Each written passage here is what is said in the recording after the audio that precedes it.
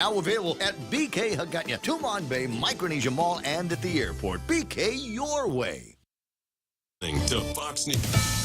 A Texas appeals court turns down the state attorney general's move to investigate the gender-affirming care of transgender kids as possible child abuse by the parents. The lawsuit was filed on behalf of the mother of a 16-year-old transgender youth who says she was investigated by her employer, the Department of Family and Protective Services. The mother has been placed on administrative leave. The AG said last month he believes gender-affirming care and puberty-blocking drugs for transgender teens amounts to child abuse. Texas Governor Greg Abbott then directed the agency to probe any reported instances of these abuse procedures in the state. The appeals court ruling allows the judge to hold a hearing this Friday on whether to issue a broader temporary order blocking enforcement of Abbott's directive. CJ Papa, Fox News. At the federal trial of 4 men charged with plotting to kidnap the Michigan governor, the jury hearing secretly recorded audio of one of the men today, Barry Croft Jr., describing the possibility of using explosives to rain down fire on law enforcement, with the team standing by to grab the governor. Defense attorneys say the men were big talkers who were entrapped by government informants and FBI agents. The Census Bureau says it missed nearly 19 million Americans in the latest population count. They follow up the census count every 10 years with re-interviews and an analysis of demographic data to get an estimate of overcounts and undercounts. In 2020, analysis shows an overall undercount of 0.24%, considered statistically insignificant and successful considering the challenge of counting people during that first year of the coronavirus pandemic. But the analysis shows Black, Hispanic, and American Indian residents were undercounted even more than usual, with whites and Asians overcounted. The Hispanic undercount was nearly 5%, 3 times more than in 2010. Fox's Chris Foster. An hour to the close on Wall Street. Stocks are lower, but off-session lows. Right now, the Dow's down 167. I'm Lisa Brady. Fox News. Unified Communications, UC, is the next step in a business phone system. Introducing Docomo Pacific UC, your business phone. Instant messaging, video, voicemail, fax, and more. All unified on one platform and delivered through the cloud. Merge your desk phone with your mobile device. Turn voice calls into video conference. UC reduces phone costs. UC boosts productivity. Work better together with Docomo Pacific UC.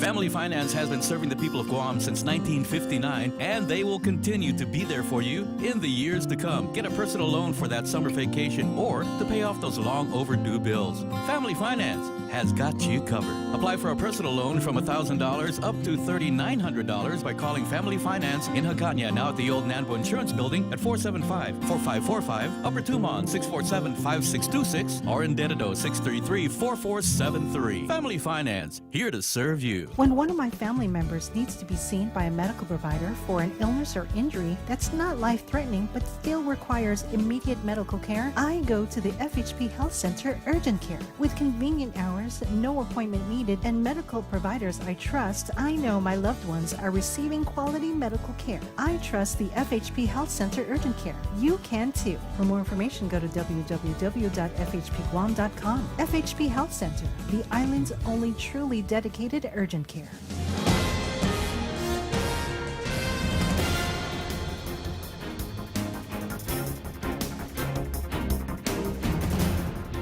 Off a day at 6:06, I'm Mana Silva Tyron with a look at your local news on the point.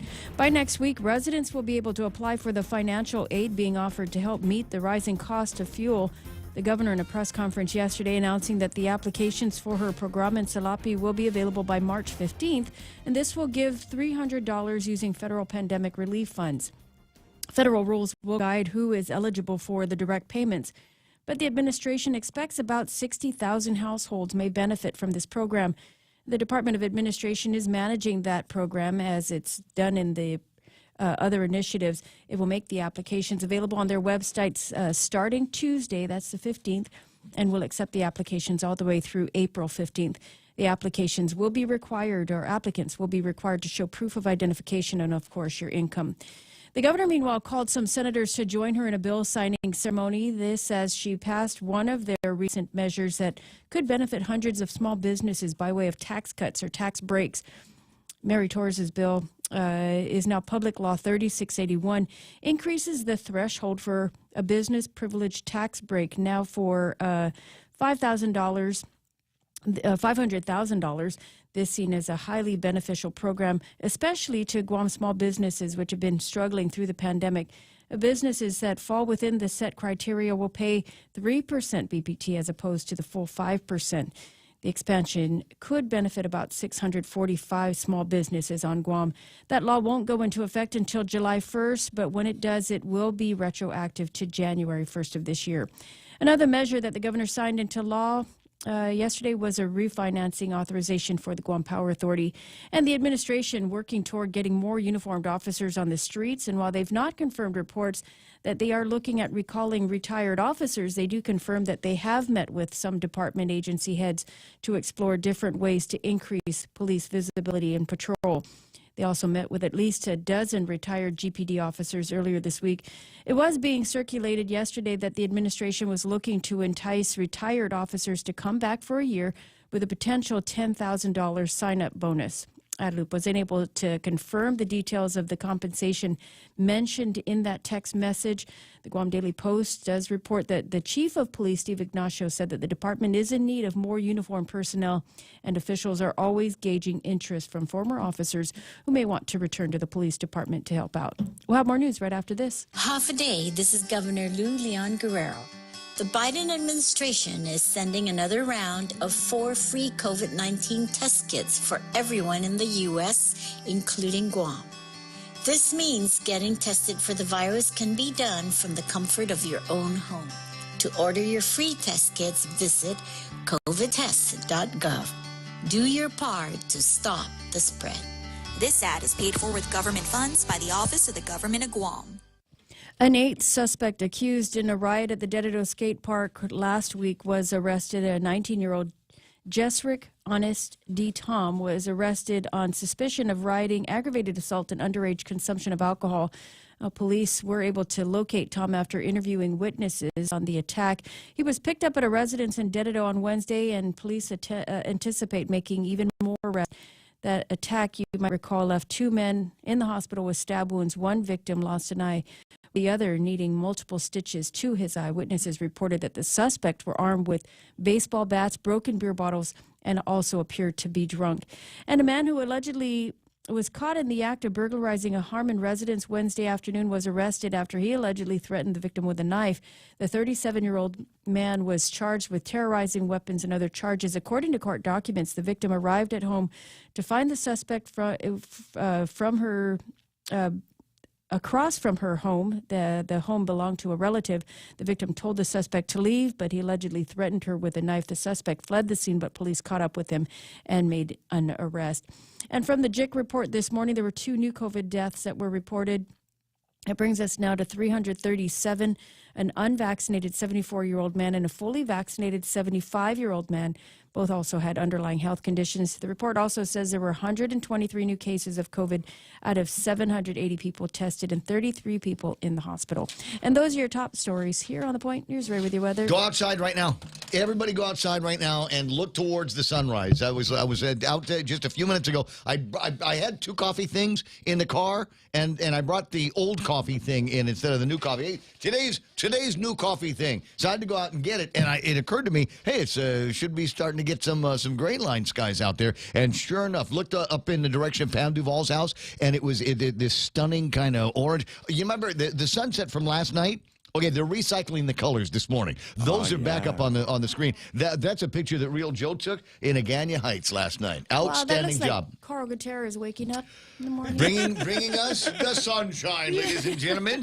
What do we got for you today? Isolated showers in the forecast, but mostly sunny skies. Daytime highs near 85 degrees. East-northeast winds up to about 14 miles an hour, gusting as high as 18. Scattered showers and thunderstorms in the forecast for tonight. Mostly cloudy skies. Lows around 77 degrees. What is this? Scattered showers and thunderstorms.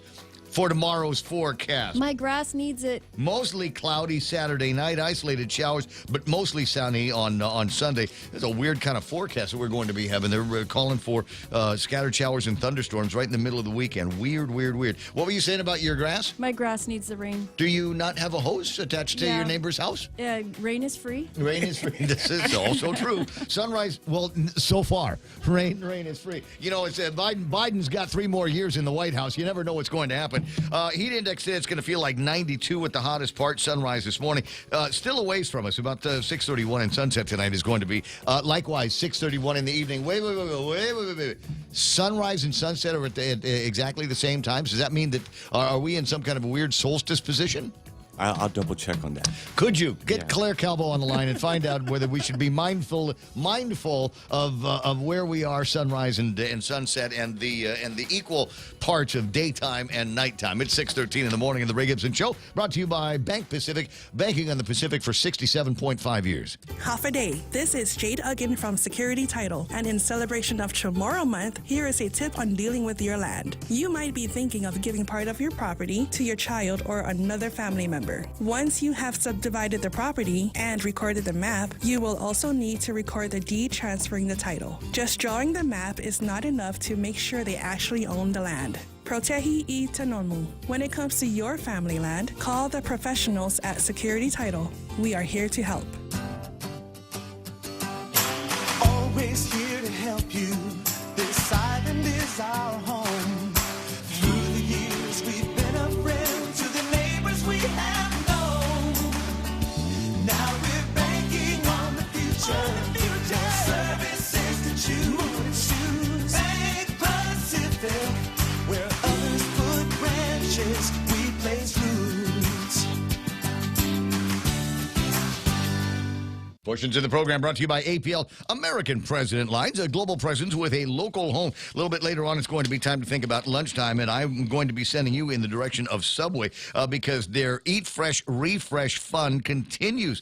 They've got this thing they're doing with a chicken sandwich, but it's not any ordinary chicken sandwich. They're using rotisserie style chicken with all of this. Fantastic. You need something that's got some spicy on it, some pica. The Baja Turkey Avocado will hit all of your hot notes today at Subway. The Ray Gibson Show. Morning talk that matters. Call now. 888-TALK. That's 888-8255.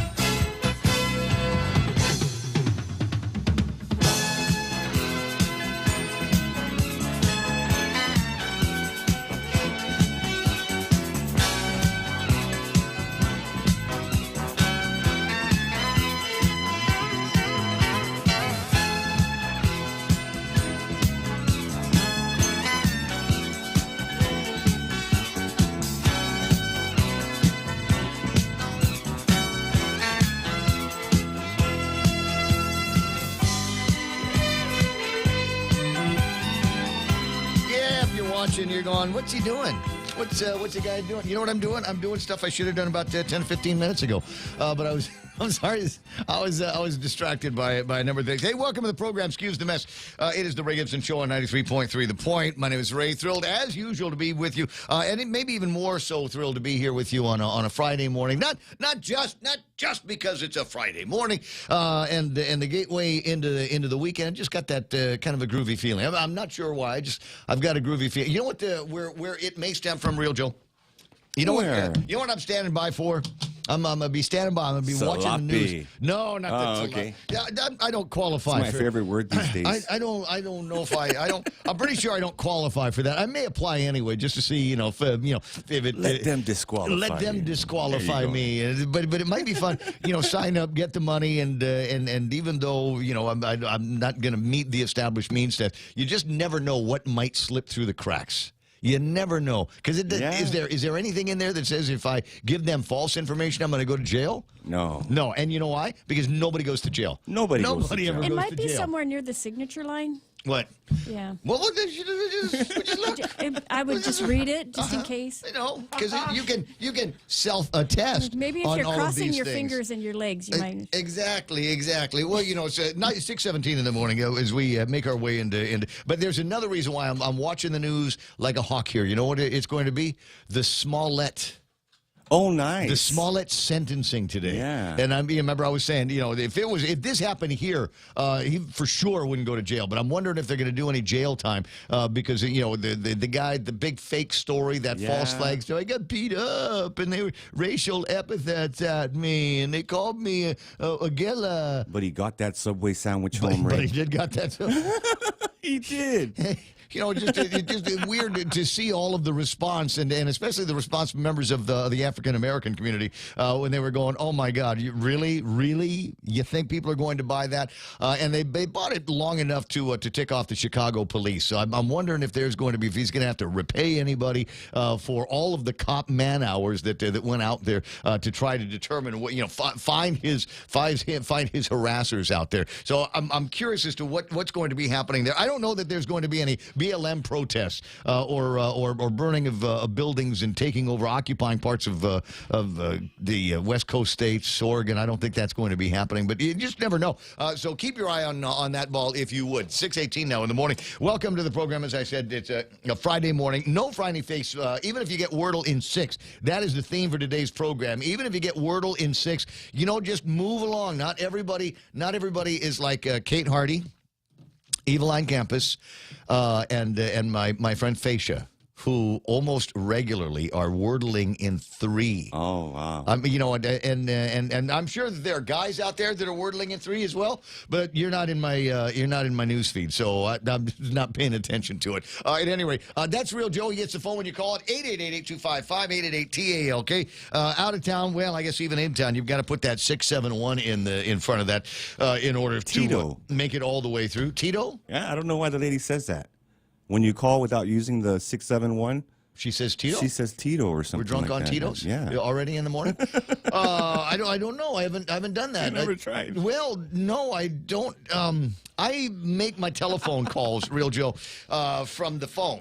Right? The last time that I actually had to punch in digits, I don't remember, and I don't recall whether or not it was before or after the 671 was added to it. But for the most of every phone call that I dial, and I'm a boy. It's 1 for Spanish and 2 for English. Anyway, so Real Joe's going to be going through this journey in his head for another minute or so.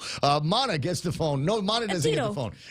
Mana takes care of news and headlines as we're going to be, you know, talking about all kinds of stuff that is on the docket for this morning, up to and including the fact that some of our favorite people have picked up packets. Bunker Frank Menu has picked up a packet. Last time I saw man of the people. Absolutely. Last time I saw him, we were protesting over at the governor's office, you know, with the mask mandates or stupid rules or something like that. And he was just like the grooviest guy. You just want to sit down and talk to him all the time. Now, Mana says he's the greatest guy in the world. Anybody can call and say, hey, you know, my car's dead. Can you bring me? Can you jack my tire? Do whatever. But I'm convinced. Me newspaper, empanada. I'm convinced. You would do it. No, I think he only does it for you. I think he only does it for you because I remember that conversation. He was telling me how much he admired you. I thought you'd do a great job in news and at the legislature and all of that stuff. So happy to see Frank Meno picking up a packet, and I hope it works this time because he's one of those. He will make life at the legislature super interesting. Yeah, and he follows Dr. Tom Shea, so we get the best of both worlds. You know? Well, according to the news here this morning, it doesn't. He has not totally committed to it because he's a busy man. He's a very busy physician in town. He might not have the time. But so what you do, Doc, is you win, and you should win on a walk because I think you've delivered practically every baby up to and including a whole bunch of new voters here on Guam. Oh yeah, how many people have you delivered that are old enough to vote? I know of at least one. Yep. Been moving in that same direction for wait a second, 2 or 3 now that I think about it. So he's delivered a lot of people now that will thank him for bringing him into the world and vote for the guy. Dr. Tom Shea, he delivers. And then Tom, what you They put the birthing ward in the legislature. When you get in, then you make it a part-time legislature, so that others like you that are likewise very, very busy in your professional lives can continue to serve the people of Guam. You just don't have to do it 24 hours a day, 7 days a week, and go to. Now I'm looking at Mana when I say that because Mana's not crazy about the idea. Like if I go back to the legislature, but part-time legislature would mean part-time representation. So I mean. Well, yeah, but what if you've got a full-time governor, you've got a full-time court system, you need a full-time legislature. Well, for the things that the legislature co-equal branch of government are in my mind, right? But they've spent the last 2 years not being a co-equal branch of the government of Guam and just kind of doing things that the governor wants to do. Elect the right people in there to represent you, and that's where the fun of the conversation over the next 169 days are going to be coming from. It's 6:22 in the morning. Let's talk to these politicians and political watchers in the program. Go. Sometimes you wanna go where everybody knows your name, and they're always glad you came. You wanna be where you can see our troubles are all the same. You wanna be where everybody knows your name. You wanna go where people know people are all the same. You wanna go where everybody knows. Yep.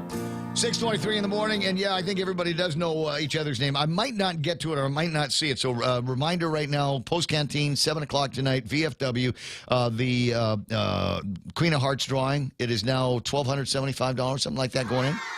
Amazing. And Sarita, because I think you've got it, either you or Post Canteen, I know we're getting close to that time of the month where we're supposed to make reservations for the steak night and make your deposits and stuff like that. So before I forget, make sure that's all in there. Rico, big man Rico at number 1 here this morning. Hey, big man. Followed by the mom of the program, that's Pam Duvall, EOD Kaboom.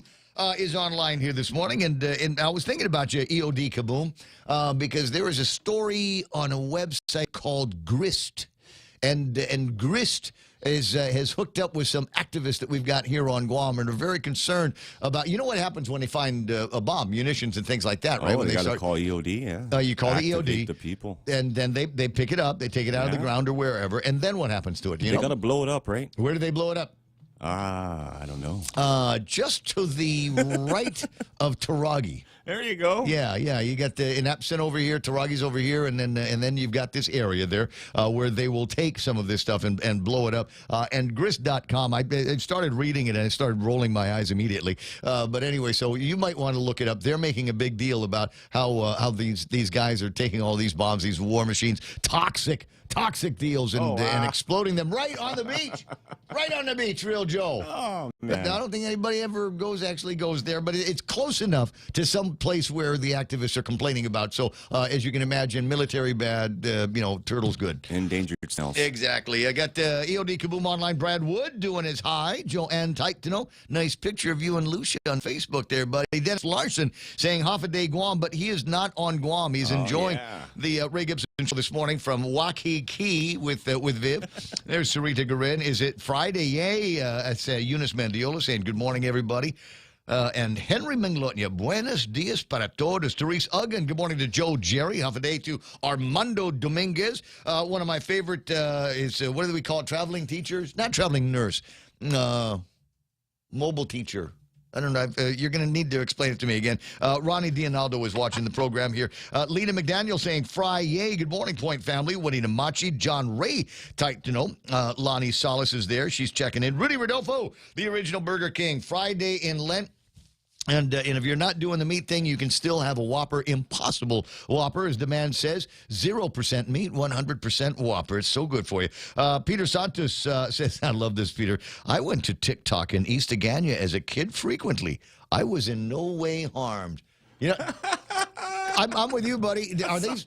all right, stupid question, but are they still open? I one of these days I'll run into Alan Sinwani and find out what's going on. But honest to God, I haven't been in there in forever, because the big call for me was once upon a time you can go get the latest and greatest version of the plastic black Casio watch.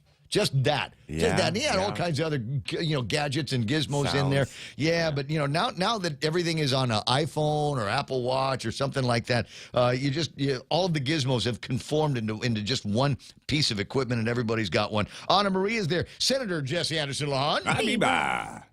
Has he picked up a packet? Yes, he did. Very good, very good. I got Colin Kelly watching the program. Gemma Bustamante, Lauren Michelle is online, to which we say, hi, Lauren. Juanita Machi is there. Simon Sanchez from the Consolidated Commission on Utilities. This strikes me as an interesting number, and it's been a long time since I paid any attention to it. But Monaset and the front page of the newspaper reports that the Programa Trilopi could benefit 60,000 households on Guam. Do we have 60,000 households here? Does that sound about right? How many, Cy, how many non-commercial accounts do we have at GWA and GPA? Because I'm curious, because if it's 60,000, that might be a little bit of money in there for just about everybody, right? Dennis Larson with a reminder, Hawaii lifts all mandates on March the 25th. But they took pains yesterday when they had the video thing with Dr. David and the people over at Public Health. And we're not out of it yet. Oh, my God, we're 10 times as high as what they've got in Hawaii. We got to base all these decisions on local data, for heaven's sakes. We can't just look at everybody else with their numbers falling nationwide, citywide, statewide. We're different. And you know who might agree with that is Dr. Vince Akimoto.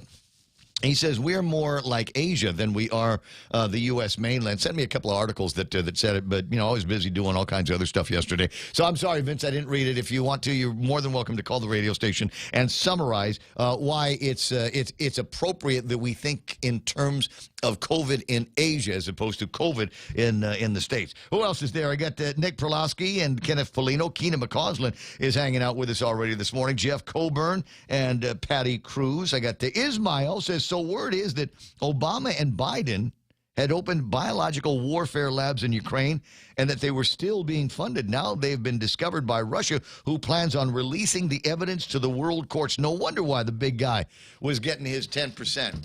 Ismail, can I ask you a question?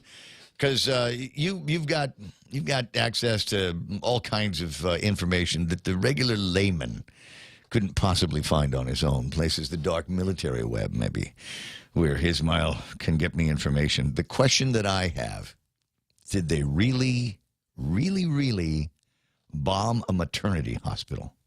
Did they really, really, really bomb a maternity hospital, or was that special effects? Yeah, that's what I was wondering. Because the Russians are coming out and saying, we're Russians, we're bad, we wouldn't do that. And they are beginning to plant the seed of biological weapons. Now, it's a game of who gets there first, because there are also reports that the Ukrainians are saying that the Russians put biological weapons there. So watch and see just how much weirder this story gets. Tunduk says, "Hoi, howdy, let's get rowdy with all the fun that's going to happen here on the point." Right on, we'll get some of that going. Bob and Connie Bartonico online.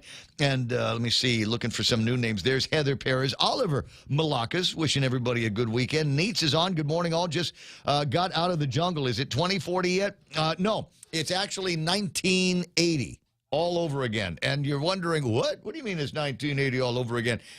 Have you seen the inflation numbers? I'll go over some before too much longer and let you know not like you don't know, but they're looking at all these different product categories and things like that, and the numbers are just ugly, and they've been better. I'll show you a couple of graphs. One of the graphs will show you, obviously, where we are right now with inflation. And just before, just a little nub just before you get to where we are. Say 2 years ago, we were like almost no inflation. It was down at the bottom, the absolute bottom of the scale. Jay Nauta is there. Tim Zedeker is online here this morning. Dennis says, you mean equinox? What the blank is a retrograde? Mars is in second grade, so if something goes wrong... Something goes wrong with your technology or communications, that's why. Hey, Dave Eckert's online. We're supposed to genuflect here. This is the guy invented morning news, for heaven's sakes. Yes, he did. I got my cousin Troy is online. Cousin Troy from Canada, hanging around here. Interesting story. We got to get more information on that, cousin Troy. The story that he was talking about yesterday, an exodus of prosecutors, an exodus of attorneys at the Attorney General's office, including a prosecutor who was one of the very few tough on crime, specifically tough on crimes against women prosecutors, who's decided apparently to go work at, I guess, the Department of Education. Is that where she's going to end up? And departing the Attorney General's office because not happy with Attorney General leaving Camacho. Very, very interesting story. You can find that over on Candid News here. Pam Duval says the avocados are blooming, can't hardly wait. What happened to the bloom of mangoes? Can I just ask that question? Normally by this, it's March, Brad. I see some. Normally Some by now flowers, people should be bringing us bags. Yeah. Not even because we're asking for it. They just need to get rid of it because, COVID it must be the COVID. Yeah, COVID mango here, bloom. What do we got? Valerie S.A. Untalan is there. Jeffrey Colburn says Dave Chappelle's bit on Smollett was the best. Exactly right, and exactly, Jeff, the routine that was in my head. Ryan Dela Cruz, good morning to Ken Brown. Dan Rosal, Lady D is online. I got Johnny Atulai. Johnny Atulai Titan is there. Uncle Johnny. Johnny Atulai, and I always talk about Johnny Atulai in hushed and revered tones with my voice because he is easily one of my favorite Marines on the planet, my favorite fishing guy on the planet, and interestingly enough, one of my favorite radio guys on the planet because he's involved with the Vet Show on K57, and I don't have a problem talking about that because I helped put that program on the air. Dave Duenas has picked up his packet, and he's at part-time legislature. Wink. Jerome McDonald is there. Dale Audette, Mark and Francis Ishmael. Amen. Vote for the right people for Guam. Well, we got to encourage the right people to run for office. That's the problem, is we usually get the same bunch of guys with the same old kind of political thinking in their head, and they're the ones that keep winning elections.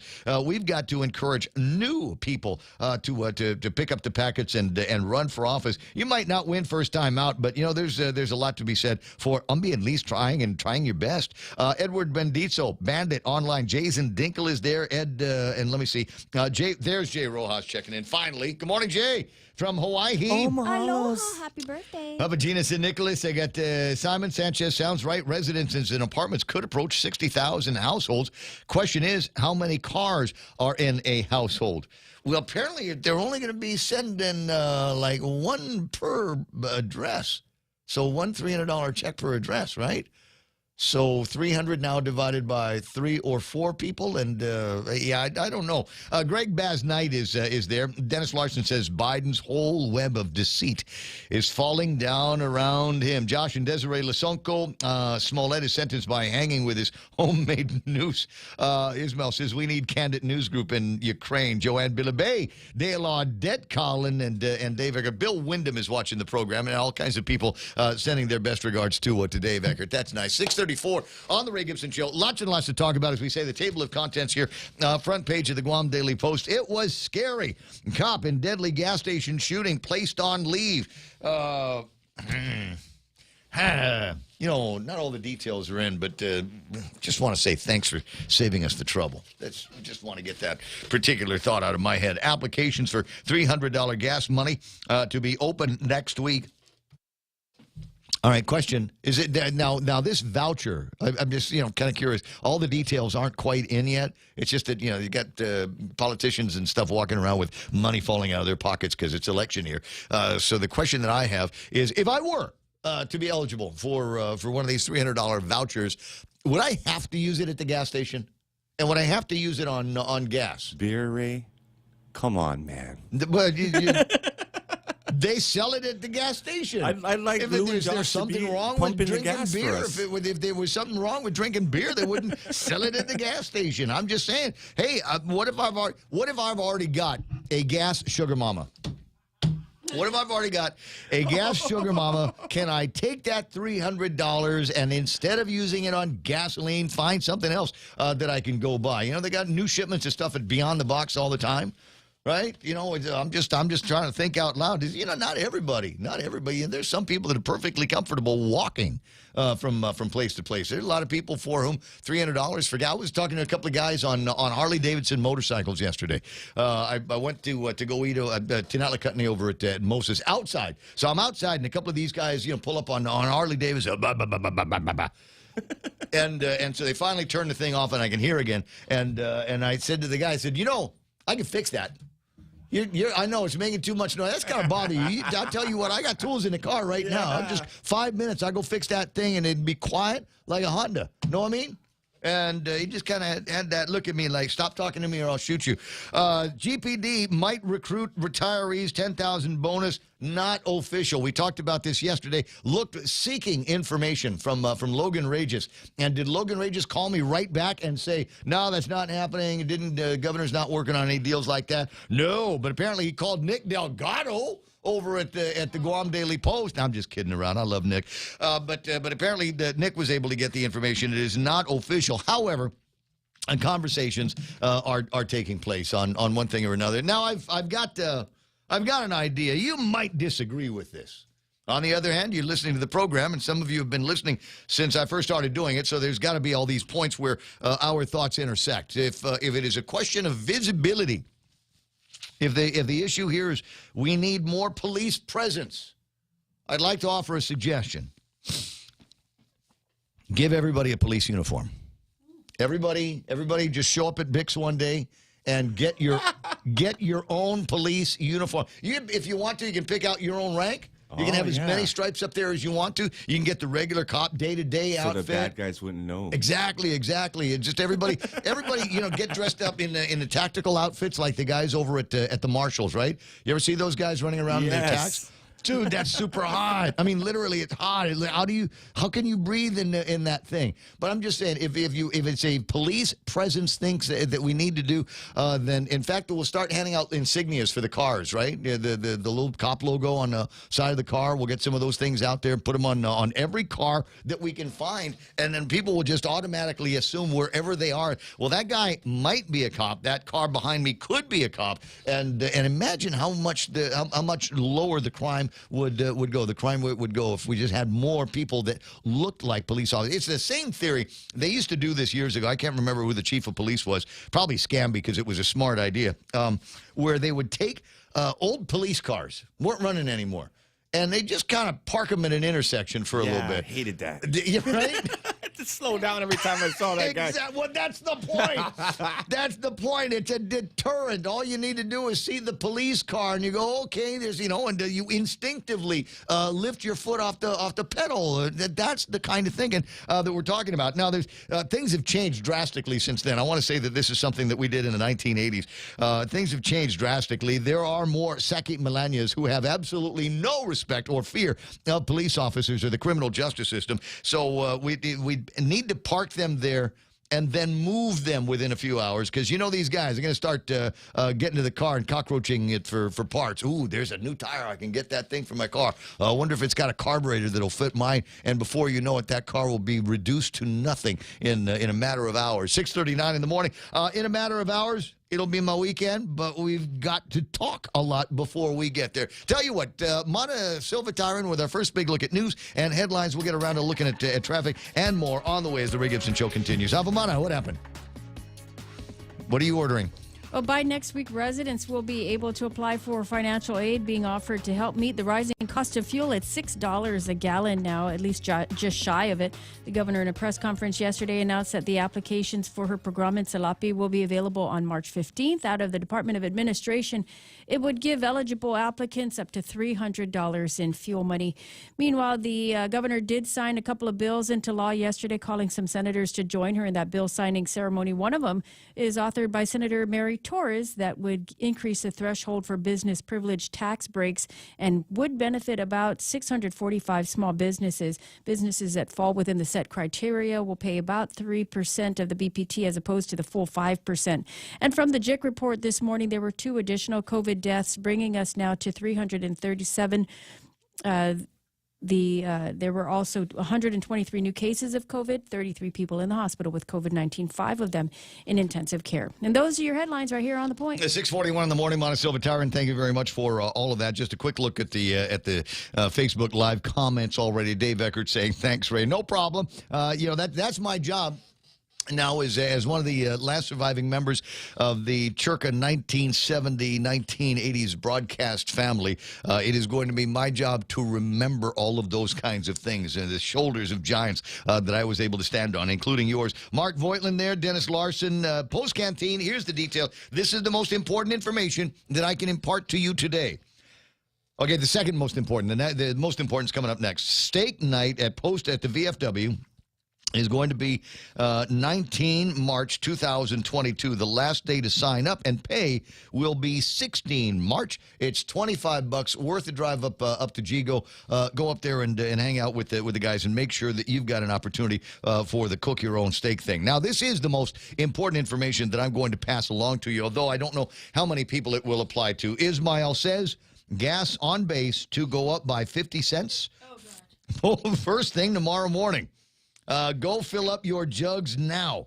50 cents more for, what is it, $3.70 or something like that, Colin? I think it was $3.67. So over $4 Oh, at the auto port over at the place. Jeanette Suzuki hanging out with us. Mike Grace, Blas, Gifino tomorrow. It's up to you, Chalo. Matt Galendez is there. I got Dennis Larson. How about beating your kids when they mess up? Yeah, from that generation. Dave Duenas says, love what comes out of Ramon's lips. Fagaga. See, Colin Kelly is saying this morning. Dennis says, when the fear of God is gone, you have lost the battle. Jane, Pereira Mesa, Kennedy Robinson, CJ Ngauta, Al Moser, Scott Armstrong checking out the program. John Michael Beneventi is here.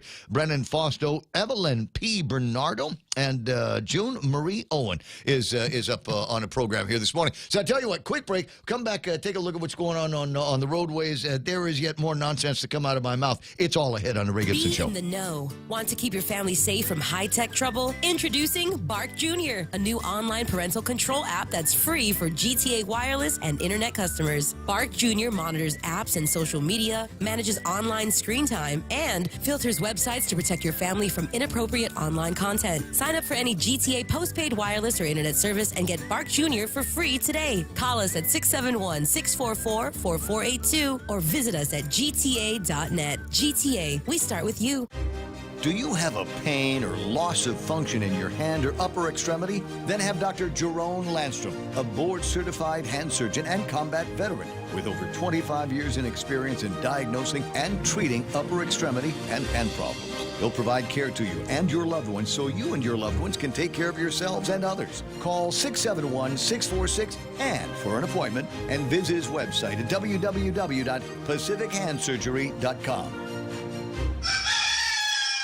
What's for breakfast at KFC under $3.95, you ask? What's for breakfast at KFC that's different than the other guys, you ask? KFC's chicken wrap, sausage wrap, the Colonel's chicken congee, chicken fried steak, sausage biscuit and gravy, and biscuit sandwiches made with KFC's original fluffy biscuits. All for under $3.95 and all only at KFC. Plus, with waffles and the Colonel's chicken fried rice, we've got something for everyone. So visit KFC for breakfast today. It's finger-licking good. 644, Ray Gibson Show. Who took this picture that is on the screen now, Mona, from Sinanya? Uncle Earl Garrido. From Sinanya. Snapping a great sunrise picture this morning. Thanks for sending that in. You can see a little portion of Barragata Heights there. Really? Yeah, look right on the left side. Wake up, Shelley! 644. All right, let me press this button here and find out what's happening in traffic right about now. Things ought to start getting busy at Anderson Air Force Base, but it doesn't look like it's going in that direction. Southbound Marine Corps Drive, clear. What's going on? Is it the price of gas, everybody? Is waiting until the last possible second to get on the road. A little bit of traffic over at the intersection of 1 and 3, and that's all I'm looking at right now is intersection traffic, and not a whole lot of it. What, did everybody hang out with Sarita and Army again last night? Is that what happened? A little bit of traffic in the downtown Agutnia area just as you get around Chief Kupua Park. And then we've got traffic over Big Navy in Sumai. Not much happening out there. If you see something, say something. 888-8255. It's 645 on the point. Get a box of Post or Kellogg's cereal for only 99 cents when you fuel up on $35 or more of mid-grade or premium high-performance fuel. Conditions apply. See store for details. Get a 75-ounce bottle of Dawn dish soap for only $5.95 when you fuel up on $35 or more of mid-grade or premium high-performance fuel. Conditions apply. See store for details. Get a Bounty paper towel 2-pack for only 99 cents when you fuel up on $35 or more of mid-grade or premium high-performance fuel. Conditions apply. See store for details. Circle K. Take it easy. Raise your glasses for a toast because First Hawaiian Bank now turns your meals into a reason to celebrate. Every dollar you spend on dining purchases, including fast food, earns you up to 3 times United miles. Simply use your First Hawaiian Bank United credit card and start reaping the most rewarding credit card experience on island. Terms and restrictions apply. Don't have a First Hawaiian Bank credit card? Visit any branch or FHB.com to apply today. With First Hawaiian Bank, it all starts with yes. Let me just pop this little fantasy into your head. Imagine sunrise tomorrow morning. It's you and somebody you like to enjoy sunrises with. Park somewhere on that side of the island, maybe over at Pirates Cove with the front end of the car, leaning into that sunrise, air conditioner going full tilt, hot cup of coffee in your hand. And I want you to imagine that you're in a brand new Nissan automobile. Maybe the Titan, maybe the Murano. How about the Kicks? Rogue Sport. Maybe you're thinking about the electric vehicles. Well, check out the Leaf that they've got up there and check out the deals. Now, it's possible on those deals, 0% APR on the life of the loan, first 3 payments on them. And how about this? With your good credit, 0 down. Just walk in today and say, I heard Ray talking about sunrise in the front end of a brand new Rogue, and I want to do that today. And you can do it at Nissan Guam. Bringing you closer to the action. Any speaker, anytime. Watch and listen live on thepoint.gu.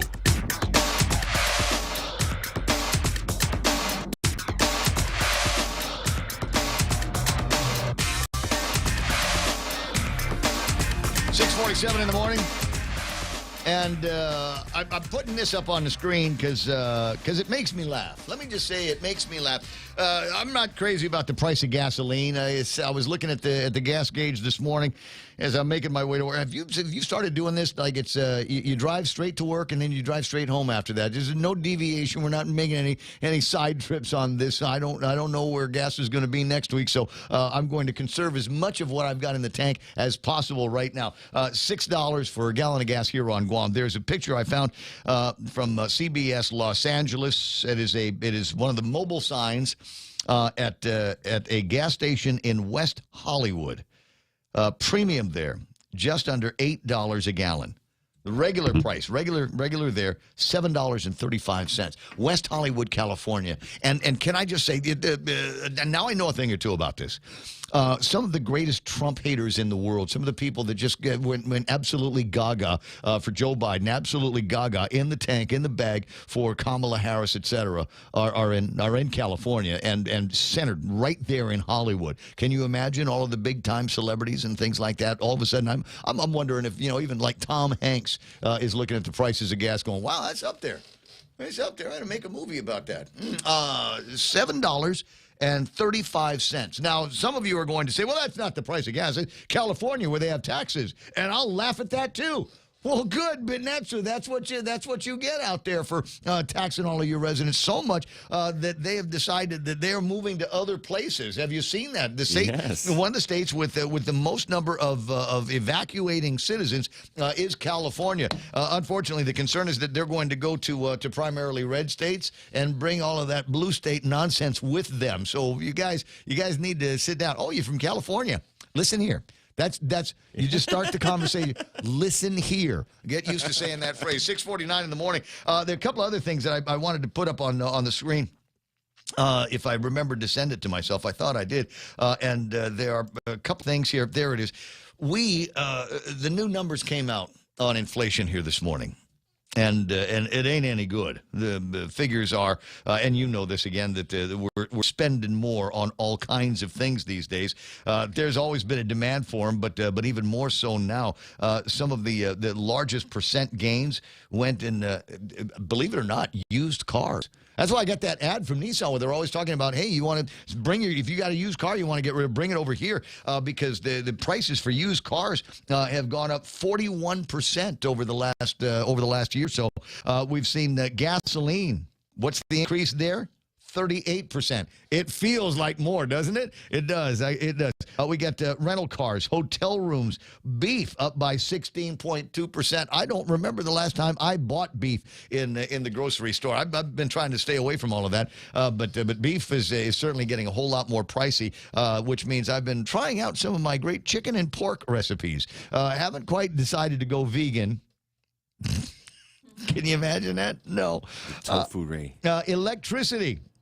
Up 9%. Groceries, 8.6. Everything else, clothing down is 6.6, and then housing at 4.7. All items, though, and this is where we start talking about inflation. All items, 7.9% more, more than it was before. And before what? Well, say it with me. Before Brandon. That's what happened before Brandon. What can be done about all of that stuff? And I don't know, honestly. 6:51 in the morning, but it is bad. They're looking at some of the worst numbers that we have seen since 1980, when inflation was chugging along about 15%. Now is 7.9%. It's been good. It was down to the zero just a couple of years ago, 2020 or so, 21. We had numbers of negligible inflation. So you get people that maybe are going to be lining up for those jobs at where was it, Pernix, for $15 an hour for laborers. $15 an hour a couple of years ago sounded great, but in the face of the crazy changes in prices for literally everything, that's going to get wiped out real fast. This Programma Salapi here, and I'm not going to be critical of it as much as I'd like to. I just wish it was for everybody, but apparently because there are federal requirements on this, they have to do means testing, which means if you're making over several $1,000s, over a certain amount for your household, and the numbers are in the newspaper this morning, then you are not going to be qualified to receive that. You're in the middle and upper class, for heaven's sakes. You don't need to worry about the price of gasoline. I don't know, people in the middle class getting squashed as well on this. But the point is now, that's one of the reasons why I wish everybody else was going to be getting it. I hope there is a decent economic bump in town as a result of folks having a little bit of the extra dollars. But I want to say, and I'm sure that the answer from somebody like a digital engagement manager is, we're working as fast as we can on this. For heaven's sakes, we're only human here at the Department of Administration.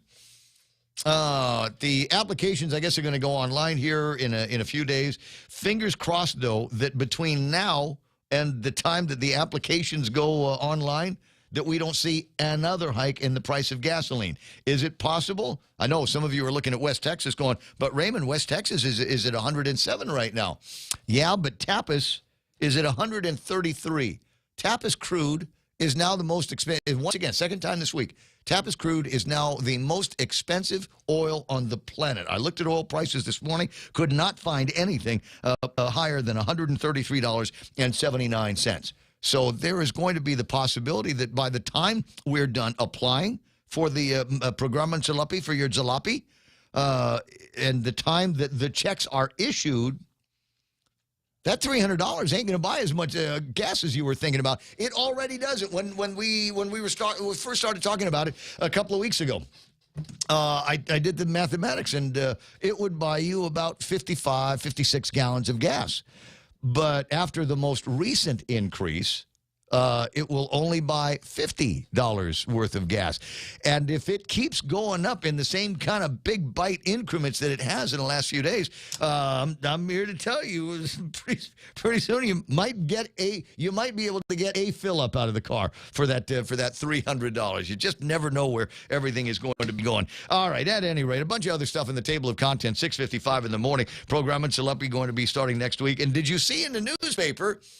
I'm sorry, it's getting a lot of news. That's, as I said, just kind of occupies my morning, just going through the Post and seeing what they're writing about. One of the things I like about the Post is they've got a whole page dedicated to news from the CNMI. Oh, I love it. Isn't that about the best? Thank you, Post, for that. And in the CNMI, hold on, wait first. I got to go and find the page where they have that on, where they're talking. Oh, there it is.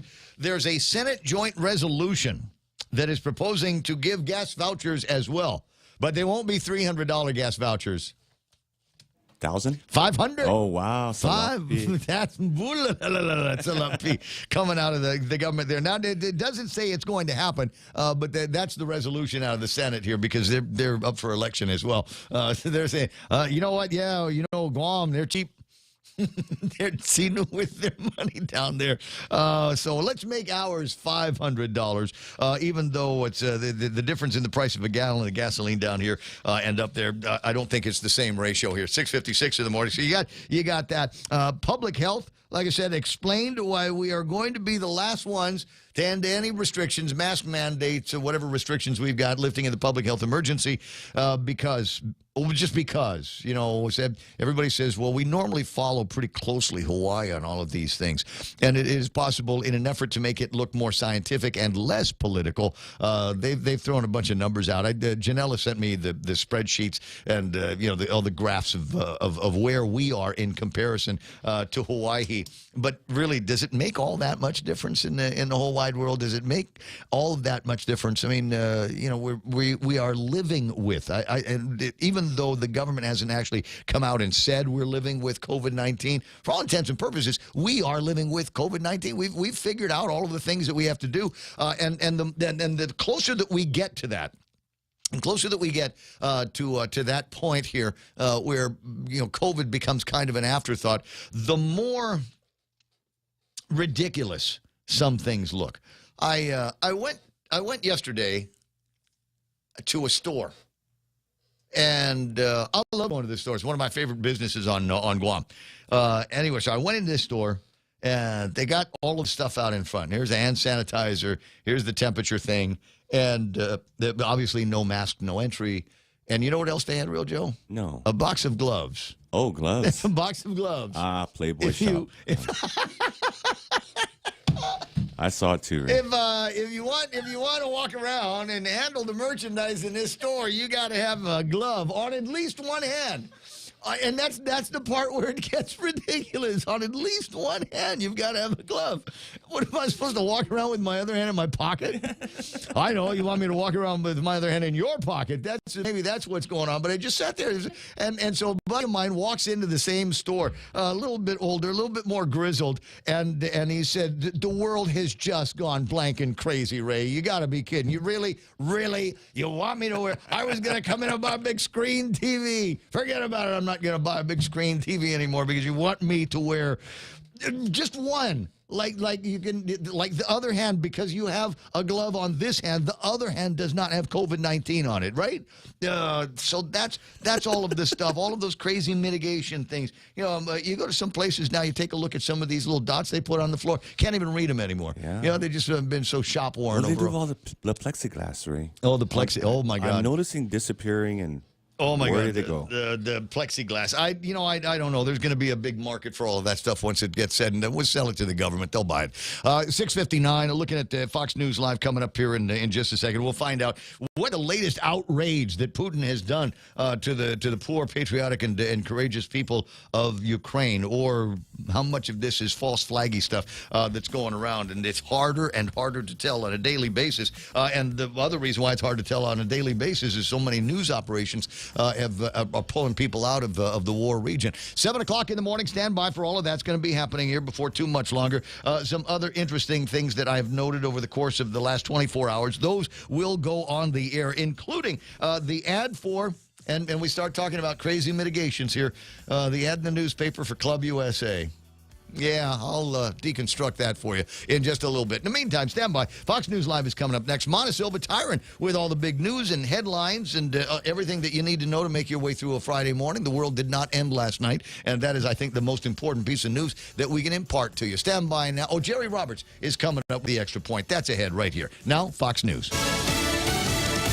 A presidential prediction. I'm Lisa Brady, Fox News. President Biden saying again that Ukraine will never be a victory for Russian President Vladimir Putin, detailing how economic sanctions are crippling the Russian economy during a meeting with the visiting president of Colombia, who calls the Russian attack a horrifying moment for the world. I want to thank you for immediately condemning Russia's unjustifiable invasion and the atrocities they're committing in Ukraine. Meantime, the U.S. also accusing Russia of peddling false allegations of chemical weapons labs in Ukraine. White House Press Secretary Jen Psaki says it's Russia, not the U.S., with a history of using chemical and biological weapons. And that in this moment, we should have our eyes open for that possibility. But Psaki would not detail specific intelligence assessments on the potential use of chemical weapons by Russia in Ukraine or what response their use might trigger. But the president's intention of sending U.S. military to fight in Ukraine against Russia has not changed. President Biden has ruled out sending U.S. forces into Ukraine or enforcing a no-fly zone. Fox's Jared Halpern at the White House. The southern port city of Mariupol remains under siege. No food, power, or water. We know that over 1,300 civilians have now been killed in that city alone, according to the deputy prime minister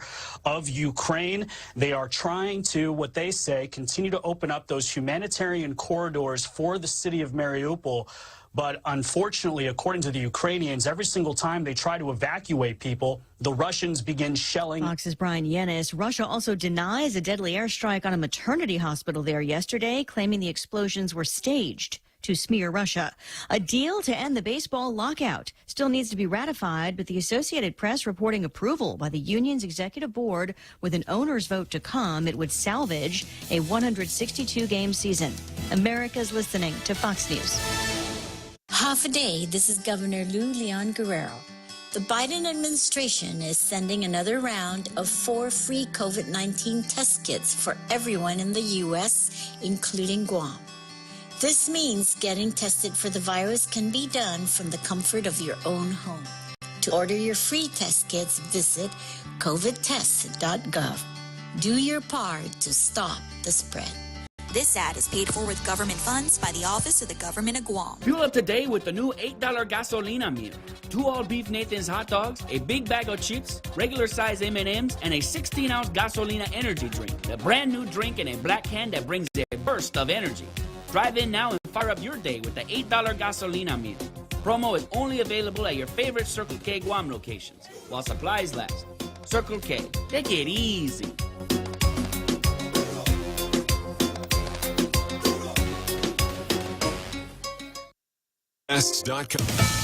Masking might end relatively soon on public transit, but for now, federal health officials are extending the current guidance while they work on new, more targeted advice. The CDC says they recommend mask wearing on public transportation continue until April 18th. That does not apply to school or childcare buses.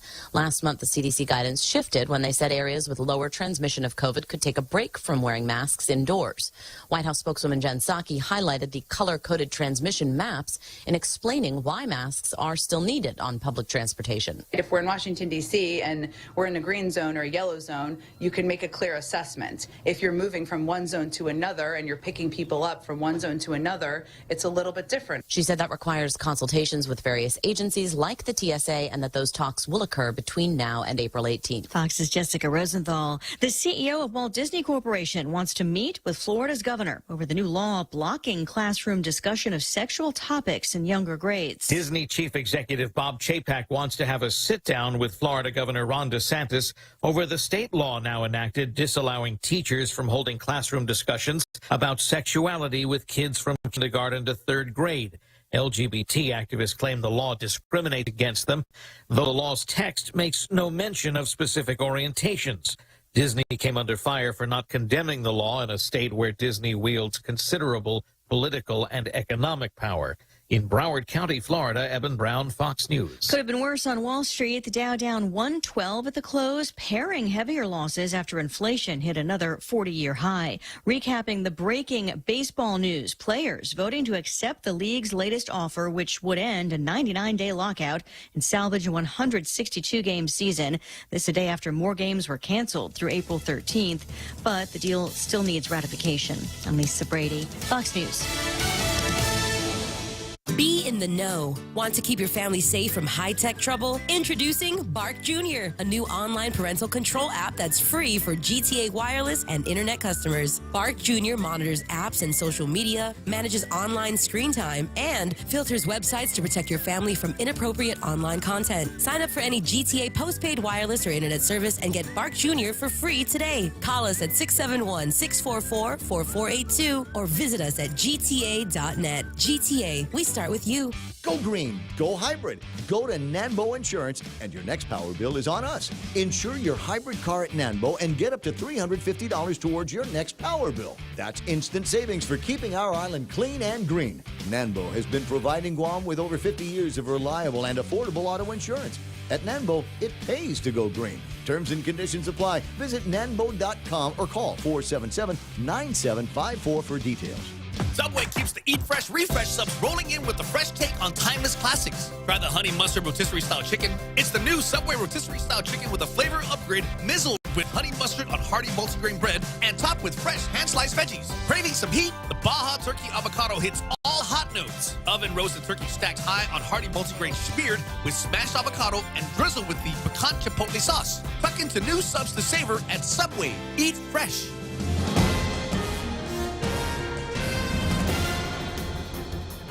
Half a day at 7:06. I'm Mana Silva Tyron with a look at your local news on the point.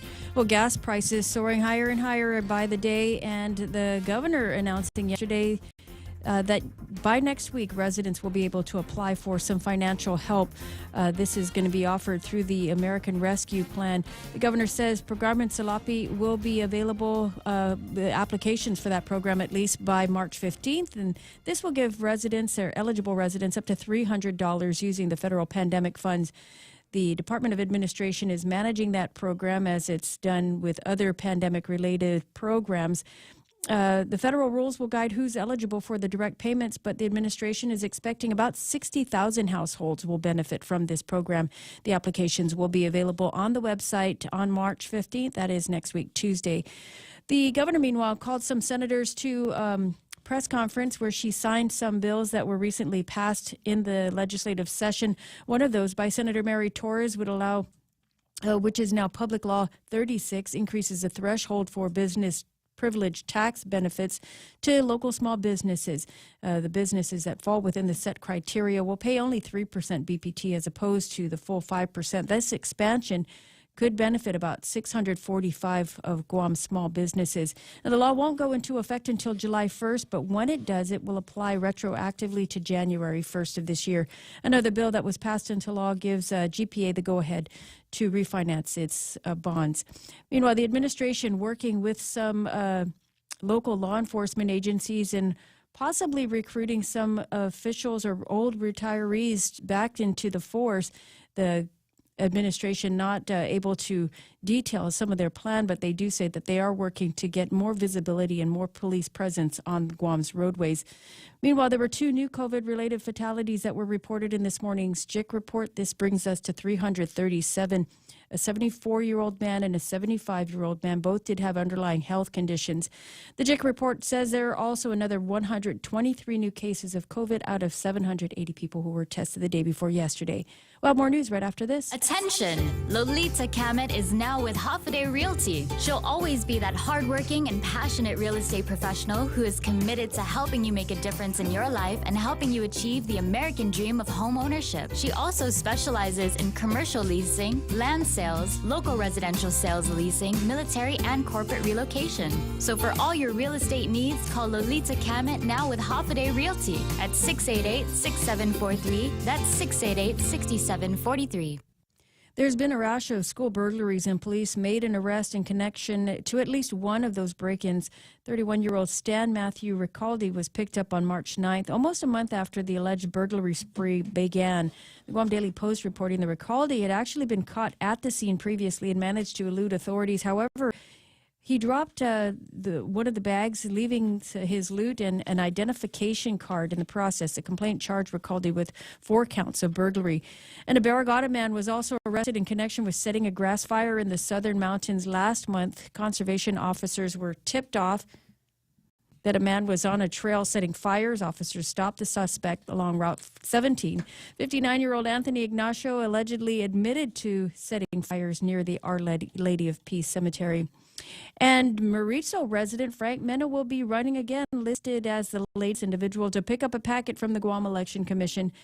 Mena is also known as Bunker, had run in the previous elections and will be running again for senator under the Democrat ticket. It was just yesterday that we announced Dr. Tom Shea also requested a packet and could also be running for senator in the 37th Guam legislature. And those are your top stories here on The Point. Here's Ray with your weather. So the thing on this Ricaldi guy is not only did they catch him in the act already, not only was he going to go down as one of the dumbest burglars ever, you're supposed to leave your ID in the car. Who brings your ID anyway? Well, like they're going to check. Did you bring your vaccine card too? No, did you check your temperature on the way in? Anyway, Ricaldi resembled the male in the video footage along with a food, pantry, ID, and passport. There were 21 items located in the bags, which included, but not limited to, a death lamp, canopy, timer, Samsung charging blocks, flags, a dome surveillance camera, light bulbs, portable gas stoves, pans, book stands, butane, pens, and mirrors. This guy was lifting everything he could carry. Items, some of them returned to the teacher. That's good news. Anyway, he was quoted to say, hold on, let me get to at the precinct, the defendant's Miranda rights were given again during an interview. When asked about Benevente Middle School and why he ran, the defendant stated that people control him. However, that he goes into the school, quote, for basic necessities like food, water, pots, and pans, that he felt like he was being set up because they put cameras inside the classrooms. Those cameras weren't there before. When asked, when was the first time he broke into Benevente, he stated around Valentine's Day. He further stated he broke into the classrooms on the first and second floor because the doors were unlocked. When the officer informed him he was being arrested for those break-ins, the defendant stated, "It doesn't matter. I'll go back to the school and do it again." Wow. What? That's where we are, guys. There we go. That's where we are in this town. It's not the number of cops that we've got on the streets. The cops are doing their job. There's something that we are missing. There is a piece of the formula that is missing. This guy should be fearful that he's going to get thrown into the jail for an awful long. You think people control you outside? Just wait until you're inside the Department of Corrections, and Robert Camacho is going to tell you what time you wake up, what time you go to sleep, what you're going to wear, when you're going to eat. That's Bend real over and control, cough. bud. That's what. Don't cough on me, bud. You might COVID. Doesn't make you wear a mask in there. But that's. I'm just going. You got to be kidding. So this is one of those cases, right? If Dave Eckert's still listening, Dave Eckert remembers we used to have a guy at the court. His name was Judge Paul Abadi. And I would like it if we had somebody on, just one guy that we could get dudes like this Ricaldi into. And I tell you what, here's your choice. You can go to jail. You can go to jail. Or every week for, say, the next 5 years, we're going to hand you to the guys over at the Department of Maintenance in the Department of Education, and you are going to sweep, or you are going to clean, or you're going to bang erasers against the flagpole, or you're going to clean up graffiti. We're going to have you scrub toilets, do all of this stuff. It's either that or jail. What's it going to be, Mr. Ricaldi? Right? I wish we could do something like that with guys like this. They're not even apologetic. Not even, it doesn't matter. I'll go back to the school and do it again. When asked if there were other schools he broke into, the defendant said, "I also went to Weddingale." We need to put this guy in the military, Ray. Yeah, there's already a lawyer listening going, "I'll take that case." We're gonna plead the insanity defense here. 7:13 in the morning. Somebody asked for weather. It's going to be gorgeous today. Mostly sunny skies. Daytime highs 85 degrees. We got some winds coming out of the northeast about 14 miles an hour. Might be a couple of gusts. Nothing major. Scattered showers and thunderstorms may be moving in tonight, but we've got mostly cloudy skies. We've been saying that for the last couple of days, but every morning when I wake up, the skies are clear, man. Running clear. Partly sunny in the forecast for tomorrow. Mostly cloudy tomorrow night, but it says mostly sunny by Sunday. All three of these days should be beachy days one way or the other. 7:14. That's news and weather together on The Point. Unified Communications, UC, is the next step in a business phone system. Introducing Docomo Pacific UC, your business phone. Instant messaging, video, voicemail, fax, and more. All unified on one platform and delivered through the cloud. Merge your desk phone with your mobile device. Turn voice calls into video conference. UC reduces phone costs. UC boosts productivity. Work better together with Docomo Pacific UC. Top End Pest Control is who you call for all your pest control needs. Got a problem with roaches, ants, spiders, rodents, fleas, ticks, termites? No problem. They do it all. Top End Pest Control is a service-disabled, veteran-owned small business and HubZone certified. Serving Guam since 2012. Call them today for a quote, 487-5657, or email topendpest@gmail.com. Check them out on Facebook at Top End Pest Control and give them a like. Top End Pest Control for all your pest control needs. Friday in Lent, they got you hooked up over at Wendy's. They've got the crispy Ponko fish fillet sandwich, wild caught, Alaskan. When we say wild caught, you know what that means? It means there's a guy actually with his hands in the river, just reaching in there and grabbing these Alaskan. I think they're pollocks. I think it's pollock fillet, and then they serve that crispy golden brown top with creamy dill, tartar sauce, pickles, lettuce, and American cheese, all on a soft toasted bun. I want you to combo that up. Have it with the great Wendy's fries and strawberry iced tea. Ponko crusted fish fillets waiting for you at Wendy's. News to fill your mind. Talk to get it out. The Ray Gibson Show. Call now, 888-8255.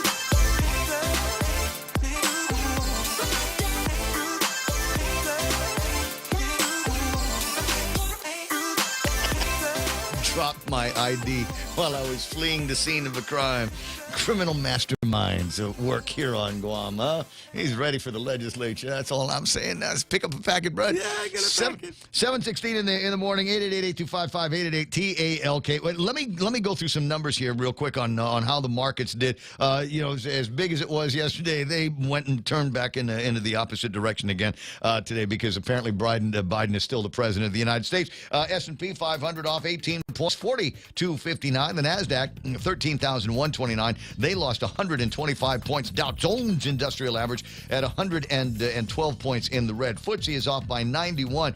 Now check this out. The Nikkei. Almost 1,000 points in the green here. That's absolutely amazing. As many years as I've been watching the Nikkei, I can't tell you the last time I saw it boom as big as it has. Hang Seng up by 262. The Shanghai's up by 40. VIX down by 2, and the DAX is off by 405 points here. Big winners on the S&P: Halliburton, Baker Hughes, Mosaic, Amazon, and EOG Resources. Big winners on the Dow include Chevron, Walmart, the Dow Inc., United Health, and Caterpillar. NASDAQ, do I have any winners there? CrowdStrike, Amazon.com, Airbnb. It's interesting, Airbnb.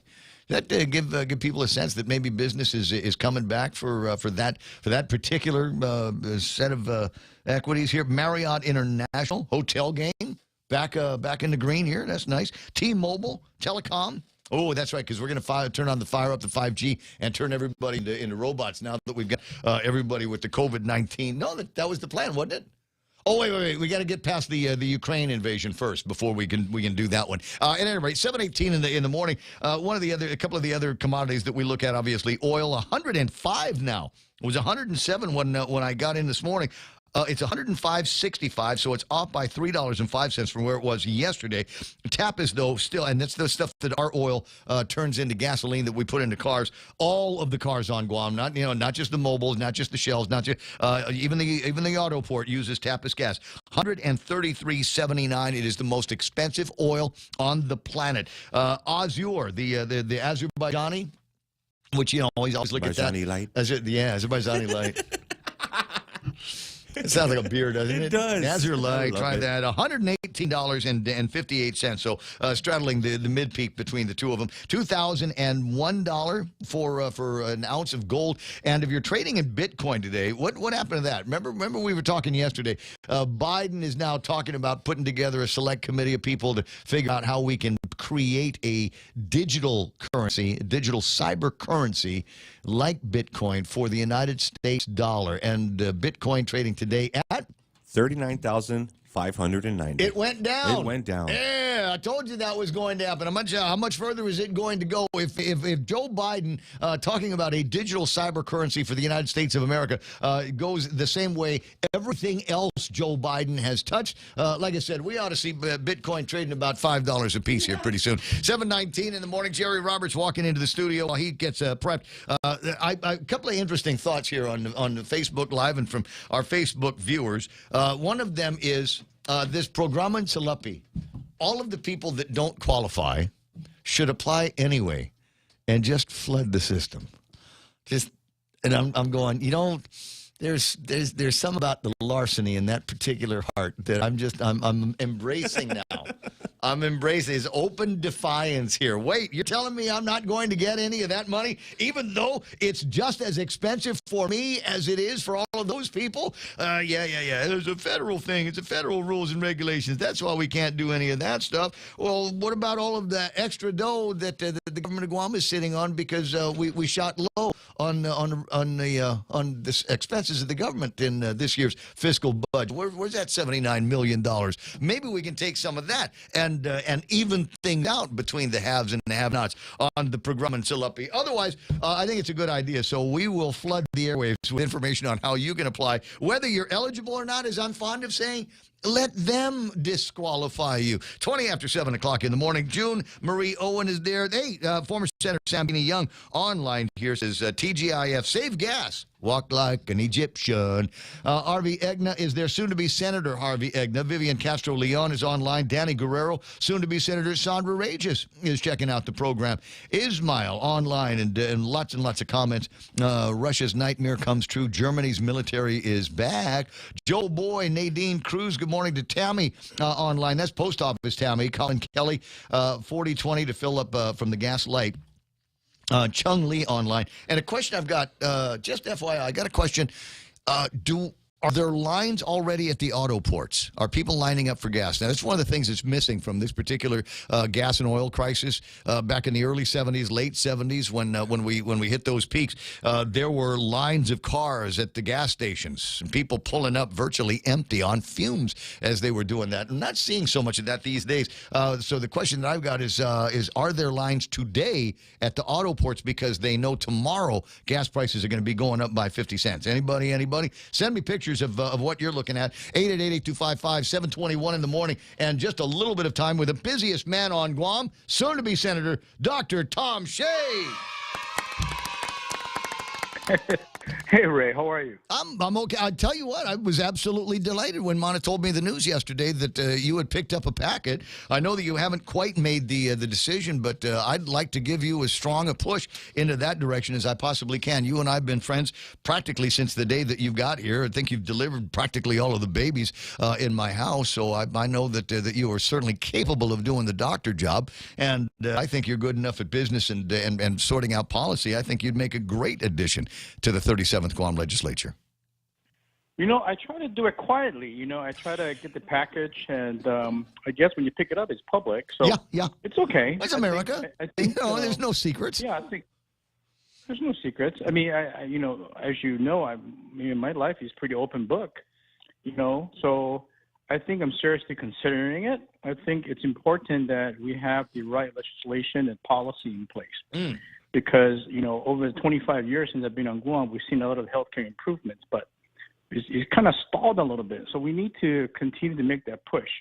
And one perfect example is, for mothers and babies, our labor and delivery awards hasn't even been updated.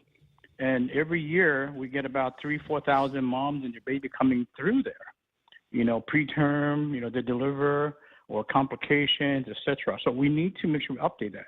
And waiting for a hospital to be developed in 6 to 7 years down the road, what are you going to do in the meantime when you have 3,000 moms that goes through every year? That's that's over 24,000 moms that have to go through, and 24,000 babies. So there's a lot that's affected.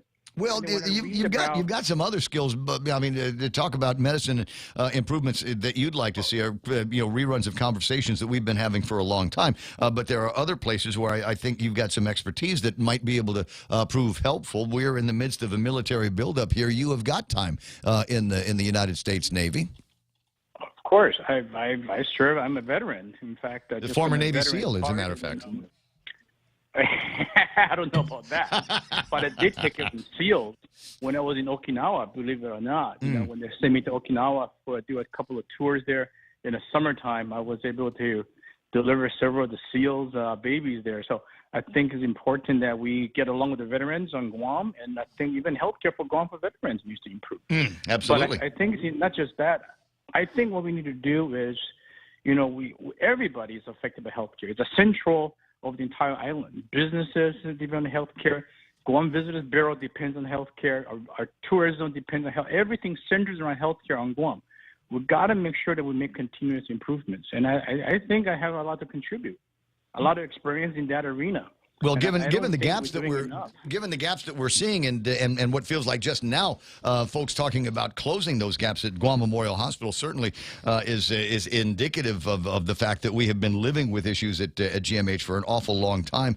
Fortunately, we've got some money in the government of Guam, but it just doesn't feel like a whole lot of it is going to relieve us of the systemic issues that we've had at GMH all of these years. So, as I said, it will be interesting to hear what you've got to say as a member of the 37th Guam Legislature when these guys come to you and say, Tom, can we get your support for this? I think that those would make some very, very interesting conversations and debate. What's it going to take for you to get some kind of clarity on this to actually make that decision? I'm asking the question, does your wife know you picked up a packet? What are we going to do about the grandbaby in Hawaii? Oh, yeah, my wife knows, but, ultimately she's the boss, right? So, she's, of course, she doesn't want me to run, but she understands what needs to be done. I think we've come to a point where, we're getting frustrated with the health care that's going on the island, and we see so many patients leaving the island to get care, and I don't blame them because we don't have the specialists. We just lost our neonatologist. What is Guam going to do? We don't have a neonatologist taking a premature baby or high-risk mom who delivered the babies early. We don't have one. We've got to actively recruit, make sure that we get our neonatologists on Guam. And furthermore, we have an aging population of physicians. I'm getting older. Our average age for OBGYN is in the 60s, mid-60s. We don't have anybody on the horizon that's coming over, so we got to make some impact in those arenas. The specialists need to come back. Or we're going to have to recruit because we can't depend on, we got homegrown doctors out there, they're going to medical school. It takes 8 years for a doctor who gets into medical school to come back to Guam, and there's only a handful. That is not going to fill the entire gap of what Guam needs. So we need to recruit. I mean, I came to Guam not because I'm from Guam. I came to Guam because I came with the United States Navy. And Dr. Chris Perez was the one that said, hey, Tom, you got to stay here. Dr. Gabe Lombard is the one that convinced me to open my practice and stay on Guam. And I said, okay, I'll give you 1 year to help you out. But then it's been like I'm going on for the 26th year. I think. So, but the policies need to be understood. And I think if I can get in there and people want me to be there and get the vote and get in there, I will take over healthcare. And if you think what I can do in the private sector for healthcare, and I've been successful in doing that, I think I can transform healthcare on Guam for a better tomorrow. Challenge accepted. So fill out the paperwork. It's a pain in the butt. Have somebody fill out the paperwork. Jerry and Roberts. Bring your petitions over this way so we can sign them for you. We'd like to sign them. You come on by anytime you want to. Jerry Roberts asking the question: which party will you be running under, Tom? Oh, that's that when you pick up a packet, you have to decide which party. So I checked up undecided. Yeah. And the reason I did that is because I really want to take a look at the candidates between the different parties. I want to be able to speak to the chair of different parties. I think Phil Flores, Shirley Gibson, she's a sweetheart. So we gotta take a look at these different parties and take a look. Carl Gutierrez is a good friend of mine. And there's he's a Democrat, but he identifies Republican as well. So and he'll tell you the same thing. He's got a real strong conservative bend through him. We'll watch all of this stuff because it's very, very interesting to see. And I know you talk about being a busy guy, and maybe you can help along with one of the other Republican signposts here that says maybe we ought to start thinking about a part-time legislature so we can get more guys like you at the legislature. Jerry Roberts is shaking his head. He's got more time. Tom has more time now. Yeah. Because his legislature was part-time. Yeah, his football team just spent $200 million on the quarterback, and they won't have any money to sign any other players, so they're done. So he doesn't have to worry about football anymore. Yeah, we're set for the next 4 years for the Packers. Yeah, you're set. You're set, all right. If the legislature was part-time, but seriously though, if the legislature was part-time, it would definitely make my decision a lot easier. Simply because, I still have to take care of my patients, and they still come first, in my arena. So that's one of the main concerns. Besides you got to get permission for the wife, of course, and the family. But I think the other concern that I have is the time away from patients. But if Dr. Mike Cruz could do it, maybe I could do it. There you go. I have a meeting with Dr. Mike when in a week or so. So we'll sit down and we'll chat. I'll talk to some of my physician colleagues and chat, and I'll talk to some of the current senators as well. Because when you're a senator, sure, you have to be convincing. You have to reach over across the aisle. I realize that. But I think I have a lot of knowledge in healthcare. And, I think it's time that I think we need somebody who have that knowledge to get in there and get things done. Well, I just want you to be the same hellraiser. I want you to be the same hellraiser you are. You and I have known each other for a long time, and I've watched you announce your visits to the legislature and go in there and try to talk some common sense to these people. And I think sometimes it might be easier to do that once you've infiltrated the inside. Doc, I got to let you run. I got to take care of news, and Jerry Roberts got the you got to tell him his slogan that Real Joe came up with. Yes, we Doc, have a slogan. You have to use the slogan from Real Joe. It's okay. What's the slogan? Dr. Tom Shea delivers. Ooh, nice. I like that. Yeah. Maybe shorten that. Maybe Shea delivers. Shea delivers. There you go. Delivers. That's good. All right. Well, Hey, so Tom, question. I congratulate those who actually made the decision to run. It takes a lot of courage and a lot of time, a lot of sacrifice. So it's March So it's 11th gonna be right now, and when have you set a deadline for yourself to make a decision? Well, after June, right? Isn't it June that you have deadline to? So I'll have some time to think it over on both sides. I'll talk to the Republican side. I'll talk to the Democrat side. And maybe I'll see which one that wants me and which one that don't want me. Maybe the one that don't want me, I'll go the other side. This is not a draft. Whichever party I get into will win the majority in the Senate, right? Who wouldn't want you? I have no idea. There's people that don't want me. It's okay. We can't please everybody. All right, Tom. Just know this, though. What I want you to do when you get in there, I need you when you get to be a senator, is to take a look at our pandemic plans here and powers that the legislature has granted any governor. Take a look at those and see if we can streamline them so that there are more opportunities for other branches of the government to be able to be assured that they've got a say in it as well. April 19th is the first day for you to file your candidacy, and it didn't say when the deadline is. The primary election is August the 27th, so it'll be around there sometime. I'll find out and let you know, okay?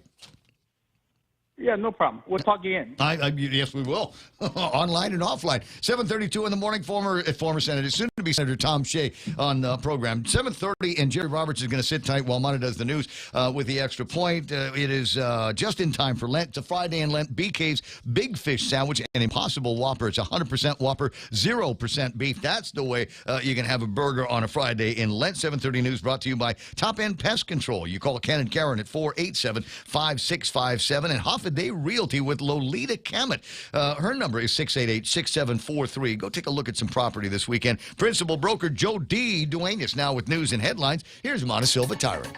One of the headlines from the Guam PDN this morning, a family medicine doctor has been accused of sexual misconduct, will be required to have a chaperone present whenever he tends to female patients. Members of the Board of Medical Examiners this week voted to impose the restriction on Dr. Uakoma's license while complaints against him are resolved, but the board won't go so far as suspending his license, as board member Ariana Adolfson requested.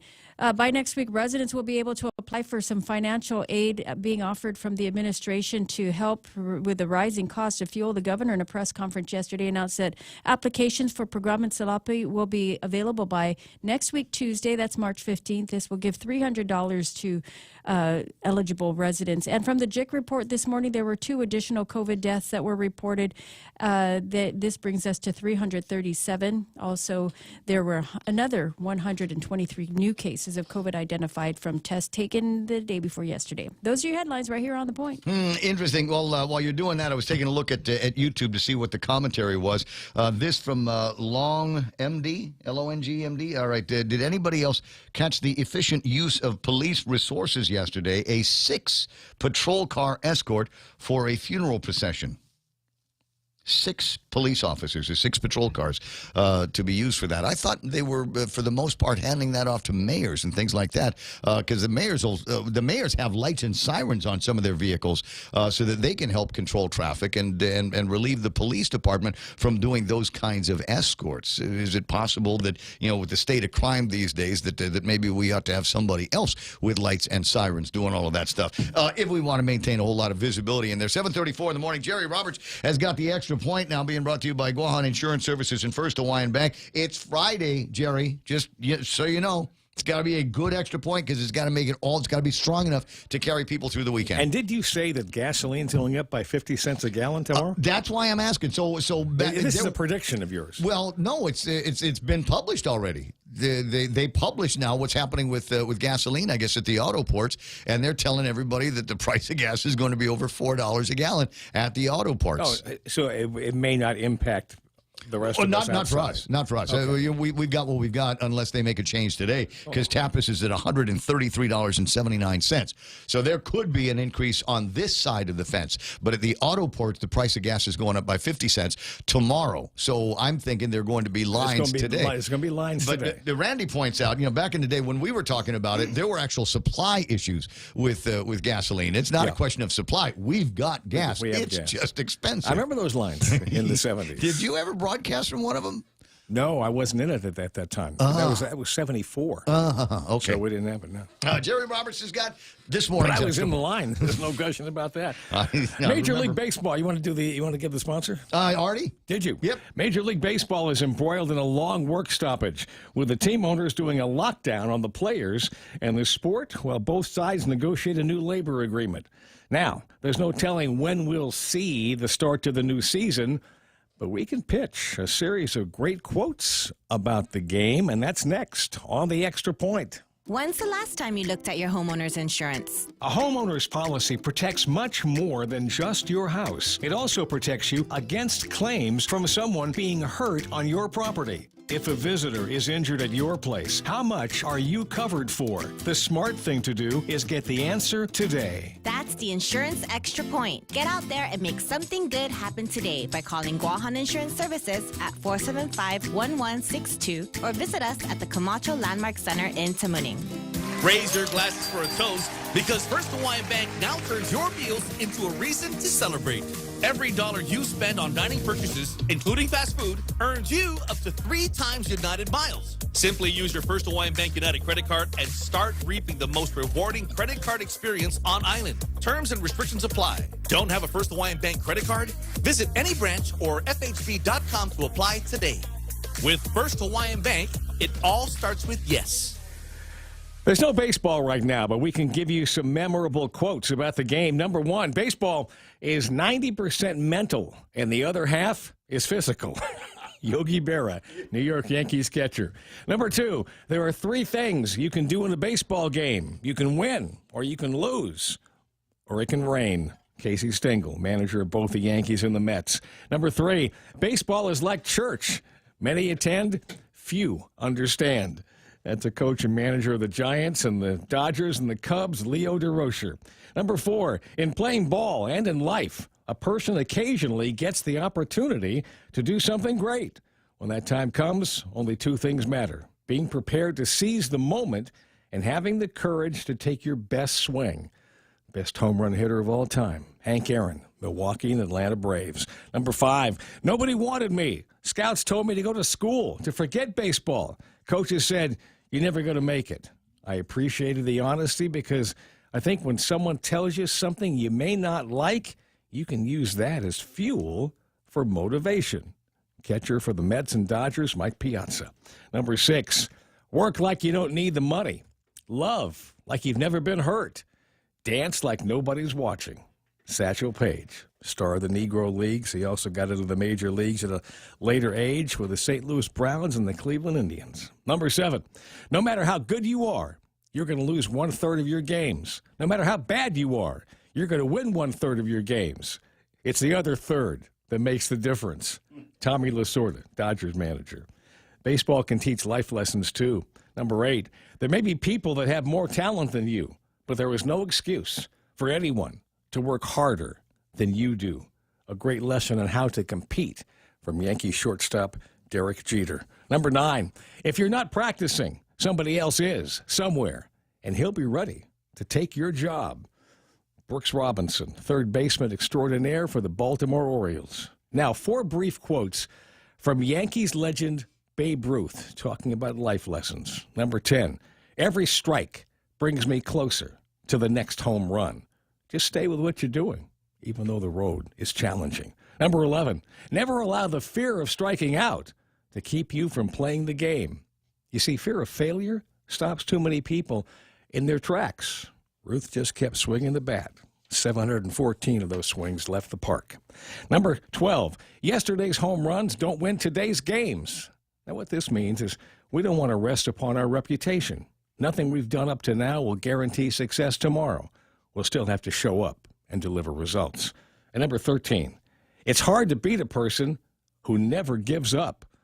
Be that person, the one who keeps getting up as life knocks you down. Now, this one is from another Yankees legend, center fielder Joe DiMaggio, and defines why you give your all and do your best always. Number 14, there is always some kid who may be seeing me for the first or last time. I owe him my best. And finally, number 15, people will come, Ray. The one constant through all the years, Ray, has been baseball. America has rolled by like an army of steamrollers. It has been erased like a blackboard, rebuilt and erased again. But baseball has marked the time. This field, this game, it's all a part of our past, Ray. It reminds us of all that once was good and could be good again. Oh, people will come, Ray. People will most definitely come. James Earl Jones from Field of Dreams. That's the extra point. Be responsible and make something good happen today. For 93.3, The Ray Gibson Show, Guahan Insurance Services, and First Hawaiian Bank. I'm Jerry Roberts. Yeah, an incredible movie and worth watching every time it's on. James Earl Jones doesn't make bad movies. He's never been. I don't think he's ever been in a bad one. And I think most sports movies, especially the ones with that guy in them, are pretty good. I met him. Oh, you did? I met him. I was doing a little bit of syndication work in California in the 80s. And he walked into the room, and you talk about the conversation just stopped when he walked in. Got to. And every eye was on him. And he's just a humble man, and he sat down and he just talked, and you heard that voice. And at the time, he was the voice of CNN. Yes. He did all the bumper work for CNN. Yeah. I forget what it was. A little known fact is they didn't pay him for it. They didn't. They didn't pay him for it. And one day he was hanging out with the guys over at CNN and heard his voice coming out over the speakers. He says, "Oh yeah, that reminds me. You owe me for that." And then they finally, I think they finally up some cash for it. Sure. 7:42. It's voice art, as a matter of fact. 7:42 in the morning. There's Jerry Roberts. And a little bit of time to talk about some of the things that we are talking about. I think that are important around here. Have you seen where the consumer price index has fallen today? 7.9 is where it's at, and they are now saying. Here's the problem with the survey period that they did this. It doesn't include Ukraine. It doesn't include the Russian-Ukraine skirmish that is going on right now. And that means that the increases that we are seeing, that we are in right now, are probably still yet to see the effects of Russia-Ukraine. I saw somebody throw something out a couple of days ago who was an economist, and I forget the guy's name. I wasn't familiar with him, but apparently he's got a lot of degrees and stuff behind him, and he's quoted often. And he was saying it's closer to 16 in reality. Yeah. He said in the real stuff that people do and how we live, he was saying that the inflation he calculates is roughly closer to 16%. What do you suppose might move us into an area where we can start triggering into something that feels like a recession? I mean, we got to be close to it. The good news is, and the reason why they say that oil is down is primarily because there were talks going on between Ukraine and Russia. I think those have all broken off right now. But just the fact that they were talking had got people thinking, all right, there might be a little bit of relief relief on the price of oil, and I don't know how long that's going to be sticky. But the question is that's going to be driving the cost of just about everything else around here. Well, plus all of the things that come from that region. What is it? Key commodities have surged with the Russian invasion of Ukraine. I'm looking at, there it is it oil, the fruits, whatever, the grains, and things like that. They're all going to be coming in short supply here soon. Yeah, there's also something else that I was reading. If you're a techno guy, is that there's a certain gas that you have to create, like silicon chips or something. I'm not totally in on this, but they said that in the Ukraine, they have 90% of the gas on the planet of this particular kind that they use in the creation of chips.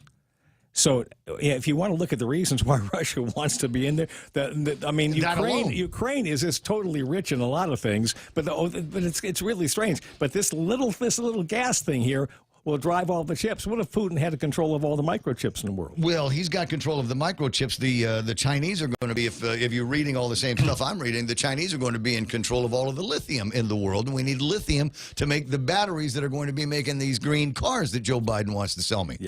Yeah, interesting. Wouldn't it be if the two keys besides oil to the worldwide economy are owned by these two rogue states? A couple of thirds of President Reagan's axis of evil.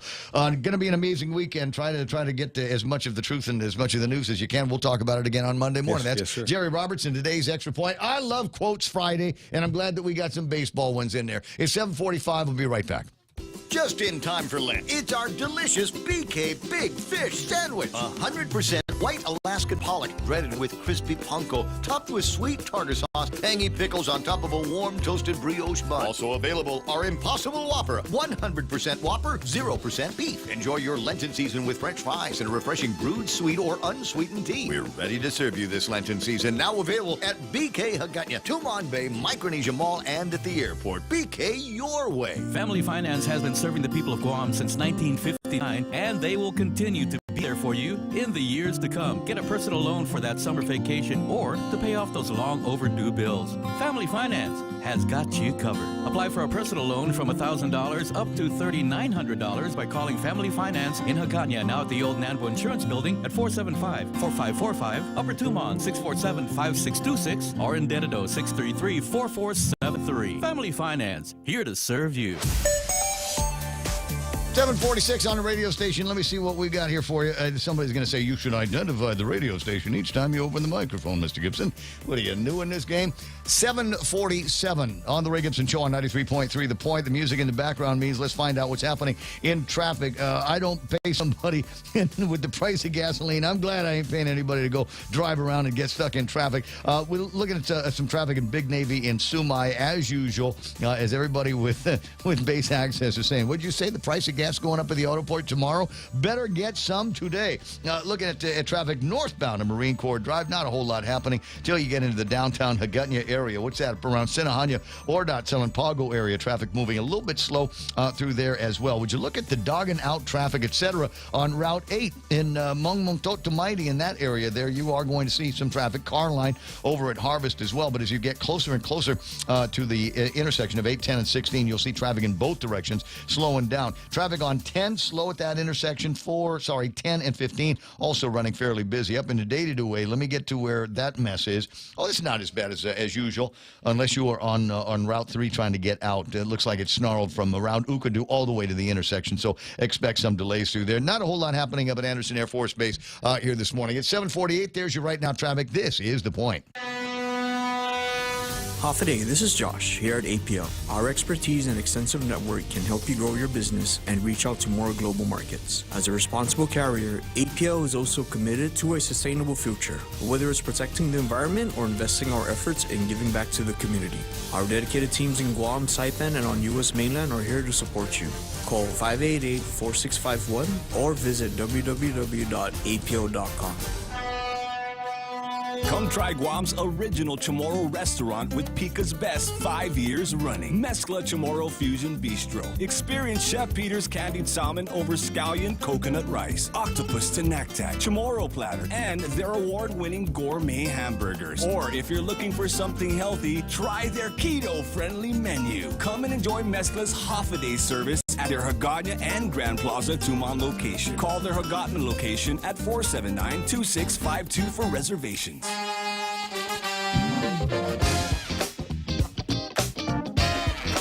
7:49, Ray Gibson Show until it's not going to be anymore. What day is it? It's Friday, right? We're Yes, Friday sir. all day? Friday. You know what happens on Fridays around this town? I do. It's the Fandania Friday. That's what goes on. Last week, I got a picture from former Governor Carl T.C. Gutierrez bringing back the sunshine and adding to the list of festivities and activities that will take place over at the Fandania. And in this case, he's got the Guam Bounce House. They got it's got the Guam It's seal on the humongous, thing. man. Is this Ray? As you said, No, Ray? it's Craig. Craig Camacho from GGB. Camacho over at the Guam visit. Craig, how you doing, buddy? Hey, I'm doing good. How's it going? Good morning, guys. I'm going good. So what you picked? Who did you piss off? You had to call the radio station. They picked you to call me. What? I want to shake things up a little. It's Friday. That's groovy. That's fine. I know Nick's been busy doing all kinds of research and things like that, looking into markets. Very interesting conversation going on, and some of it's in the actual news here this morning. But one of the big deals and one of the things that we are trying to promote and help you guys promote is the Fandania Fridays. A great opportunity for people that might not have been able to get to food trucks last night to go and enjoy food trucks tonight over at the Governor Joseph Flores Memorial Park down at Epau Beach. What have you got in line for tonight? Yeah. So thank you for the opportunity to share this event with us. So yeah, we got new things every weekend. We're adding a Mediterranean and kebab house. So we're up to 11 food trucks now. We started from 8.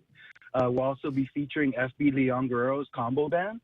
And so a big shout out to FB Leon Guerrero, their school principal, and their teacher, Ramon Mariput. So we really appreciate that. Come down. Nice band night then. Band night into Fandania. Yeah, live band. I mean, that's what people want. They wanted more entertainment. So that's what we're giving them, Ray. Now, you're saying that's what people want, and now I know, again, from the very first Fandania that there was a crew of guys from GVB that went out and actually were surveying people that had showed up for the Fandania about what they like about like tonight. What would you like to see down the road? What would you like to see in the future? So you're getting all of that feedback from the Fandania goers so that you can go out and find all of those things that they're asking for.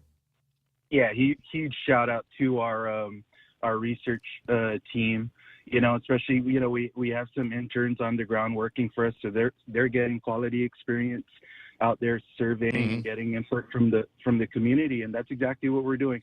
They wanted more barbecue. We added Men Enjoy. Yeah. They want more entertainment. We're adding FB Leon Guerrero's combo band tonight. It should be, we should all be in for a surprise. I don't want to release their playlist, but modern contemporary music. So. Very cool. Now we got the Carabao rides there.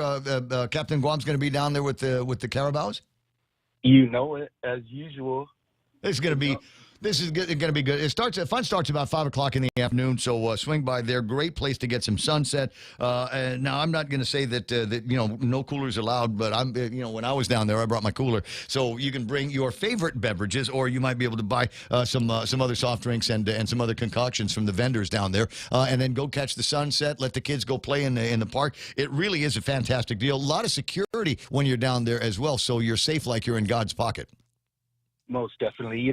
I encourage people to come down. Just as you said, that sunset time frame is beautiful. You see people lounging out on the beach, enjoying food with their family. And, if you don't want to cook dinner tonight, bring the family on by and, and support local, right? And Perfect. So a lot of our vendors, again, like you mentioned, they did this yesterday. They're doing it again tonight. So we appreciate the support. And, yeah, you want to get out and mingle a little, and Daniel Fridays is the place to do it. It's 7:53 in the morning, and obviously a great attraction for just about everybody that lives on Guam. But what about the military? I mean, I know it's not, and there's a couple of different versions of the military that you guys would be looking at tonight. One of them is the military that's already here, kind of lives here. Will get off the base and take the kids down to Epal Beach. But there's already in Tumon quite a number of military. What are you guys doing by way of outreach to let the guys that are here for operations and exercises know that there's a food truck event?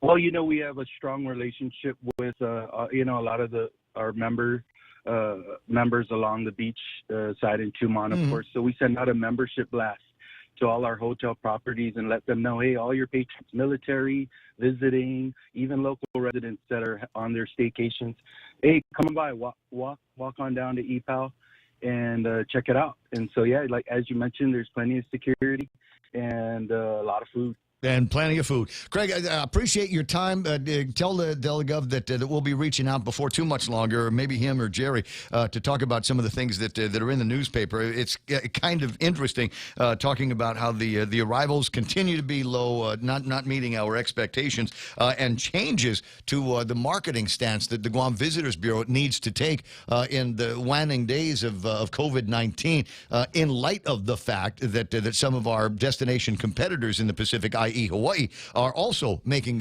some moves and making some changes to their protocols that would make them more attractive than us. So I think it's going to be an interesting conversation and how things are going to be shifting in terms of promotions in the promotional budget.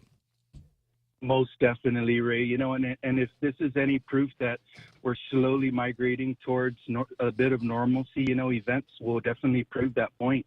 We're still at the mercy at some of these other destinations and what their regulations are. But I'll tell you, indications that we're starting to have events, we're opening up a little bit more is a good sign for all of us.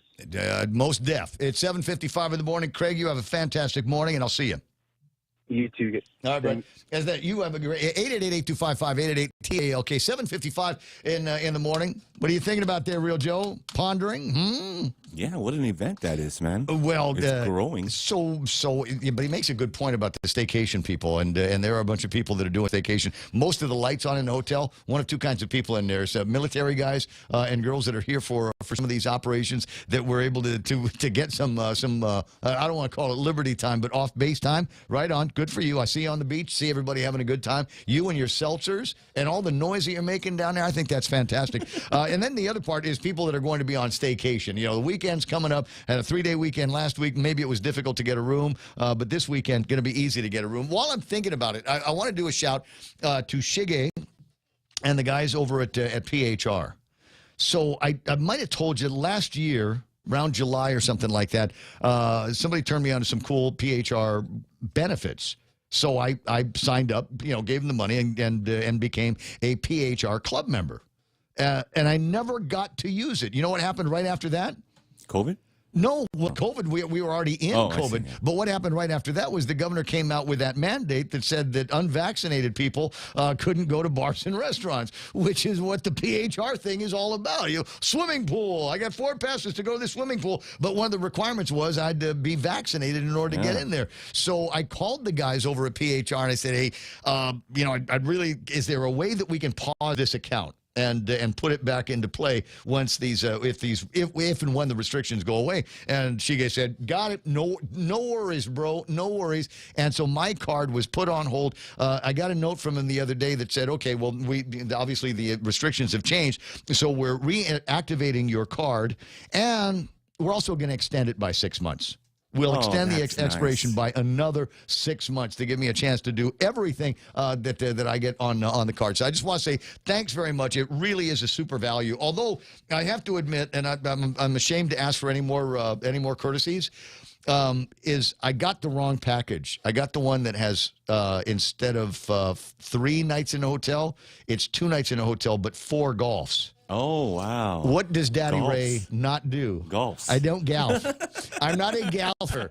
All of my friends know I'm not a golfer. So even if I called out to all my golf buddies and said, hey, let's go golfing, they'll say no, because it takes you 18 hits to get on the green and 11 hits to get it into the hole. Is that the beer cart? That's what I go for. I know. I just want to ride around with the beer cart lady all day. 7:58 or so. Now there's other activities going on in down in the Tumon area, and I got this. You know, we're Pika's best radio station, and Pika's best in adult entertainment. The winner on that was Club USA. Congrats. I gotta say, they stick this because you get a free ad when you're Pika's best at something, right? So they're using their free ad to say, "Hey, new entertainers have arrived. We are 100% vaccinated. 65 of us have had our booster, and we sanitize. Oh, nice. It might be cleaner at Club USA than it is at the church you go to on Sunday. Please bring your vaccination card and ID when you visit us. I don't know if they still have to do that, but obviously they don't want their girls getting sick, so maybe they're going to be standing on that restriction just a little bit longer. For details, I think that's in the PDN, so if you want details, then check that out, or maybe we all ought to meet up tonight at Club USA and see if they let us in without our vax cards. Closing in on 8 o'clock in the morning. It's the Ray Gibson Show on 93.3 The Point. 888-825-579-797-8255.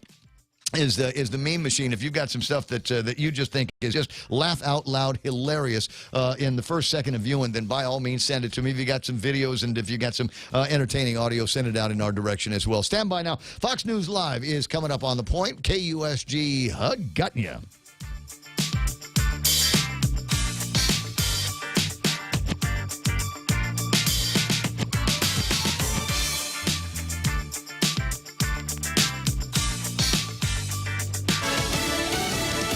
A message from the White House to the Kremlin. I'm Lisa Brady, Fox News. American people in the entire world have rallied to support the Ukrainian people. And President Biden says sanctions are crippling the Russian economy. He says Ukraine will never be a victory for the Russian leader. This during a White House visit with the president of Colombia, which President Biden plans to designate as a major non-NATO ally of the U.S.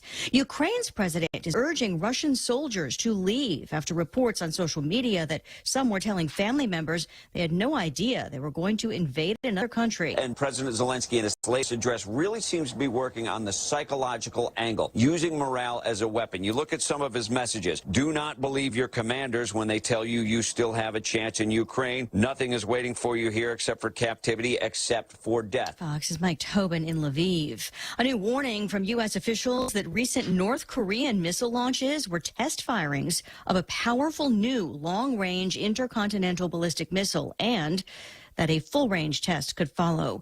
There's a deal to save baseball. On day 99 of the owners' lockout, the executive board for the Players Union approving an agreement pending ratification. With this deal in place, there will be a full 162-game regular season with opening day set for around April 7th. Some of the games will be made up as doubleheaders as Major League Baseball reverts back to 9-inning games for that situation rather than the 7-inning model we've seen in recent years. Also, no more runner on second to start the inning. Fox's Matt Napolitano. The tentative deal paves the way for players to start reporting for spring training this week. A sentencing hearing now underway for actor Jussie Smollett, who could face jail time after a December conviction on disorderly conduct charges for lying to police about a racist attack he staged himself, which he still denies.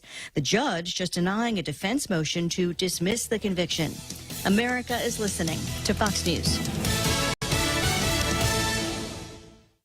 Chili's has the seafood you crave and the flavors you love this Lenten season. Indulge in delicious Lent-friendly soups, salads, appetizers, and entrees, like our loaded baked potato soup, quesadilla explosion salad, our savory Cajun shrimp pasta, or our mouth-watering grilled ancho salmon. Ask about our black bean burger options, like our tasty mushroom Swiss or old-timer with cheese. This is a limited-time offer, so hurry in and enjoy all the tasty Lent options this Lenten season. We're located on the second floor of Two Montans Plaza. At Chili's, savor the moment. We're already Pika's best radio station, but we're always looking for ways to be even better. Announcing the point on Alexa. In addition to our FM and HD radio feeds, our incredible app, informative website, Facebook Live, and YouTube Live, you can now tell Alexa to stream The Point. And your smart speaker will start playing whatever we're saying. News and views 24/7 with your 4-word command. Alexa, stream The Point. The White House says the war in Ukraine is having an impact on prices in the U.S. The consumer price index was up 7.9% compared to a year ago. Again, the highest level in 40 years. And this did not include any oil and gas price increase that happened in late February after Russia's invasion into Ukraine. Since then, gas prices have gone up over 60 cents a gallon. While wages have increased, those gains have been wiped out by inflation. The latest increase was attributed to gas, groceries, and housing. Food prices jumped about 8.5% in 1 year. Housing went up 4.7%, and gasoline increased 38% in 1 year. Jessica Rosenthal, Fox News. Republicans argue the president's energy policies were already impacting gas prices before Russia's invasion. Facing a massive backlog for tax season, the IRS is hiring, aiming for 10,000 new workers, in addition to using more automation and contract workers to help work down the pile. About 20 million pieces of correspondence. The agency says that's more than 15 times as large as a normal filing season, while the IRS workforce is the same size as in 1970.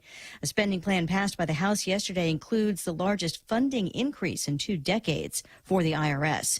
Another U.S. tech giant cuts ties with Russia. Well, as the country's war with Ukraine continues, more U.S. companies are cutting off Russia. The latest in line are all payment-based Google and YouTube services. This has numerous consequences for users of Google services in Russia, with the most important being the fact that users in Russia won't be able to buy apps or games from the Google Play Store. Monetization features on YouTube have also been paused, which will strongly affect Russian YouTubers trying to make money off their videos. Google's suspension of payment-based services is reportedly due to Western sanctions, which are starting to pose banking challenges in the country. Fox's Mary Corsetti and Lisa Brady. This is Fox News. Be in the know. Want to keep your family safe from high-tech trouble? Introducing Bark Jr., a new online parental control app that's free for GTA wireless and internet customers. Bark Jr. monitors apps and social media, manages online screen time, and filters websites to protect your family from inappropriate online content. Sign up for any GTA postpaid wireless or internet service and get Bark Jr. for free today. Call us at 671-644-4482 or visit us at gta.net. GTA, we start with you. Half a day, this is Governor Lou Leon Guerrero. The Biden administration is sending another round of 4 free COVID-19 test kits for everyone in the U.S., including Guam. This means getting tested for the virus can be done from the comfort of your own home. To order your free test kits, visit covidtest.gov. Do your part to stop the spread.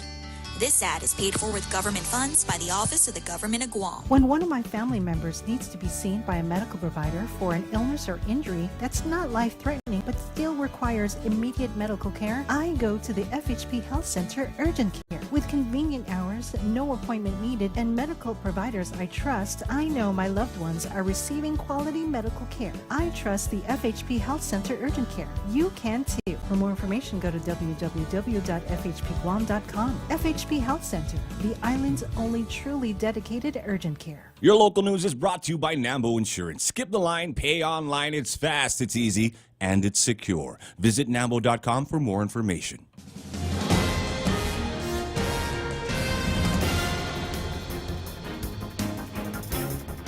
Half a day, it's 8:06. I'm Monisova Tyron with a look at your local news on the point.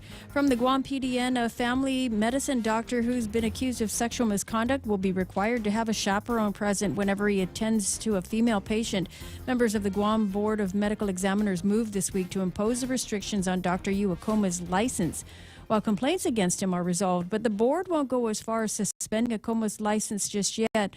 Well, the board keeps complaints confidential. Akoma's complaint number was identified by a woman who said she filed a November complaint against him during a previous meeting. On Wednesday, board member Dr. Annette David, who's handling Akoma's case, said that the new complaint dated February 10th was against the same doctor. The new complaint also involves sexual misconduct. David said that this may be a public safety issue. She told the board requesting that Akoma be barred from seeing female patients altogether while the complaints were under investigation. Now, the board is seeking an investigator for the complaint filed against Akoma in November. According to the PDN report, they did make numerous calls for comment. However, none have been returned.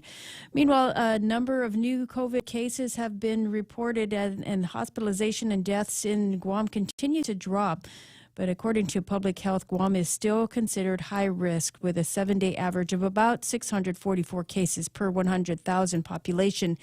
Meanwhile, in the JIC report this morning, 2 new COVID deaths were reported and bringing us to a total of 337. The latest, a 74-year-old man and a 75-year-old man did have underlying health conditions. There were also 123 new cases of COVID out of 780 people who were tested. The report also says there remains 33 people in the hospital with COVID-19. And by next week, residents will be able to apply for financial aid being offered to help meet the rising cost of fuel. Today, it's marked at just shy of $6 per regular gallon of gas. The governor, in a news conference yesterday, announced that the applications for her Programang Salapi will be available on March 15th, and this will give $300 using federal pandemic relief money. The federal rules will guide who's eligible for the direct payments, but the administration does expect about 60,000 households may benefit from the program. The Department of Administration will manage the program and will have the application on their website starting next week, Tuesday. Applicants will have to show proof of identification as well as their income. We'll have more news right after this.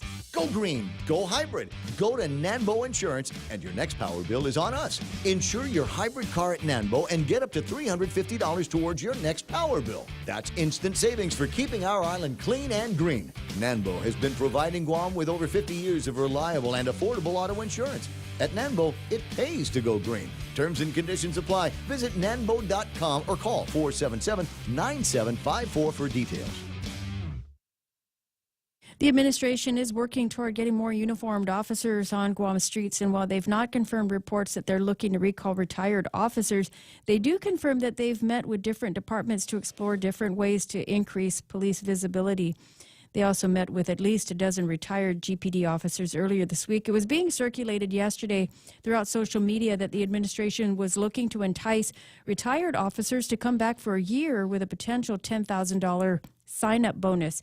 Adloop was unable to confirm that, but the Guam Daily Post did speak with the chief of police, Steve Ignacio, who said that the department is in need of more uniformed personnel, and officials are always gauging interest from former officers who may want to return to the police department to help out. And an 8th suspect was arrested in connection with a Dedido skate park riot that occurred last week, in which 2 people were seriously injured in that. 19-year-old Jesrick Honest D. Tom was arrested on suspicion of rioting, aggravated assault, and underage consumption of alcohol. Tom was picked up at a residence in Dedido on Wednesday. Police anticipate even more arrests will be made in connection with that case. And the governor called some senators to join her in a bill signing ceremony yesterday as she passed one of the recent measures that could benefit hundreds of small businesses by way of tax breaks. Senator Mary Torres' bill is now Public Law 3681.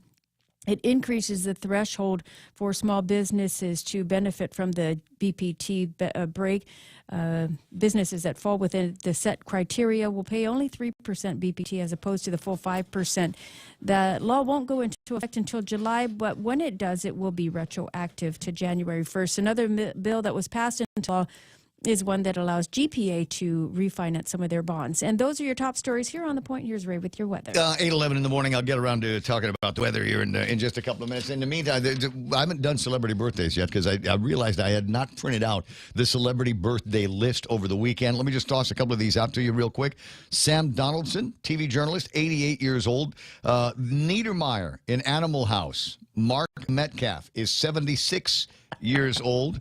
The guy that did Don't Worry, Be Happy, Bobby McFerrin, is 72. You remember when that was a big song on the radio and all the kids thought it was funny? Because they'd say, yeah, Bobby McFerrin killed himself. Like I said, Don't Worry, Be Happy thing. He committed suicide. Idiot kids, some of whom are now at the legislature. Johnny Knoxville is 51 years old today. One of my very first ever boy crushes.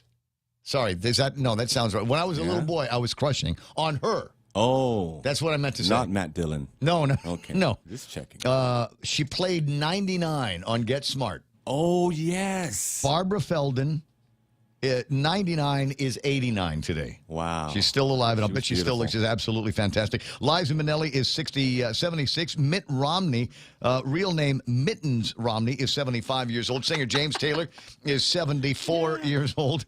Before too much longer, we'll hear a story about how James Taylor has sold all of his songs to investment houses as Sting and a bunch of other people have. William Macy, 72. Dana Delaney from Body of Proof turned 66 years old. U2's Adam Clayton. Are you ready for this?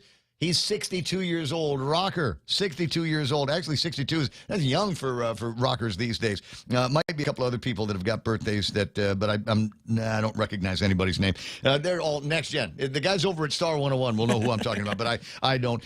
Important things to remember: it is Middle Name Pride Day. Real Joe's middle name is Gerard. Ray Gibson's middle name is Raymond. Danger. Oh, yeah. 8:13 in the morning. Monica Silva's middle name is. Oh, I no. don't have one. We have to give her one, I Ray. was not or the world given will a be middle destroyed. name. What's that? I wasn't given one. God. Okay. Well, somebody will find one for you and put it on the Facebook Live. 8:13. The other governor, Leon Guerrero, Ken LG on the line in just a second. Mostly sunny skies for today. Daytime high is 85 degrees. East-northeast winds blowing up to about 14 miles an hour. Nothing major out there. Looks like we're going to have a great weekend. Might be some scattered showers, maybe thunderstorms in the forecast for tomorrow. But by Sunday, back to mostly sunny skies. Daytime highs near 86 degrees. With a heat index, it'll feel like 92. Sunrise this morning at 6:31. Sunset tonight is going to be at 6:31. So that means that the daytime and the nighttime are the same length. And there's a word for it. There's an equinox. Maybe Dennis Benzer said it was equinox was the word that we were looking for. Yeah. It's not solstice. No. No. Equinox. Yeah. It sounds like it makes sense. Ken LG will provide clarification to our listeners in just a moment. It's 8:14.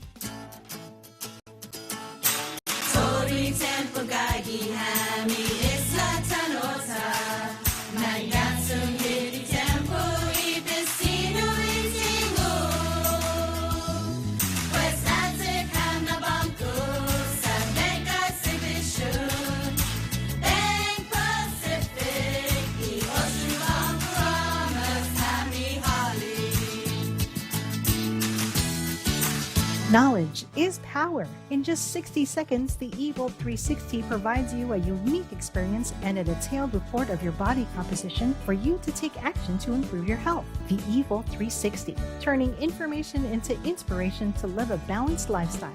Evil 360 is exclusively at the Take Care Wellness Center. Go to Simply Book Me or call 671-646-6956 extension 7260 for more information and to schedule an appointment with a member of the Take Care Wellness team. Thank you so much. Portions of the program being brought to you by APL, American President Lines, a global presence with a local home. Also, Chili's with the seafood you crave, flavors that you love. I know people that love seafood and love this time of year because it's Lent, baby. Indulge in delicious Lent-friendly soups, salads, and apps and entrees. Find them on the second floor of the Tumon Sands Plaza. The Coconut Wireless is back. The Ray Gibson Show. Call now, 888-TALK. That's 888-8255.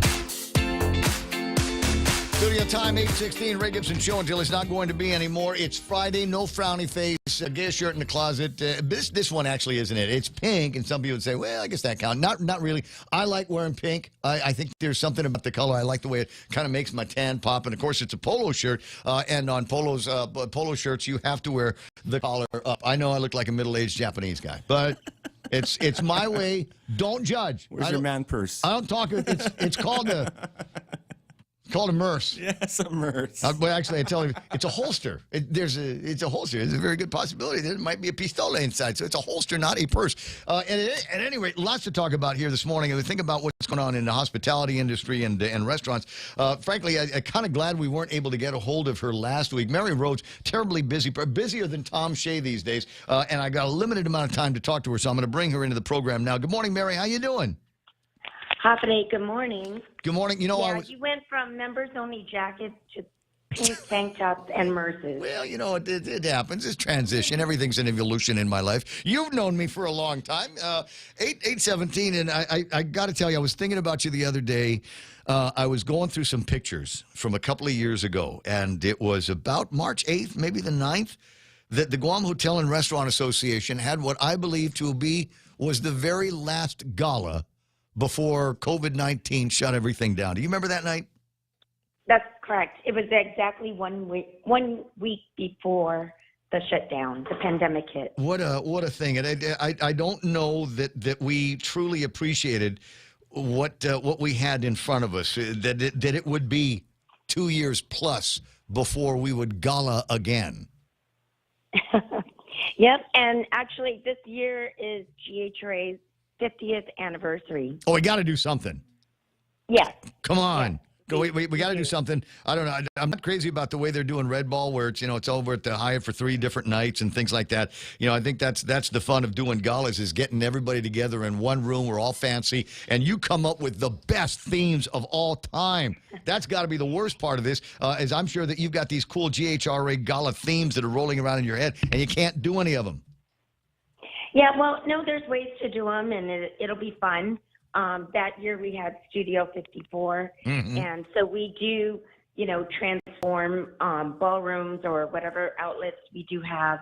And so we do have a gala planned for anniversary event in August.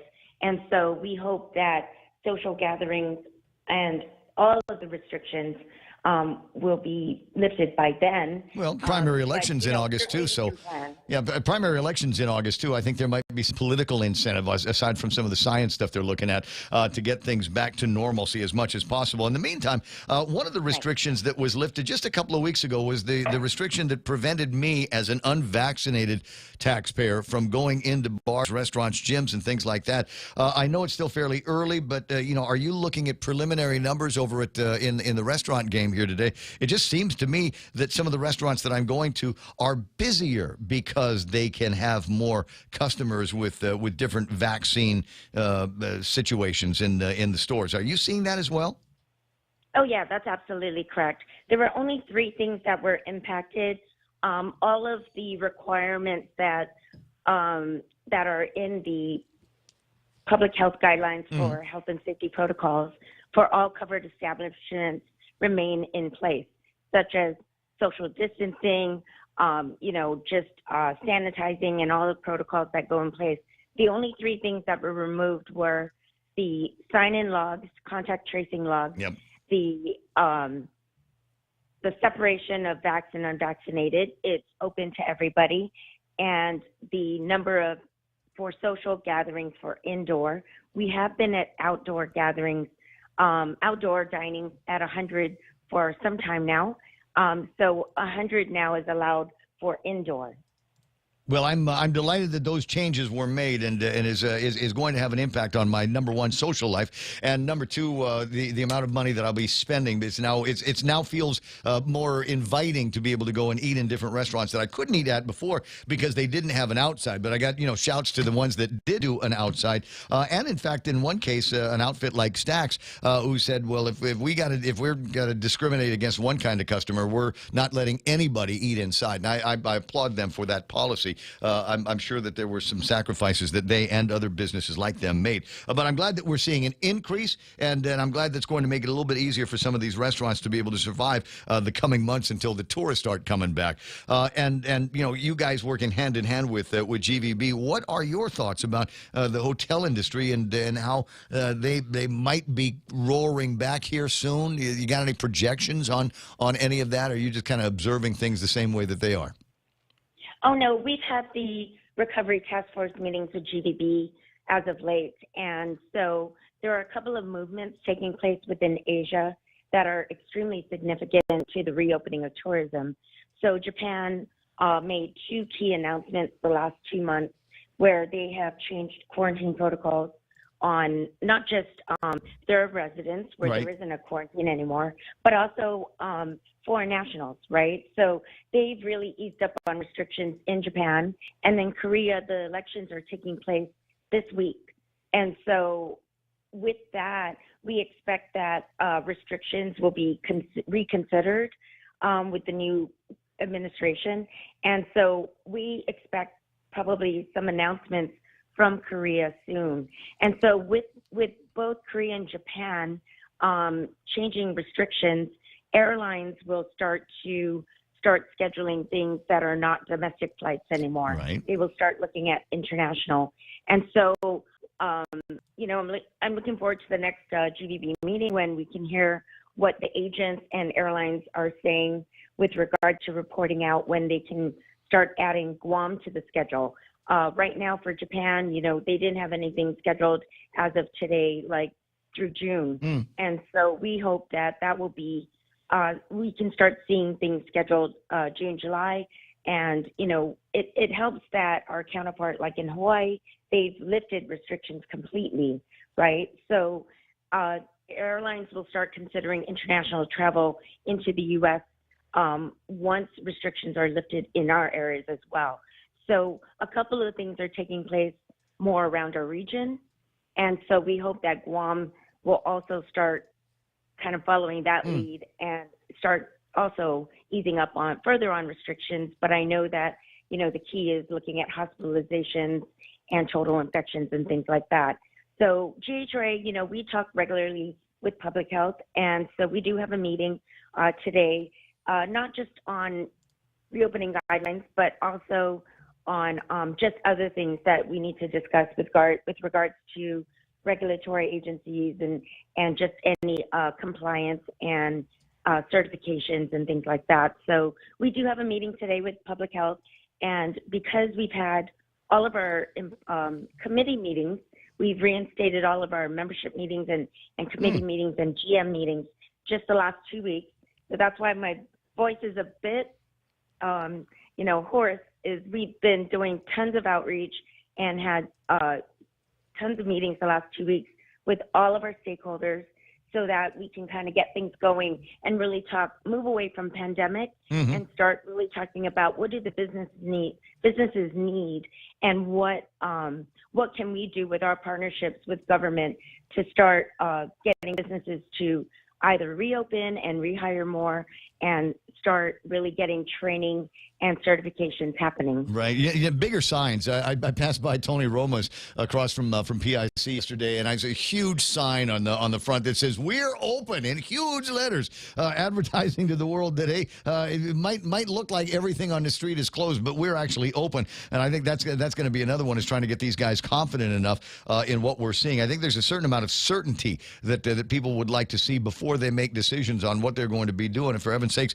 as well as anybody else, how many different restaurants and other facilities like them that we've got that are on weird hours. They've all gone to kind of abbreviated hours because we're not sure what's going to be happening. Is there a ship in town? Is it payday Friday? Or should we open up for an extra hour? How many people do we bring in? That kind of thing. Well, that's the reason why Tony Romas has a sign, right? So they've been doing takeout primarily in that location, and so some restaurants have reopened recently. And so, one of the things we talked about at our food and beverage committee is really something we've been sharing with GDB is finding a better way of communicating, the different operating hours and who is open for dine-in. So our our local residents, but also military, would really have, outside of looking it up on Google or even looking up specifically their website, Facebook. We need a better way to really promote the number of businesses. The challenge with that is only so many businesses are members of GHRA and GDB. GHRA has always had all of our restaurants listed on the electronic billboards. So we want to thank all of our digital media partners, between TriVision Media and Cherry Media. They have been promoting who is takeout, who's dine-in for the last 2 years. And I don't know if you've ever noticed that on the billboard.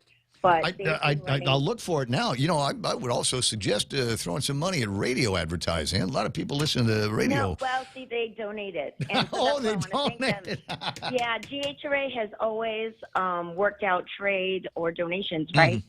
We don't have that budget. GDB is the one that receives all of the tax dollars. Well, I'll go bug Uncle Carl. I'll bug Uncle Carl about that. But tell you what, if you send me a thing a little bit later on.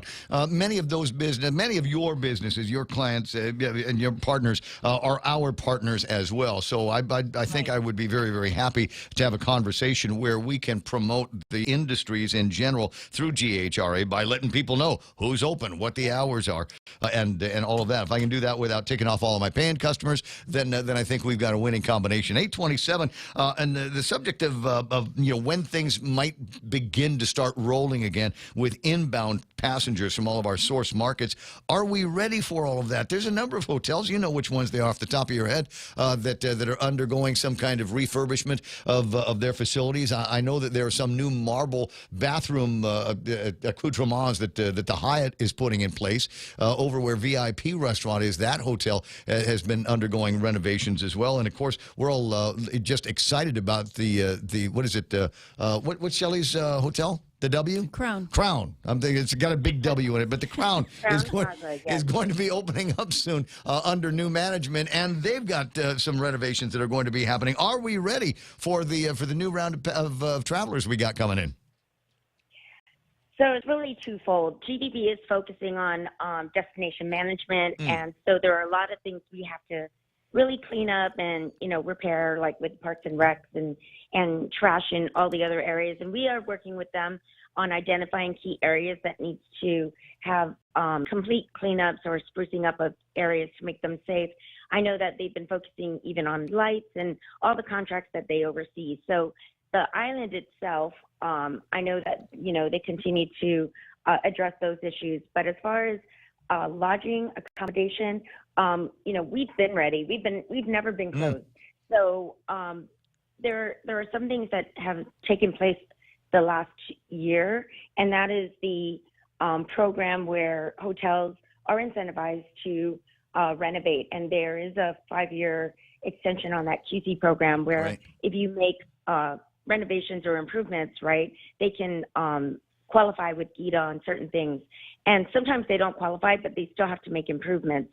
So yes, a lot of hotels have been improving the product, but there are some hotels that are going to be going online, like you said, with Crown Plaza. Yeah.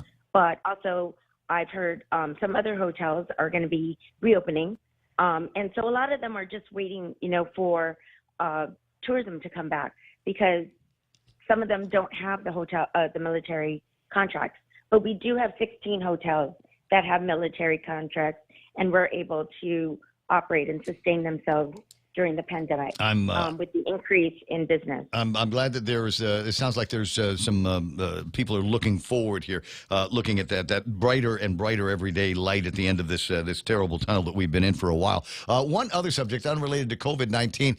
There's conversations going on about plastic bags, biodegradable plastic bags, and paper bags at the GHRA. I'm sure that you have been looking at that. I think inconsequential legislation for some time. There is consequence. And there seems to be confusion about what kind of bags restaurants can give their customers when they're doing takeaway orders and things like that. Can you provide any clarity on that? What is it? So if I go eat it at restaurant, at Mary's restaurant, right? And I want to take some of this to go.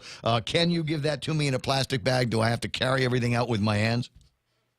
No, I will send you the information. We just shared this with our Food and Beverage Committee because that was one of the key questions. Yeah. And I know that, they are trying to, people have tried to extend it, but this has been a long-term administration rule that EPA has had to implement with zero waste initiatives. So I will share the specifics on it. Different outlets, whether you're restaurant, retail, grocery stores, they do have options like paper bags, but with the plastics, you do have to be specific. And we shared this with our Food and Beverage Committee as well as the distributors to remind them of what the specific plastics are allowable. And so I will share that with you so you can share that with you. Well, there seemed to be a misunderstanding on it at the town hall that they had at the legislature, a public hearing that they had, because there's a conversation about extending the effective date on the paper bag ban until January of 2023. I'd like to see that eliminated altogether. I mean, for heaven's sakes, people got to be able to carry stuff out of the stores and restaurants, et cetera. Yes, but it's not a blanket policy. Paper bags will be allowed in certain types of establishments. So it's not like blanket paper altogether. So I think it's important to note that different types of establishments will be allowed certain things. It's just they're trying to get rid of plastics, right? But because you need alternate solutions like paper, for example, with restaurants, there's other issues, liabilities with carrying hot food. So you have to have options. And so I'll share that with you. Yeah, I'd like to see it. 8:30, and then I'll share it with the listeners. Listen, it's always fun talking with you. I know how busy you are, and I appreciate all the time you've given me this morning. And by all means, when we've got a date on the schedule for the 50th anniversary Guam Hotel and Restaurant Gala, I am at your service.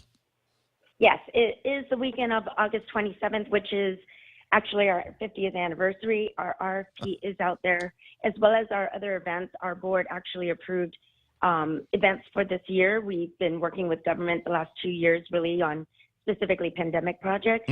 So this year we've rolled out our RFPs for our different events, including our social networking events as well as our gala and hero awards for tourism employees, and then our golf tournament. Yeah, well, come and find me. I'll carry a microphone for you like I always do.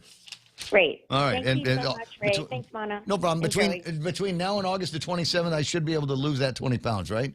That's what I'm shooting for. Actually, I want to get my bikini beach body back, but I don't know. Might need a little bit more of a calorie deficit, or have Kenley and Guerrero prepare all of my meals. 8:33 in the morning. He's coming up next. Mana Silva-Tyron with her last look at big news and headlines for a while is coming up on the other side of these. Unified Communications, UC, is the next step in a business phone system. Introducing Docomo Pacific UC, your business phone. Instant messaging, video, voicemail, fax, and more. All unified on one platform and delivered through the cloud. Merge your desk phone with your mobile device. Turn voice calls into video conference. UC reduces phone costs. UC boosts productivity. Work better together with Docomo Pacific UC. What's for breakfast at KFC under $3.95, you ask? What's for breakfast at KFC that's different than the other guys, you ask? KFC's chicken wrap, sausage wrap, the Colonel's chicken congee, chicken fried steak, sausage biscuit and gravy, and biscuit sandwiches made with KFC's original fluffy biscuits. All for under $3.95 and all only at KFC. Plus, with waffles and the Colonel's chicken fried rice, we've got something for everyone. So visit KFC for breakfast today. It's finger-licking good.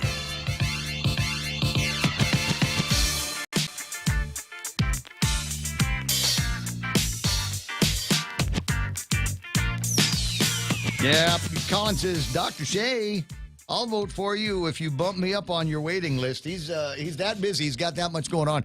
He's got an actual waiting list, but there is an urgently pregnant woman here that could use a little bit of Shea attention. 8:35 in the not here. Just saying. Get some hot towels, Ray. Boil water. Do you know why that is? I don't know. The reason why they always said, Joe, go boil water. To get me out of the way. To get you out of the room for a half hour. That's exactly right. Thank you. That is the genesis of that policy. The time right now for our last look at big news and headlines with Mana Silva-Tyron. Mana, what happened today? Uh-oh. What are you ordering? Well, from the Guam PDN, this headline, a family medicine doctor has been accused of sexual misconduct, and he's now going to be required to have a chaperone present whenever he tends to a female patient. The Guam Medical Board of Examiners made that determination this week that Dr. Yu Akoma's license will not be pulled just yet while they do an investigation, but they made the decision to have him be chaperone when he's seeing female patients. Meanwhile, by next week, the governor says residents will be able to apply for her program in Salapi to get at least $300 in their pocket to pay for gas. The program will be launched on March 15th, and applications will be accepted all the way through April 15th through the Department of Administration's website. And the administration not commenting just yet on their plans to get more uniformed police officers on the street. But the police chief says that they are always interested in trying to entice former or retired police officers to come and help out. AdLoop was unable to confirm information that was being circulated throughout the media yesterday, in which it was looking at, or the text said that they were looking at enticing retired officers to come back for a year at least with a potential $10,000 sign-up bonus. And those are your headlines right here on The Point. I got you. Let me see. 8:37 in the morning in the Ray Gibson Show. Lots and lots to talk about. The other Governor Kenley and Guerrero promise after these. Everyone has a busy schedule these days, and sometimes we forget to schedule our routine dental checkup and cleaning. Don't neglect your dental health. Schedule one today with Dr. Robert Yang and his Smile team, conveniently located at the East West Business Center on Marine Drive, Upper Tumon. Call us today at 647-8702 or 3. Again, that's 647-8702 or 647-8703. We make smiles happen. Half a day, this is Honey. Here at APL, our expertise and extensive network can help you grow your business and reach out to more global markets. As a responsible carrier, APL is also committed to a sustainable future, whether it's protecting the environment or investing our efforts in giving back to the community. Our dedicated teams in Guam, Saipan, and on U.S. mainland are here to support you. Call 588-4651 or visit apl.com. 8:38 in the morning. This is fascinating. I got a picture. I don't know if it'll show on the screen if I put it up, but somebody sent me a picture from looks like Latexan. Looks like that road on the way down to Latexan. Where you can see Rhoda. Oh yeah, that's one of my favorite clear, things. Like yeah. there's road. It's right there. Let's go. But now, have you ever been there? Yes, I have. Like It's for any beautiful. amount of time. I've only ever been there at the airport. My old boss put me on one of the cheaper flights. Yeah. To Saipan. It was a hopper. So I had to stop in Rhoda. Yeah, I stayed there for like 2 days. Really? On the cliffside. Yeah, we were fishing. Oh. With a bunch of friends. That's got to be something else. It's beautiful, man. Yeah. Pristine, is that the word Yes, you're looking pristine. for? That's awesome. They tell you what, there are pristine hot honey chicken biscuits waiting for you over at Wendy's. All white meat chicken filet. Then they drizzle it with a hot honey sauce. Serve it up on a warm, fluffy buttermilk biscuit. Choose wisely. Choose the new hot honey chicken biscuit for breakfast at Wendy's. 8:39, and this one here, this meme is going in my personal library of memes I will never, ever erase. Tazuzuti ham, the most favorite holy meat during Lent on Guam. I love this picture. Tazuzuti ham. 20 away from 9 o'clock in the morning. Ray Gibson Show. It's Friday, no frowny face Friday, and while there are certainly some frowny face things to, there's stuff to growl about here this morning, but I don't know. It's possible that by the time it gets to be Monday next week, we'll have completely forgotten about it. What is the other Governor, Leon Guerrero, pondering here this morning? Hey, Ken, good morning. Good morning. Yeah, I attended the press conference yesterday that the governor had. Oh, for the Salope, the Programa Salope? Yeah, the 4 tanks of gas per household that registers as a Democrat and shows their copy of their ballot from the last election. Because what we're looking at here is nearly $20 million that's going to go out and be spent, and we're not going to have anything to show for it as taxpayers other than 4 tanks of gas. And I got clarification. It's not $300 per family. It's $300 per household. So I said, hey, a friend of mine has 3 generations living under his roof, 6 people commuting to work every day. So are we talking about 3 vouchers, for each of the families? No, it's 1 voucher for the address. It should be 1 voucher per person. Why are we getting Chino on this? 65,000, that's what I thought, because we have 65,000 employees on island. We have before the pandemic, we had 101,000 jobs, according to BBMR. And we had 62,500 people who were employees.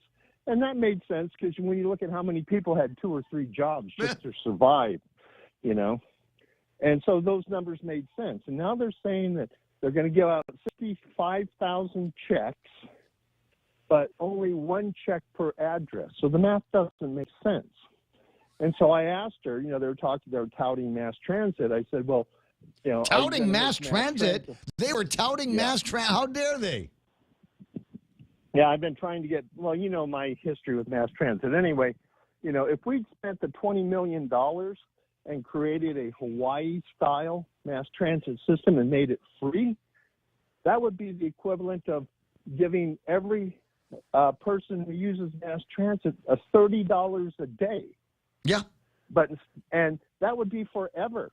You know, that would really do a lot to stimulate the local economy, because just imagine if you weren't sending $30 a day off island for gas, you were able to spend $30 a day in local businesses. What a spin that would be on the economy. Oh, I'd even begrudge the conversation about electric mass transit vehicles, hydrogen-powered mass transit vehicles. It's being done in other places. We ought to be able to, work on that kind of technology around here. But the fact of the matter is, I've never had confidence in the system, and I certainly don't have the confidence in the system now. I think the one guy that knew a little bit about what he was doing is not there anymore, and here's a guy that actually had vision for the future of mass transit here on Guam, as opposed to, just somebody that felt like it was a political hire filling a seat.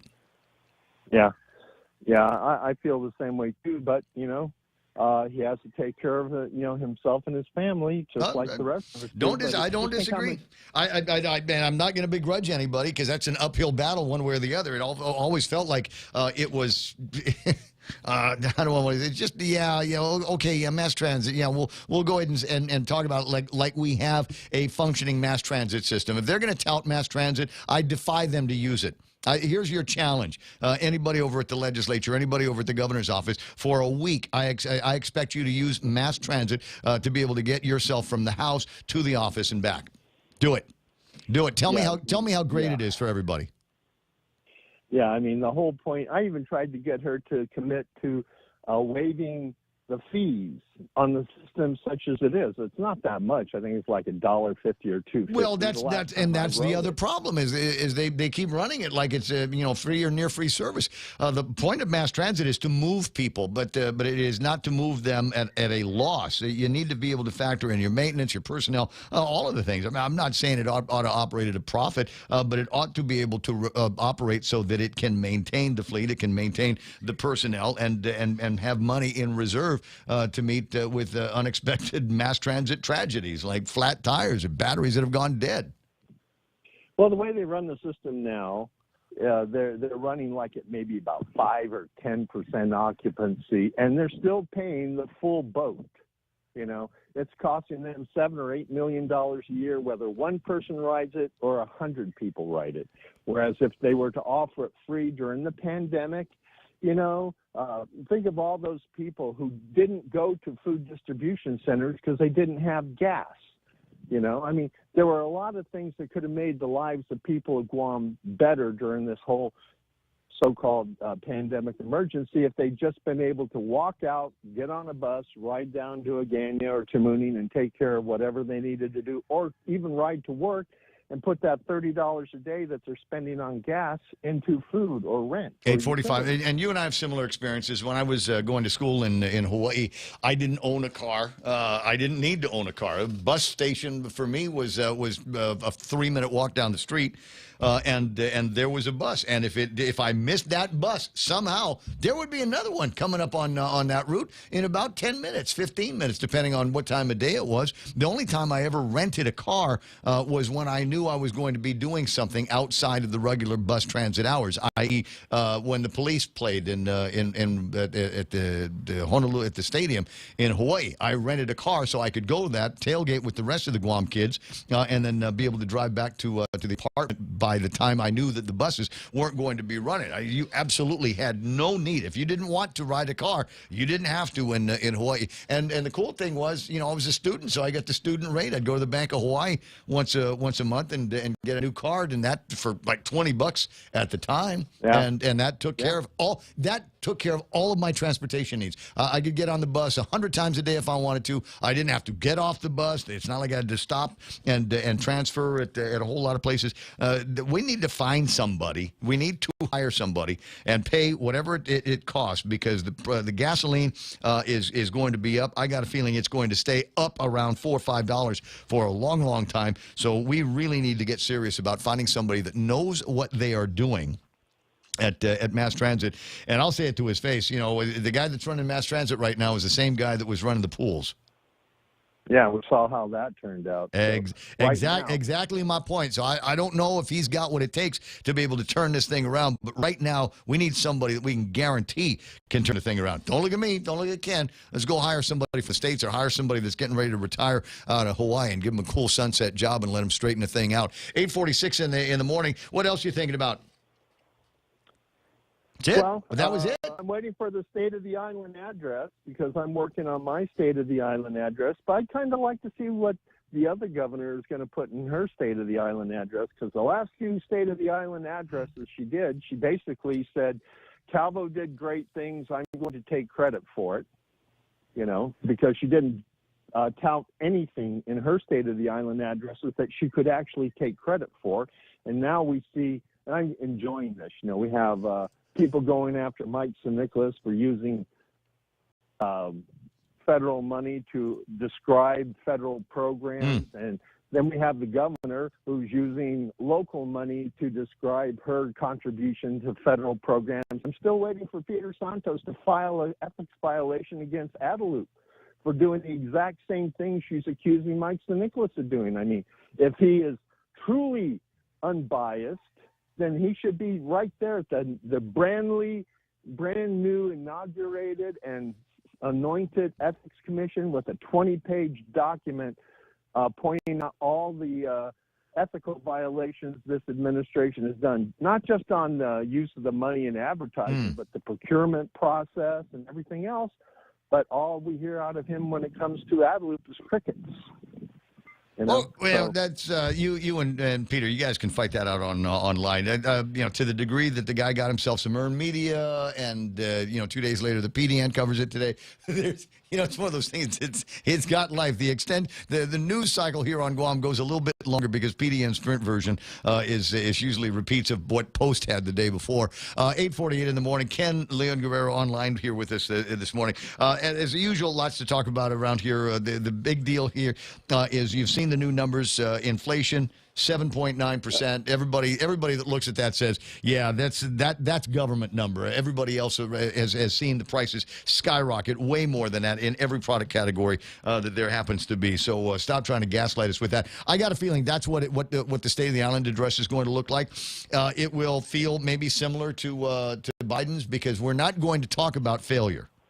They're not going to talk about. They're going to talk about success. They're going to talk about all of the cool things that they did or are doing, because it is an election year. But all of the things that I think many taxpayers, many voters here on Guam would say, no, you need to talk about that too, because I think that's important, and that sets the stage for how we're going to get out of this stuff. But you got to realize that not everybody was happy with everything that came out of the administration. And as I'm fond of saying, they'll say, well, unprecedented times, COVID-19. Worldwide pandemic. What you gonna do? Well, the pandemic hit 2 years into the administration. So what happened in those initial 2 years that should give us any reason to allow you to stay in that chair? Know what I mean?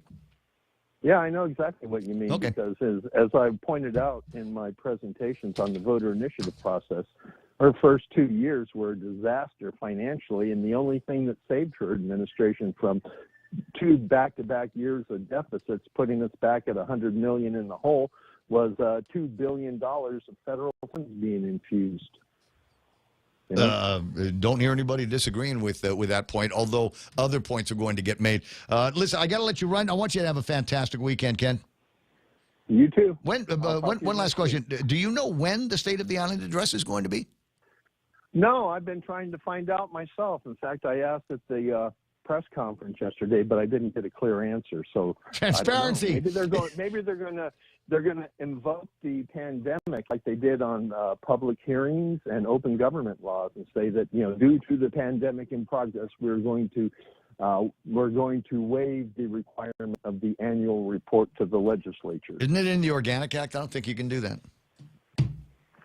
Well, you know, we are talking about the Red Queen, you know, so. Well, I could be wrong. I mean, I'm just throwing that out at the top of my head. I thought it was something that was. Someone that's going to be listening up there in Adelup will quickly call and correct us, as they want to do, before your show is over. Nah, Logan only calls in when Jimmy's on.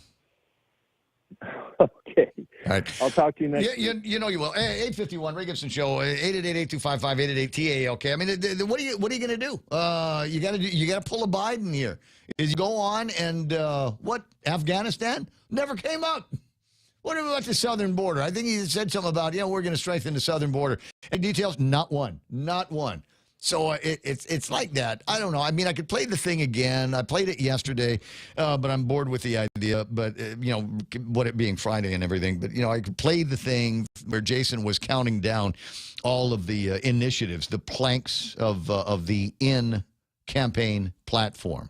These are the things that they said they were going to do, and then put them all side by side with actual history, what actually happened over the 4 years, or if you want to, over just the first 2 years of the administration, because the whole rest of the time we've been battling COVID-19, et cetera. There are a couple of interesting stories I haven't really had a chance to riff on. 90% of small business filers will pay 3% BPT as opposed to the 5%. Congratulations to Senator Mary Camacho Torres.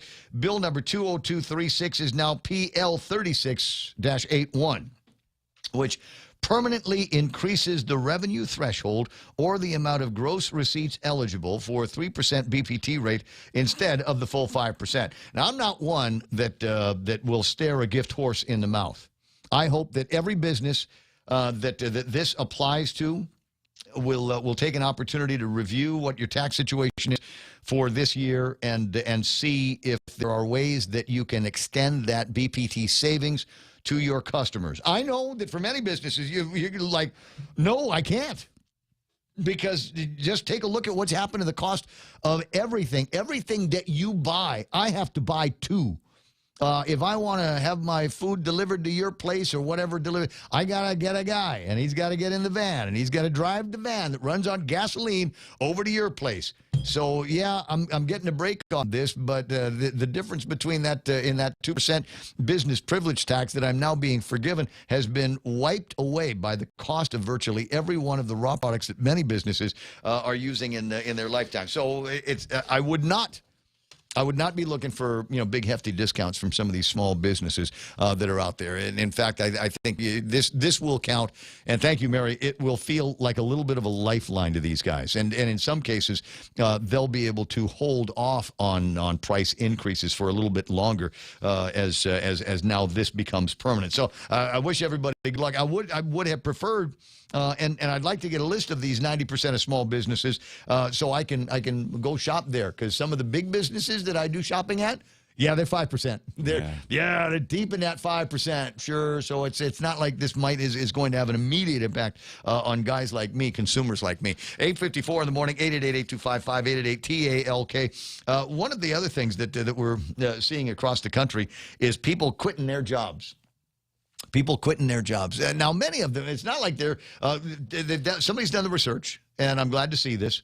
See if we can find Dave Del Sola. Which one? Okay. Yeah. It occurs to me that there was something that they were touting about new programs here, educational programs working with the Department of Labor and Higher Guam. And anyway, I can't remember off the top of my head exactly what it was. But Dave would be the guy to talk about. If we can get him today, great. If not, let him enjoy his weekend like everybody else. 8:55. But a lot of people are quitting their jobs, but they're quitting their jobs for other jobs. So, because there might be, especially in this crowd here, might be the thinking that there's a lot of people that quit their jobs. You know why? Unemployment benefits.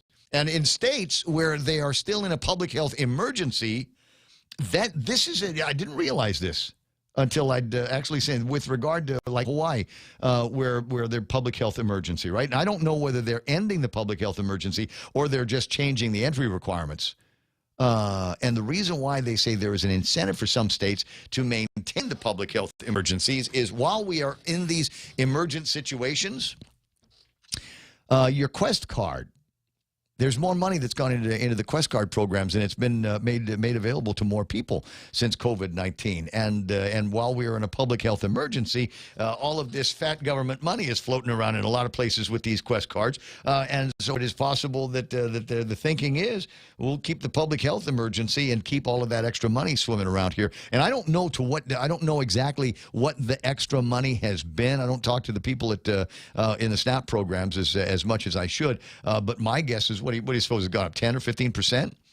Hundreds of millions of dollars coming in these Quest cards. Guys going out there buying more expensive meat, buying more expensive groceries equals more business privilege taxes for the government of Guam. So there are connections between all of these things, and that might be among the reasons. Oh yeah, well we need to be able to readily access the guard, sole source procurement, all of these other bennies that we've come to grow and love while we're in this public health emergency. But yeah, there might be some other federal dollars that are floating around here that are connected to SNAP programs and Quest programs that would go back to the old numbers from before, and we just can't have that. We just can't have that. Some people ask me, why are there so many places that take EBT cards? The reason is because there's so many people with EBT cards. There's a whole lot of businesses, a lot of wholesale businesses, retail businesses that are in great shape because they've got a customer base that's their walking around money is in this little EBT card. 857 and more. But there are people that are quitting their jobs. They're going to other jobs. Why are U.S. workers leaving their jobs? 18% of the respondents said, I'm quitting this job because it's got a COVID-19 vaccine requirement. My boss told me if I don't get vaccinated, don't come to work. And I said, okay, didn't like this job anyway, and they quit. Amazing, but true. COVID-19 vaccine requirements among the reasons why people are jamming from their job. Working too few hours is another reason. 30% of the respondents say that's why they quit their job, because they didn't have enough hours coming to them. And I worry after that because there are a lot of people here in this town. Everybody says, well, yeah, everybody looks like they got a job. Yeah, they got a job. They're working 30 hours a week and a 40-hour supposed to be a full-time job, and they're only getting 30 hours out of this. Need more hours because price of gas goes up, price of power, price of water, price of everything is going through the roof these days. And, some of them, get another part-time jobs. I was thinking about that this morning. Maybe that's something we ought to ponder, Real Joe. In the next hour of the show, can you remind me? Yeah. Part-time jobs. Part-time jobs. Yeah, I mean, you and I happy, but, look, we've got, for all intents and purposes, we've got an entire rest of the day. I mean, we're done 10. I screw around with some management responsibilities until, after 11 o'clock or something like that. But for all intents and purposes, I can go home, take a nap, and put on my orange shirt and go to work over at Home Depot, right? Yeah. That would be a cool... You could be the key guy. I'd be the key guy. I would fight for that job. I'd throat punch the guy that's got it and say, "Oh, he can't come to work anymore because he's been injured on the job." I'll take care of that. I'll be the key guy, and that's all I'd do. And we'd set up a line, and we'd do the line this way. Okay, guys. Yeah, I'll get to you in a minute, ma'am. Let me see your key. Right? I'd be that key guy. We'd have a velvet rope. Like at the club for the keys, 859 and change. I'm gonna work on that a little bit more. I think there's a great bit there. Wonderful routine. Look, it's 9 o'clock in the morning. You're darn close to it. It's as close to 9 o'clock in the morning as it is to a $6 gallon of gas. Just pennies off. Stand by for Fox News Live on the other side of that. It's just Real Joe and I. We're gonna small talk our way into the last hour of the program for the week. Be right back.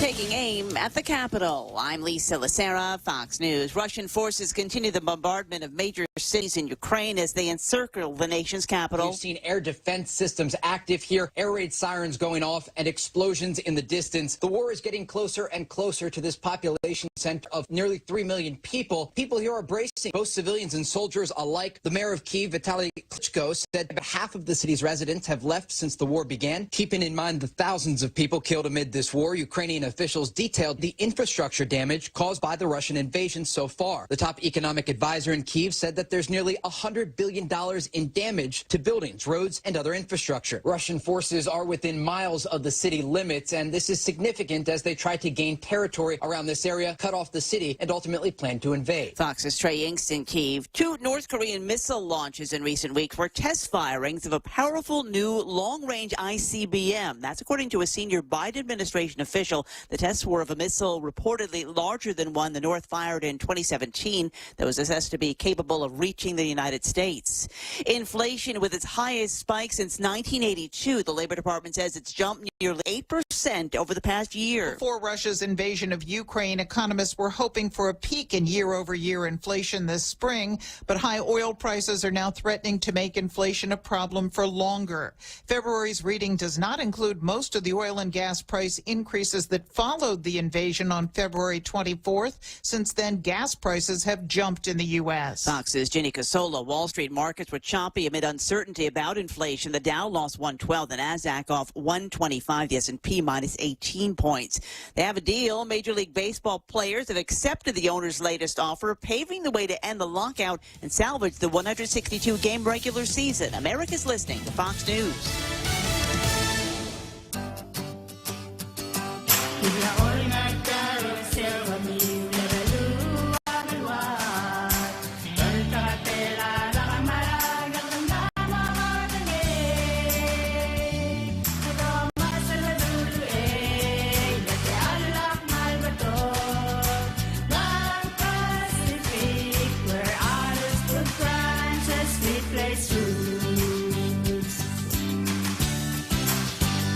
Wow, nice smile. So perfect and all. Thanks. I owe it all to Dr. Robert Yang and his smile team. They do wonders for a healthy, happy mouth. Got teeth? Don't wait until they hurt. Schedule your routine checkup and cleaning with Dr. Yang and his smile team. Suite 119 in the East West Business Center, Upper Tumon. Call 647-8702 or 3. The best thing that happened to teeth since toothpaste. Dr. Yang and his smile team. They make smiles happen.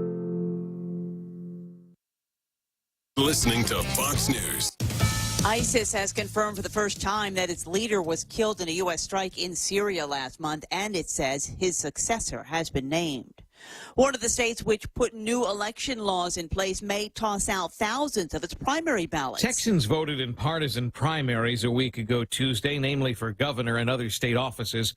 But tabulations by the Associated Press conclude 27,000 ballots cast will possibly be disqualified as per a new state law enacted to make ballot security more robust after the 2020 election.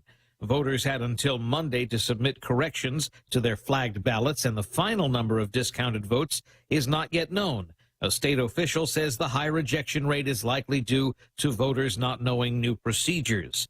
Eben Brown, Fox News. Add Sony to the list of companies no longer doing business with Russia. It's suspending all shipments of its PlayStation video game consoles and pulling the plug on supplying video game software, as well as closing its PlayStation store. Earlier, Sony halted movie releases in Russia. A singer-songwriter with a string of hits is the latest recipient of a big national honor. Lionel Richie was on the receiving end of an outpouring of love on Wednesday night in Washington, D.C. He was given the George Gershwin Prize for Popular Music for his decades of hits. The event was presented by the Library of Congress and included tributes from Richie's fellow musicians like Gloria Estefan, Luke Bryan, and Chris Stapleton. You can see it on PBS on May 17th. Tanya J. Powers, Fox News. GLAAD will present its Vanguard Award to country star Casey Musgraves. It's given to those that the organization says have made a significant difference in promoting acceptance of LGBTQ people. She'll receive the award at the GLAAD Media Awards next month. I'm Lisa Lacera. This is Fox News.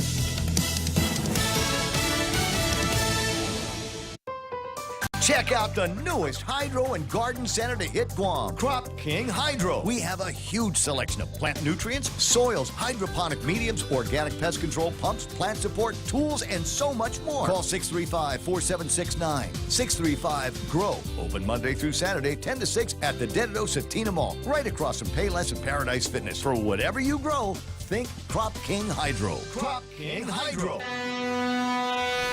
Hafaday, this is Josh here at APL. Our expertise and extensive network can help you grow your business and reach out to more global markets. As a responsible carrier, APL is also committed to a sustainable future, whether it's protecting the environment or investing our efforts in giving back to the community. Our dedicated teams in Guam, Saipan, and on U.S. mainland are here to support you. Call 588-4651 or visit www.apl.com. Half a day. This is Jade Uggan from Security Title, and in celebration of Tomorrow Month, here is a tip on dealing with your land. You might be thinking of giving part of your property to your child or another family member. Once you have subdivided the property and recorded the map, you will also need to record the deed transferring the title. Just drawing the map is not enough to make sure they actually own the land. Protehi I Tanonmu. When it comes to your family land, call the professionals at Security Title. We are here to help. Don't bother me. I'm looking for something for you're just every time I turn around that real Joe guy. Sorry. It's okay. I'm looking for something in particular. I'm searching on one of my playlists here. Well, see, now I'm in that position where wait a second. I'm on the air. I'm talking and trying to think at the same time. And you know me, I can't do it. Is it Lionel Richie or the Commodores? Man, I'm not going to be able to find this. There's a Commodores. Ceylon. No? Might be Ceylon. Yeah? Might be Ceylon. Okay. But it's a Lionel Richie Commodore song, and I can't remember the name, but it's like super country and western. I think it might be Ceylon. I think it is. Yeah. Now I'm going to listen to it all morning long. Just put that on repeat. So the guy won a prize. I think that's great. I love Lionel Richie, and that was the album that he did in what was it, '83, and virtually with Dancing on the Ceiling. It was like virtually every time you hit the button on the radio, that song was playing. But yeah, that's nice. But of course, Lionel Richie and the song that all boys in my age group know by heart is "Easy." Easy like Sunday morning. Easy. And please don't remake it. I don't care who you are. I don't care. Because there's a couple of guys that'll do that every once in a while. They'll just take a groovy song from the 70s and go, I think I can do that better than the guy that wrote it and arranged it and performed it. And excuse me, who are you again? Who are you? I'm trying to remember who it was. My daughter's got in I'll put it this way. I got in my daughter's car, and she's listening to this song, and it's some like sweet, weepy kind of woke version of a Tears for Fears song. And I'm going, what? This song did not need to get remade with the little girls with the whispery voices on it. They always sound like they're sad about something. You're not Kurt Smith and Roland Orzabal. Just leave that stuff alone. Now, I will say, though, to the degree that I'm okay with or not okay with artists redoing their own songs, that Elton John song with what's her name? You know which one I'm talking about. Where it's Rocket Man. And I think it's gonna be a long time, and then it morphs into like a dancey tune. I'm kind of okay with that one, just because it's from the Queen of Rock, Elton John. I've heard it. Yeah, it's not so bad. Get used to something like that. What was I supposed to tell everybody about Mescla? Oh yeah, Guam's Fusion Bistro. All right. I like to do this because I know there's so many people in the military that glom onto this program because. Hey, that sounds like a guy I listen to in the States, that Ray Gibson guy. Well, I'm glad. My name is Ray, and I could have worked in any market on the planet, but I like it here on Guam because my family's been here for 100 years. And I hope that you find something to love just as much as my great-grandfather did, and you stick around for 100 years as well. In the meantime, you got to get in tune with the food. A lot of people, and I talked about this the other day, and nobody disagreed with me. You get a lot of military guys come find themselves on Guam for whatever reason, and before you know it, the man says, well, you can go back to the States or you can stay here. And they go, I'm going to stay here. And the admiral, the general says, do you love her that much? And you say, yeah, because she cooks Chamorro food. That girl, yeah. Look at me. I moved to Guam. I gained 20 pounds. I'm a third Chamorro now. And it's places like Mescla. Yes. Get yourself introduced. If you're in the military, you're listening to the broadcast and you're here on some kind of an exercise. If you're in Tumon, not too far, there's a police substation over here, and I'm trying the hotel called the Grand Plaza next to the ABC that's closed. And guys, you need to reopen that. That's the ABC that's closest to my beach joint. But anyway, go over to the Mescla there and try out. They've got an incredible Chamorro platter, and it's got everything that you need to taste to say, oh, my God, my taste buds have found their home. So go there and try that. They've got a bunch of other stuff there, gourmet hamburgers, and they got, there's a local take on these things. So you're going to feel like it's from around here as well. Keto-friendly menu and more. Mescla's half-a-day service is another thing that a lot of people end up going back for time and time again. Go and make the discovery based on my recommendation, guys and girls. You're going to love it. The Agotnia location is at 479-2652, but they can make reservations for you for the Grand Plaza Tumon location as well. Real Talk Radio is back. Welcome to The Point, Guam's FM News Talk Superstation.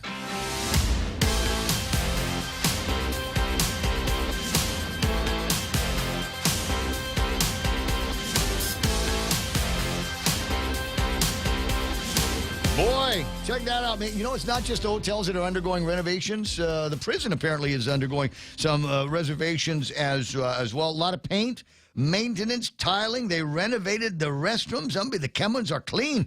Toilet replacements, plumbing fixtures, lighting fixed, and a whole slew of other maintenance that was taking care of the building with a little over $14,000 in government funding for materials. Skilled inmates were put to work. We have what we call our vocation rehabilitation services, where we have inmates who are skilled in masonry, tiling, electrical, plumbing, and air conditioning. And so they come here with the officers and they repair the unit. I'm glad. I wished it wasn't $14,000. I wish it was $14 million. That would have been cool. And then it wouldn't have been just renovating. You know, a couple of trips to Home Depot and Benson to change out the toilets and the light bulbs and things like that. I mean, really go in there and spend some money. Go and get you know, like real prison stuff, right? Like the kind of toilets that you can use like as a toilet, but also to make prison alcohol with. Oh yeah, they have like that. Do you know how to do that? Hooch, it's called. Is it hooch? Yeah. Okay.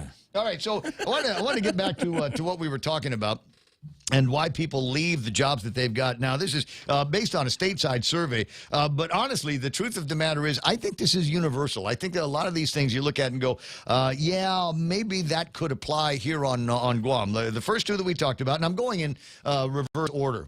From the lowest to the highest. 18% say they quit their job because of a stupid vaccine requirement. You can't work here unless you're vaccinated. Well, take this job and shove it. Working too few hours is a major concern. For 30% of the people said, I got to go, man. 35% relocation. I'm moving. I'm picking up my family. We're going to Florida. You're going to go to Florida, baby. Free zone. Free zone. I like everything that Gavin Newsom is doing. That's where. Well, it's not Newsom. Yeah. Newsom's in California, right? Yeah. Who's the guy like in Santini? Oh, yeah. Oh, man. Santino. It's not coming to me right now. DeSantis. There you go, DeSantis. Brand Russell, as they say. I can't remember Brand anybody's Russell. name. It's a cognitive decline that Jerry Roberts had accused me of. I don't understand it. Yeah, the beard is the only gray part. Everything else seems to be running fine. So relocation. A lot of people, COVID-19, the restrictions and the economies aren't coming back at the same rate. There are people that are sick and tired of living here with the uncertainty of Guam and COVID-19 mandates and things like that, worried about the price of everything going up. Well, maybe my dollar will go further at my cousin's place in Seattle, Washington. Maybe it's going to go a little bit further in Vallejo, California. Maybe Arizona, where Millie has gone off to, and for a growing number of people, Texas and Florida. Those are places where the jobs are booming. There aren't any restrictions, and if somebody's going to crawl out from under COVID-19 faster, it's going to be those places. So it does not surprise me that a growing number of my Facebook friends are now in the States. Yeah. Kind of depressing because some of them owe me money. But isn't that great, though, when somebody says, I'm leaving, and you're going, yeah, that's great. I still owe you $200 from that time at Lights. Okay. Safe trip. Safe trip, everybody. So the flip side of working too few hours is there are places where you're working too many hours. When's the last time you talked to a manager on a floor of a major restaurant on Guam? Huh? You talk to these guys, and for a while now, you remember there was a time where they couldn't get employees. I'll give you an example. CPK in Agana. CPK in Agana originally opened, and they had a target date for reopening, because you remember it was a very, very, I thought, successful restaurant. But what was it? Dude's Place. Pika. Not Pokey. Yeah. It's named after the boat. Cognitive, Ray. No, well, I'm asking you, too. Yeah. I'm asking you, too, and you don't know. Yeah. So it's You're not, ruining my high, bro. Not totally cognitive. Wait, I got to check Facebook. Everybody knows what I'm talking about. What was the name? Golly, it hasn't been that long. Is it not sales? But it had a Galidi in the logo. Proa. There you go. Thank you. Oh, my God. There, Anthony Cathcart finally helping me out. Dude, thanks, man. I appreciate that. Whew. Had that moment. Well, because they've been gone for so long. I remember when they shut down, I'm going, why? I like it here.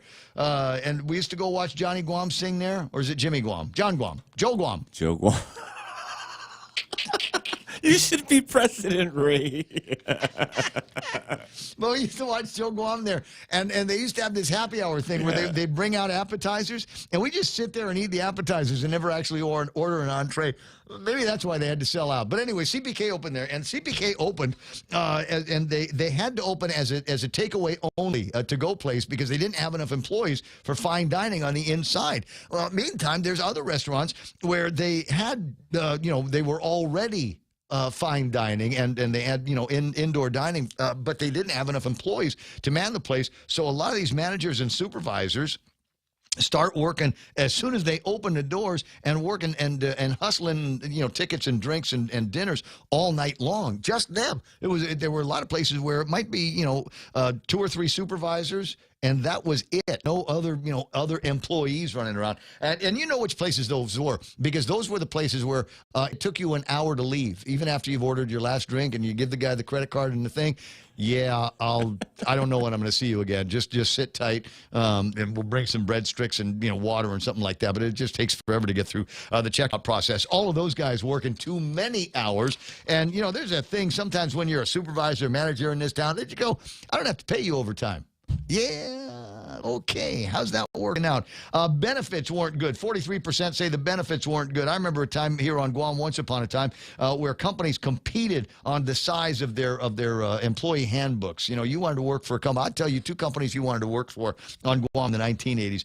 One of them was DFS. Go find my buddy Torgan. DFS had a great benefits plan, great benefits packages.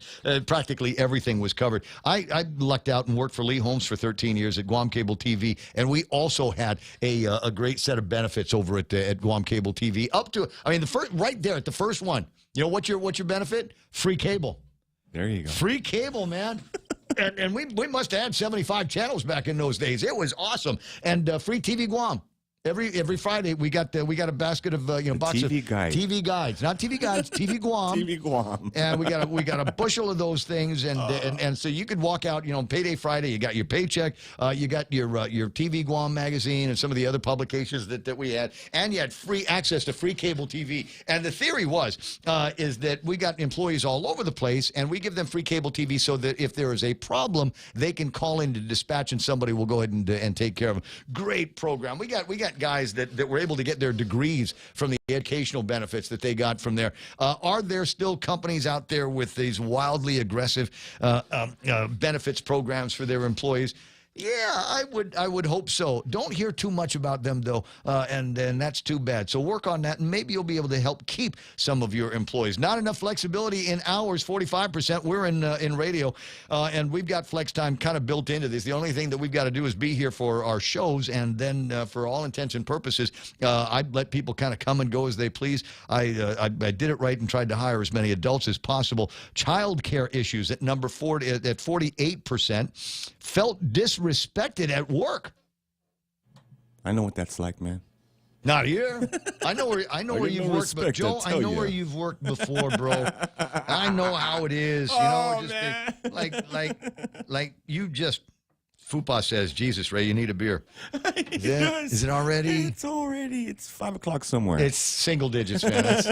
That's my rule. It's got to be at least double digits. 10 o'clock, maybe, I don't know, for on those really aggressive days. I love you, Fupa. If you're bringing one by, you know which one I like. But you felt disrespected at work. I talked to guys like that in the hiring process, and that is an actual fact. It's a thing where, you work for a guy, and just because you work for him doesn't mean that you are his slave. And that you will be talked down to. A little respect goes a long way in both directions, I got to say. No advancement opportunities.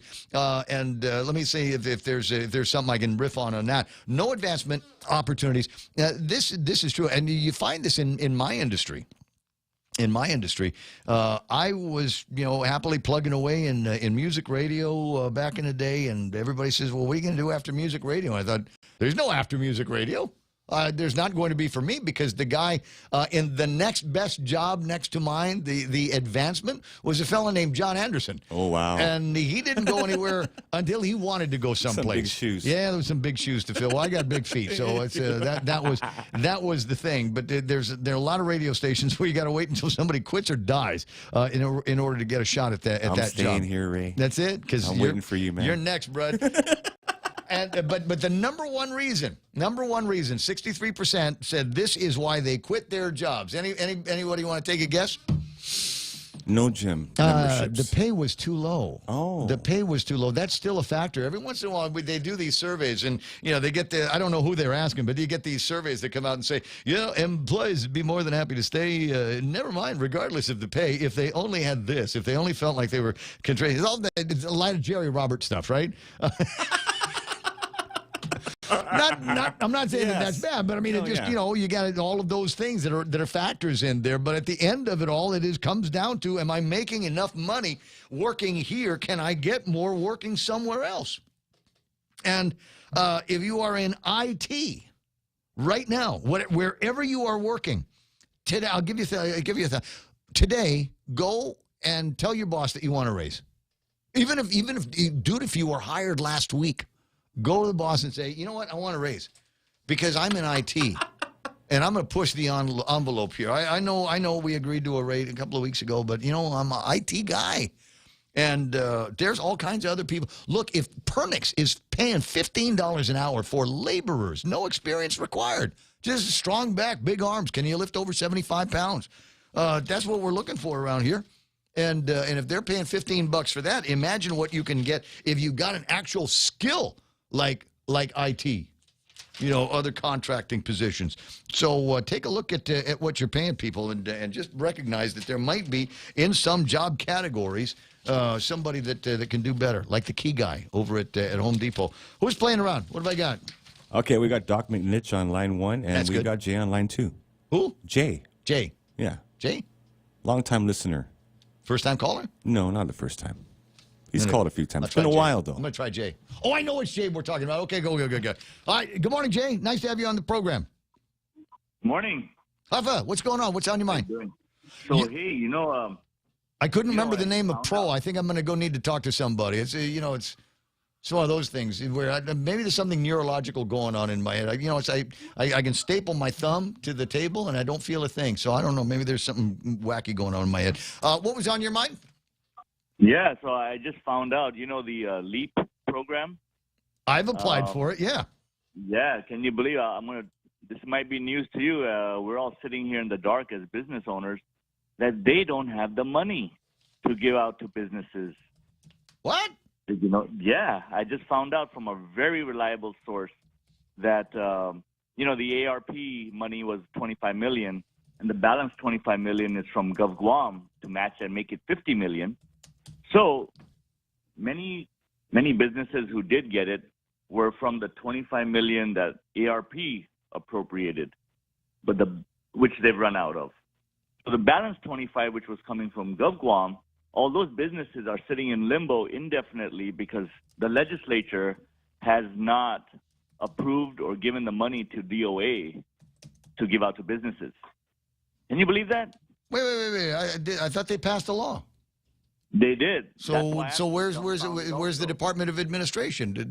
That's why, Ray, just like you, I am so dumbfounded that we are kept in the dark as business people. We're just waiting on that check being processed. All along, there's no money from the legislature of the $25 million they're supposed to appropriate for. They did their job. They did it. They appropriated the money and they stuck it in a law, and then it's supposed to be in the hands of the governor. It's not the legislature's fault. Out there, Ray. It's not like the legislature printed the money. It's it's not like they've got go take up a collection among those guys. No, they didn't appropriate the money to actually give it to DOA to give it out. So the businesses that didn't get anything are just sitting in limbo. If you didn't get your check, it's because there's no money. Well, that's ridiculous. I'm not getting a check because they declined my application, but I sent them another note asking if it would be possible for me to actually sit down and meet with somebody. Send it to the email address they told me to send it to, but I haven't heard anything, and I think there's a deadline on all of this stuff. So it's one of those things I got to push.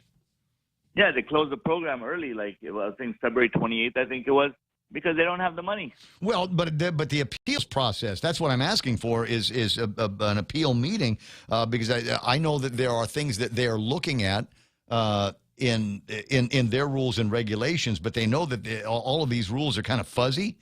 So I mean, it's not just it's not just this is the percentage of money I lost. There's other ways that we can categorize loss in a bunch of different businesses and in industrial categories. And I would like to make the pitch that I have lost just as much as anybody else has because of changes that I needed to make to my operations and my rates. Of course, I mean, I think the threshold was you got to be above 50%. I think, and you know what, businesses lose 40% or 30%. That is a huge chunk that should be considered for the LEAP program, but they didn't. Now I'll see what I can find out. I'll see what I can find out. That's ridiculous. Yeah. The money should be there. The legislature did what they were supposed to do, and they matched what was coming out of the government. It's not even the governor's money; it's federal dollars. But the local monies, the local funds, were appropriated by the legislature in law, and it just occurs to me that ought to be available. Well, this is straight out of the horse's mouth. I'm telling you. I'll see what I can find out, bro. Yeah. You have a good weekend. All right, keep making that coffee. Yes, 9:27 in the morning, and now you know which Jay I'm talking to. 9:27 in the morning. We were talking about jobs, and I'll get to some of those in just a second, because today's the day to look in a newspaper for jobs. Because I know a lot of times you look in there and go, ooh, construction. I'm not qualified, or if I am qualified, it's outside. Labor. I didn't know how to, I didn't struggle in my career all of this time to just be $15 an hour laborer. I want something that's got some kind of title on it. Kind of title? I'll tell you in a minute. Meantime, you said Dr. Ron McNinch on the line? That's correct. Doctor, give me a clue. What's going on? Hello? Are you waiting for what is this? A man who needs no introduction but won't work without one? Yep, he's not very funny, but he's got cancer. He's not there. I pressed the button. I thought I could hear somebody breathing in the background. There he is. There. Hello? Yeah, there. Oh, sorry. Hi, the CPK. Thanks for calling. Is this for dine-in or takeaway? I always take away. It's one of those things. I just got to do that every once in a while. Every once in a while, answer the phone with somebody else's logo phrase. 9:28 in the morning. Dr. Ron McNinch on the line. What were we talking about? You were talking about jobs earlier, and I don't know. Yeah, that's what I was talking about. I was about to launch into some what I think are great job opportunities available on Guam right now. Guam Memorial Funeral Home has got an opening for a warehouse team member. Must be able to lift 50 pounds. They got the annual sick leave, holiday pay, medical, dental, life insurance, retirement, and just how tough a job can that be, really? And you're in the warehouse. I don't think you'd be working around the cadavers. Although yeah. that would make a great benefit every once in a while, wouldn't it? But go on. Well, they got that. Shall I go on? I'm not sure if you've got your thing set in your head yet. No, my first job was homicide investigation. So that was that was actually what I was supposed to do with my life, and then I found it was so boring, incredibly mind-numbing boring. How much that job is really. People think, oh, CSI, it's all fun. No, it's not. It's incredibly just it's a drudgery kind of job because everybody lies to you, and it takes forever to do anything. So, you mean like the government? Yeah, well, even more so because you have to detail and document everything. It just drove me crazy. But hey, you mentioned raises and stuff like that. Yeah. Ray, if you want to be happy, why don't you give yourself a raise, man? Oh, I am the managing partner of the operation, but in doing that, that would restrict my ability to otherwise compensate other guys or provide other hours for other guys. I'm not going to snow job anybody. I'm in business, but I have people who depend on me and the privilege of taking care of them as an employer.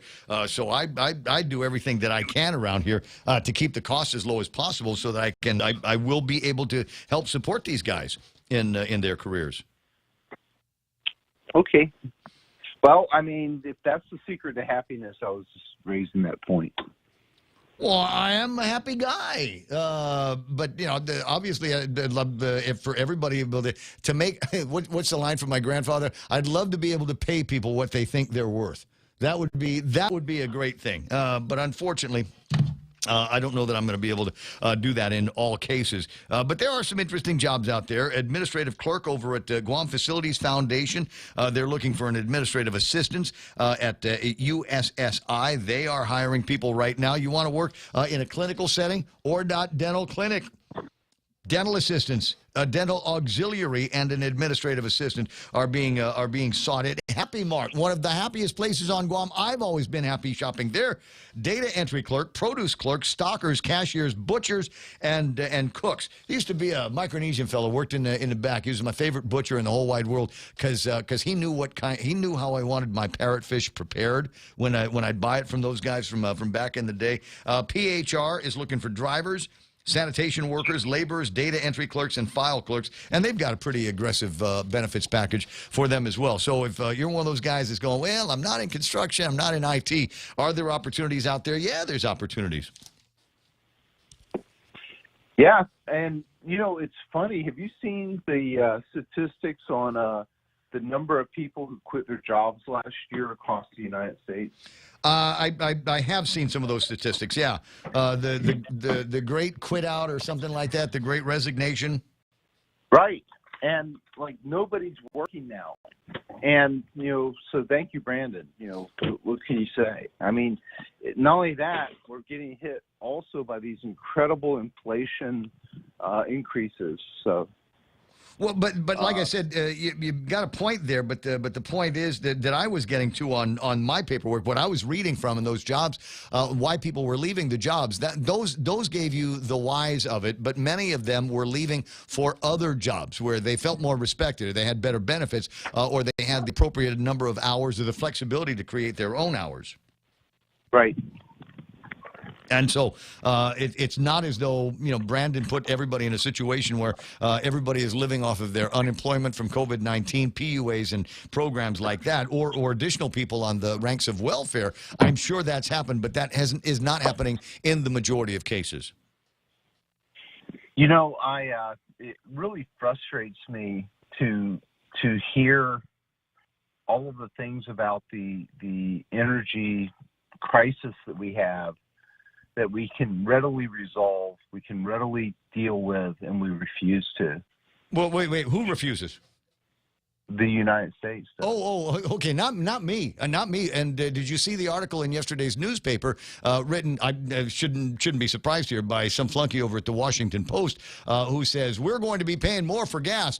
But it's worth it to just shove it in Putin's face. It'll be worth it. It will now be our patriotic duty to pay for expensive gasoline and oil in this country. And we don't have to. And that's the really crazy part about it that really bothers me a lot, is that we have an artificial crisis. There's no reason at all for us to pay more. And in fact, Trump did have it right. He had it right regarding not, basically making the United States import free.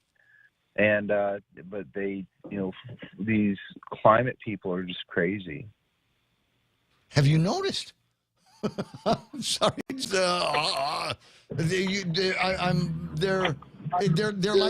like the COVID-19 zombies that we've got out there. Well, you're not wearing your mask. Step away from me. Wow, what the heck? Is that the big one?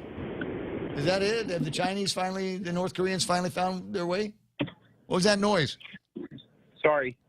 It's my Bluetooth on my car kicked in. Sorry about that. That's okay. That's okay. Well, if they're disconnected, that's all right. I'm not sure if there's, what else we're going to end up talking about. Dr. Shea picked up a packet today. Frank Meadows got a packet. I think there's some interesting people that are going in there. We spent some time talking about the inflation, the consumer price index, and what they are looking at here is that inflation will get worse before it gets better. The figures that they were talking about that were released today do not yet reflect the impact of the Ukraine war on global commodity prices, and there are more than just oil commodities that are at stake here.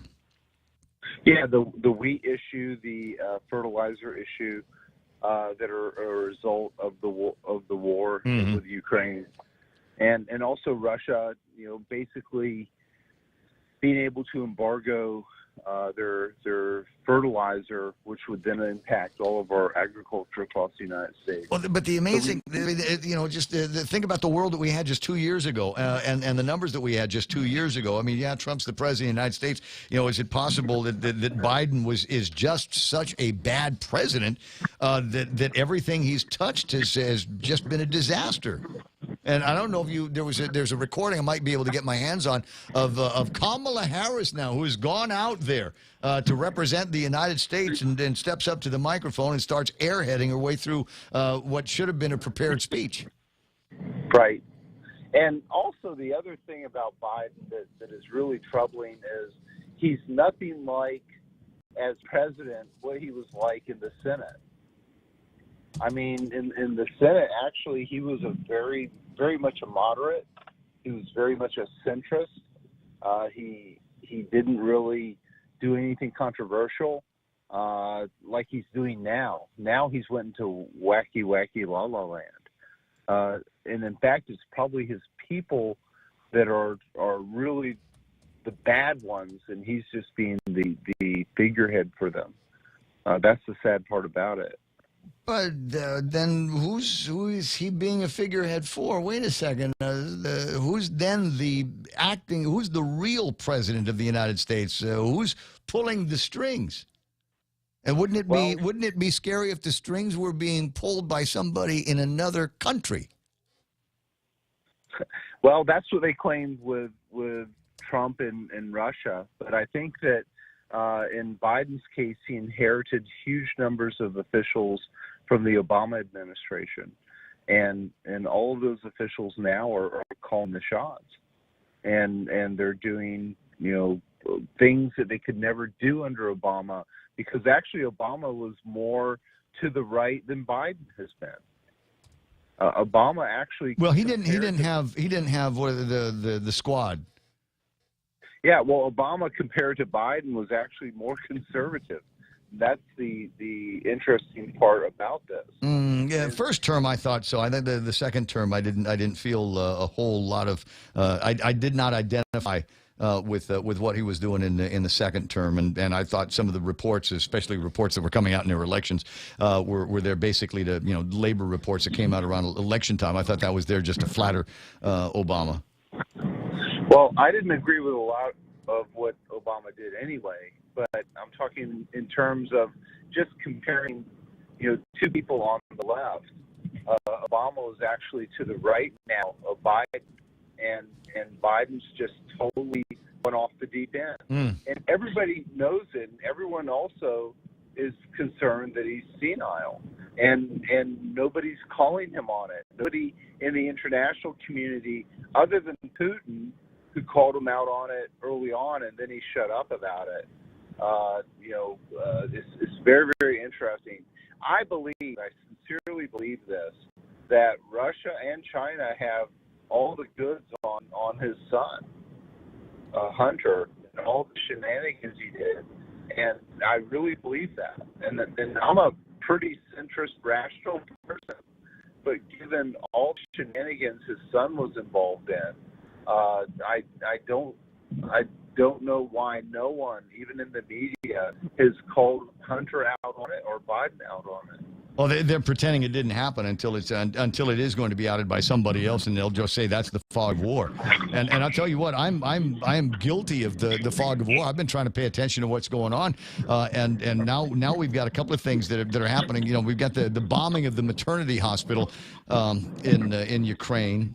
And obviously the Russians are getting blamed for it, and the Russians are saying, number one, we didn't bomb a maternity hospital. Number two, that maternity hospital has not been used in several years. And number three, the lady that's running around pregnant and bloody is you can tell that she's obviously wearing makeup in all of this. So there are some weird psyops and black ops and media cover-ups that are going on. Sure, you attack another country, you're the bad guy, but are the Russians really as guilty of everything that the Ukraine and Western media says that they're guilty of? And honestly, I'm having a really hard time sorting out the truth here. Yeah, that's the unfortunate part. Several years ago, there was this movie, Wag the Dog, that basically created a fake war in Albania. I'm not saying the Ukraine situation is a fake war, and I don't believe that, I believe that Russia's absolutely invaded Ukraine. But the kinds of things that were done or in that particular scenario, do happen in war. And misinformation, propaganda, disruption, all of those are elements of a major war. We didn't see those with the Iraq-Afghanistan scenario in the United States because it wasn't that kind of war. The kind of war that we have now is literally almost like the best equivalent is the Civil War in the United States, where you have the North and the South, people of the same language and society fighting each other. And that's what we have right now with Ukraine and Russia. Literally, these are people that are fighting their uncles and cousins in a war that is totally devastating. And I don't know. I'm kind of I have no sympathy for Putin. I have no sympathy for Russia being a bully. Absolutely not. But I do believe that that Hunter Biden did all kinds of shenanigans with the formerly corrupt Ukraine government. 6 or 7 or 8 years ago. I think Russia knows all about it. I think China knows all about it. I think we know all about it, but our media refuses to talk about it. Correct. And that is to our there's somebody. That's to our detriment.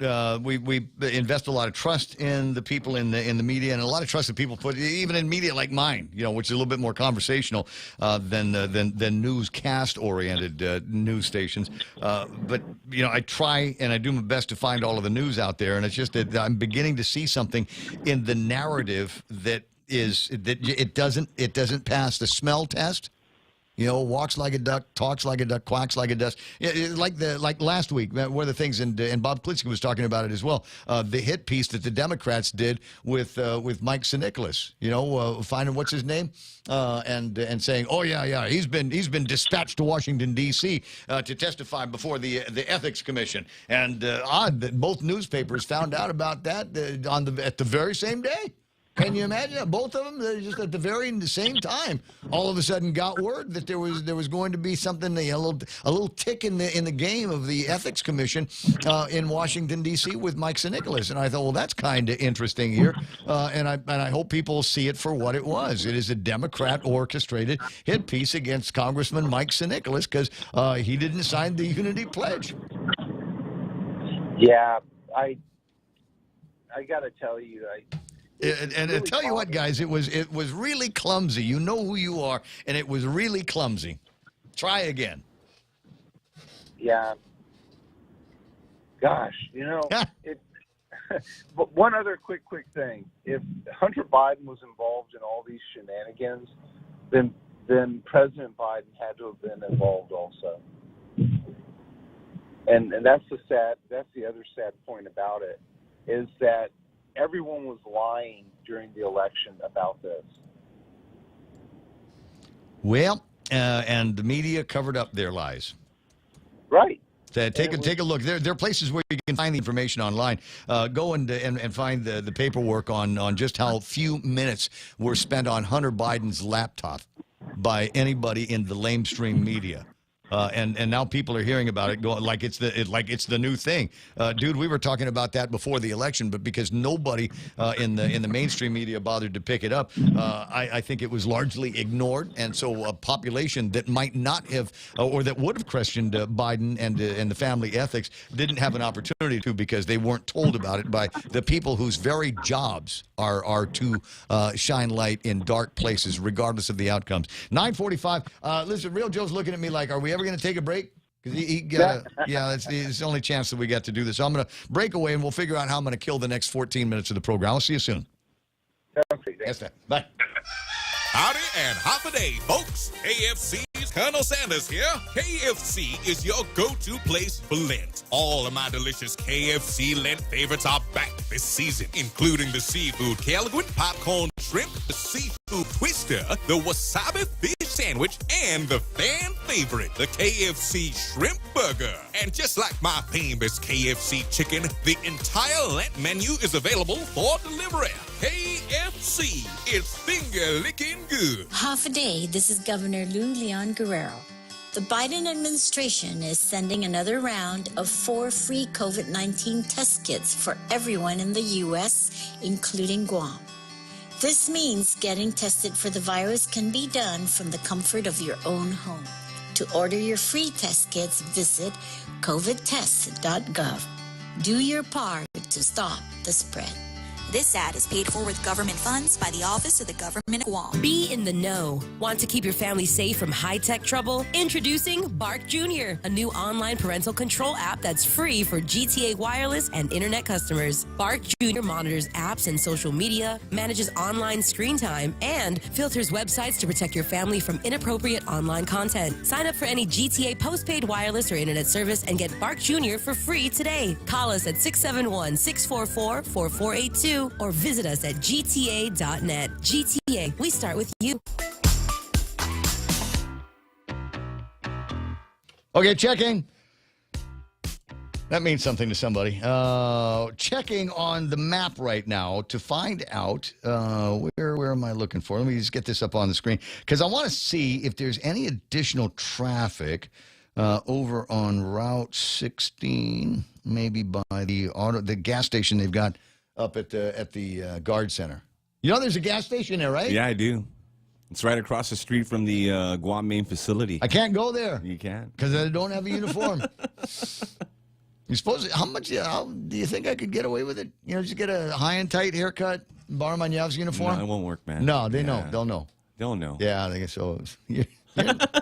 You don't look like a tyrant. Yeah. Sorry, sir. I cannot serve you. That's not how we salute so here, I'm man. looking to see if there's... that's right. I'm looking to see if there's a lineup of cars trying to get into the Guard here, because the gasoline is going to change prices tomorrow. It's going to be going up by about 50 cents. So here it is. It looks like there's a little bit of north traffic that is, no, that's southbound. So maybe that what we're seeing here, you see that line there, that orange line? That might be the traffic getting off of Route 8, Route 16, trying to get to the Guard station, because the price of gas is going up. Where's the other auto port? They've got one at Navy, right? Yeah, we don't know. Yeah, they do. I forgot to join the military. Yeah, they have again. one there. They got one. Okay, so let me scooch down and see if I can get onto the Navy base. Does this thing see on base, Ray? Yeah, it can see on base. Okay, I'm just checking. Well, it's okay. Hey, it's not me. It's classified. It's not the Ukraine. Sorry, Ukraine. People say that a lot, and I'm not making it like my quest to change people's habits, but just think about it. Before you say the Ukraine, that's like saying the Guam. Where are you from? Okay. Where are you from? I'm from the Guam. The Ukraine. The Ukraine? You just call it Ukraine. You don't have to set them in with The Iranians. any of that. But it is the Ray Gibson Show, just in case. So look at the big Navy traffic, a lot of traffic over at the gate, and we got traffic. It looks like it's like it's turning left to get onto the base. So it might be people on the base going, heard the guy on the radio said prices of gas is going up tomorrow. And there's actual documentation. Now, I'm not a base brat, so I couldn't tell tell you, is the gas station there near the Wendy's, near the Exchange? Is that where? Because it looks like there's traffic there as well. So it could be people that are going. I'm not trying to make something happen as much as I'm curious if it's already happening, because we don't know on the civilian side when the price of gas is going up. No idea whatsoever. We think we know based on where Tapas is right now, and what our experience has been with all of this. But when we see the price of gasoline or oil go to $133 and from $124 inside of 1 week, no kidding, price of gas is going to go up. So you kind of think about that mentally on this side of the fence. On the military side of the fence, they actually say it. They put the thing out here. This week's gasoline prices at your exchange. Regular, $4.17 a gallon. Starting March, they put the date. Look at that, March 12th through the 18th. Does that mean the prices are going to change on the 18th? Probably, right? But the 12th, the Friday, Saturday is when they make the changes on base. So $4.17 for regular, $4.59 mid-grade, and premium is $4.86. Who can afford to buy premium? Is that one of those things, ladies? You ever go hang out over at the gas station and keep your eye out for the guy that's buying premium gasoline? Is that going to be the new? You smell great. Is that Chanel? That's going to be the new. It's going to be the new Gucci wallet for guys. Is that going to be the new sexy car? Is the one that requires $4.86? My God, it's $4.86 on base. About $1.20 less than regular off base. And you know what? I might need to dig out one of those pictures, because I didn't even look at premium prices for gasoline. I don't believe my truck needs it. And I've never put the thing in. I know that there's if you go to Shell, you can get that V-Power. It's an additive that they put in there. It's supposed to help the mileage and help the car run more efficiently. But you've got that V-Power gas, which is a different price than the regular gasoline. But I generally don't look at that either, because I'm just thinking I just need to put regular gasoline, go juice in the car. It'll burn. It'll burn. It'll get me. It'll get me up a hill, guy. That's what I'm thinking about. So that's the distinction between here and there. 951 and change. It's going to be going up. So brace on all of that. A buddy of mine once told me years ago. He says all of the really good stuff can be found in the back of the newspaper, not just the front. He wasn't talking about sports. He was talking about notices. And there's an interesting notice in today's newspaper from the guys over at the Guam Public Library System. There might be some of you listening going, the board's going to get together and figure out whose picture we're going to put on the library wall. Unfortunately, that's not it. And because we've got outfits like the Vigilance Group and Bob Klitsky, Anderson Navy Hospital, Big Navy, and National Guard are the 4 military gas stations. Thanks, Iz. I appreciate that. But at any rate, so we got guys like Bob Klitsky that will go and say, well, this doesn't look like it's a legal notice of a board meeting in the government of Guam. I don't know about this one. I'm not chapter and verse guy. Maybe it's something Bob can look at a little bit later on. But this is why they want you to do this now. This is why they insist on them being complete, is because we want to see what they're going to be talking about at these locations. We want to see what's going on. Thanks, Phil. I'll put that up on the screen in just a second. Guam Public Library, regular board meeting. They're going to be on Zoom, whatever. Call to order, approval of minutes, yada, yada, yada, yada. All right, so what are we talking? New business that they're going to be discussing in this Zoom meeting, the Bookmobile. Yay. Well, Bookmobile. We'll take the joy of reading out to the villages and the schools with our Bookmobile, and we'll give each kid a little Bookmobile library card, and they can get their Dr. Seuss books or their Howard Potter books. I know it's Harry. That's not cognitive design. Whatever. That's just me being funny. But they can get their Harry Potter books and all of the cool, adolescent book reading that they can do in the Bookmobile. That's been around for years. That's one of those, first lady things that, hey, I'm the Bookmobile first lady. And can I say something about it? I want to get this off my chest. And I might have done it already before, but I pass by the thing regularly. It pisses me off every time I see it.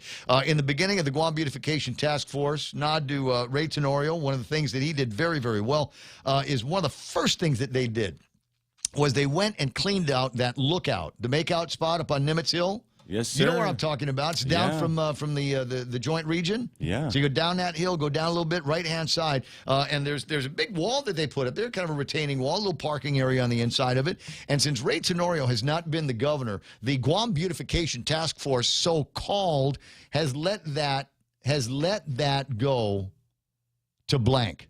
They've just people are illegally dumping there. There's no trash cans. You know, people want to stop and maybe eat their lunch or something. They just pass the time with something. But if you look out this way, it's beautiful. But if you look over there by the boonies, and there didn't used to be so many boonies. You know, can we send somebody up there? Would it be possible before the tourists come back there to go and send up the prisoners, or somebody with a sharp machete and a bush cutter and knock that stuff, clean the place out, and then zabao? What do you think, Ray? That place needs a whole new park, like a gazebo, a shelter. The point, it's obvious. Nice parking area. It's obvious, Joe, that they're not taking care of it because that was Ray Tenorio's. That was one of his things. I'll bet they're waiting for somebody to drive into the Flags mural on Marine Corps Drive, and then they'll just let that one go. And oh yeah, we don't pay any attention to that. That was a Ray Tenorio thing. Right? If you're going to the Guam Beautification Task Force should not be limited to who's in office. So whoever's in charge of that right now, find Lakeisha over at Chris Duenas' office and ask her how to do things right, because you're not. Okay, so I got that on my system. 9:55. Back to the Guam Public Library. Under new business, it says Internet Cafe. What? The Guam Public Library System is having discussions about an internet cafe. Tell you what, I want to know more about this, except for the fact that I can't remember off the top of my head who the heck is in charge of the library. I'd like to get somebody from down there and say, what do you mean internet cafe? There are a lot of other cafes around town. Is the government of Guam getting in the cafe business? Is the government of Guam going to compete with Infusion and Port of Mocha and the Island Lady? Are they going to get into that business there, the cafe business? You know, we fought like hell to get them out of the phone business once upon a time, and now they're talking about doing an internet cafe. Maybe there's another way to do it. Now it could be one of those things. Maybe they are working with some of those businesses that I have mentioned. I don't know, but it is kind of a tantalizing concept that the government of Guam wants to get. What are they going to get in the restaurant business too? We're all going to die. Don't eat the food. Don't eat it. Don't eat it. At my house, we got the 5-second rule. I'm sure in the government it's 25-second, 30-second rule, something along those lines. 9:57 and change. Getting ready to close out the program. I'm disappointed that I'm unable right now to find one of the things that I thought would be in front of me before the end of the program. What is going on with our legal system in this country? Why do I not know what punishment Jesse Smollett is going to face? There's another one of those things where unnecessarily riled up the nation at a time where we are already divided by practically everything. I think the only thing that I can really, I think we all agree on is Jesse Smollett is not a great actor. He is not going to go down as a great actor. Got nothing on Leonardo DiCaprio. You don't need to worry about anything. Nothing. No, Tom Hanks, don't worry. Smollett is not going to be able to come after you with his incredible, acting chops. Maybe Broadway down the road, but certainly I don't think he's going to movies or television anymore. But I'm waiting on the verdict to come in, and it has not yet. Well, I suppose the point is I've got something to look forward to. Can I tell you what else I've got to look forward to? It's Friday, Real Joe.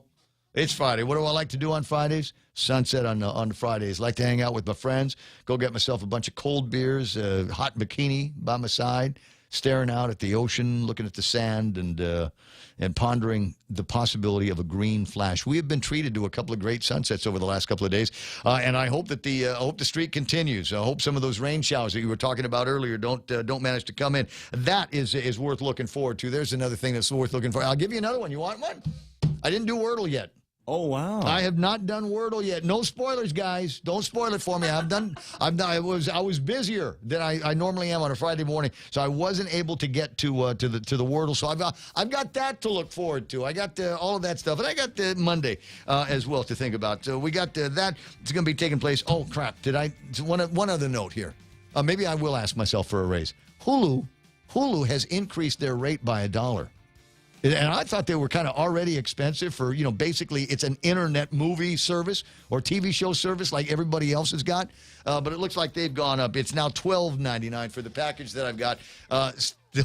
Still cheaper than cable, so I think I'm just going to keep that one and let that go. Hey, I gotta go. You for Real Joe and Montesilva Tyrant and Real Joe Cruz and, did I say your name? Jerry Roberts. Jerry Roberts. Hey, what's the Bitcoin number? I'm just kidding.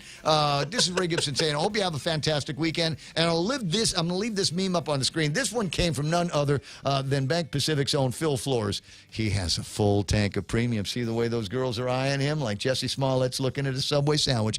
It's after 10. Here's Fox News. Ukraine will never be a victory for him. It's not just a threat to Europe and Ukraine, but it's a threat to international peace and stability. The president with a comment alongside the leader of Colombia, whom he praised for speaking out against the Russian invasion. President Biden intends to name Colombia as a major non-NATO ally. Now, I've said for a long time, Colombia is the keystone to our shared efforts to build a hemisphere that's prosperous, secure, and democratic. President Biden met with his Colombian counterpart Iván Duque here. Major non-NATO ally status is a designation under U.S. law, providing trade and security cooperation to countries with close ties to the U.S.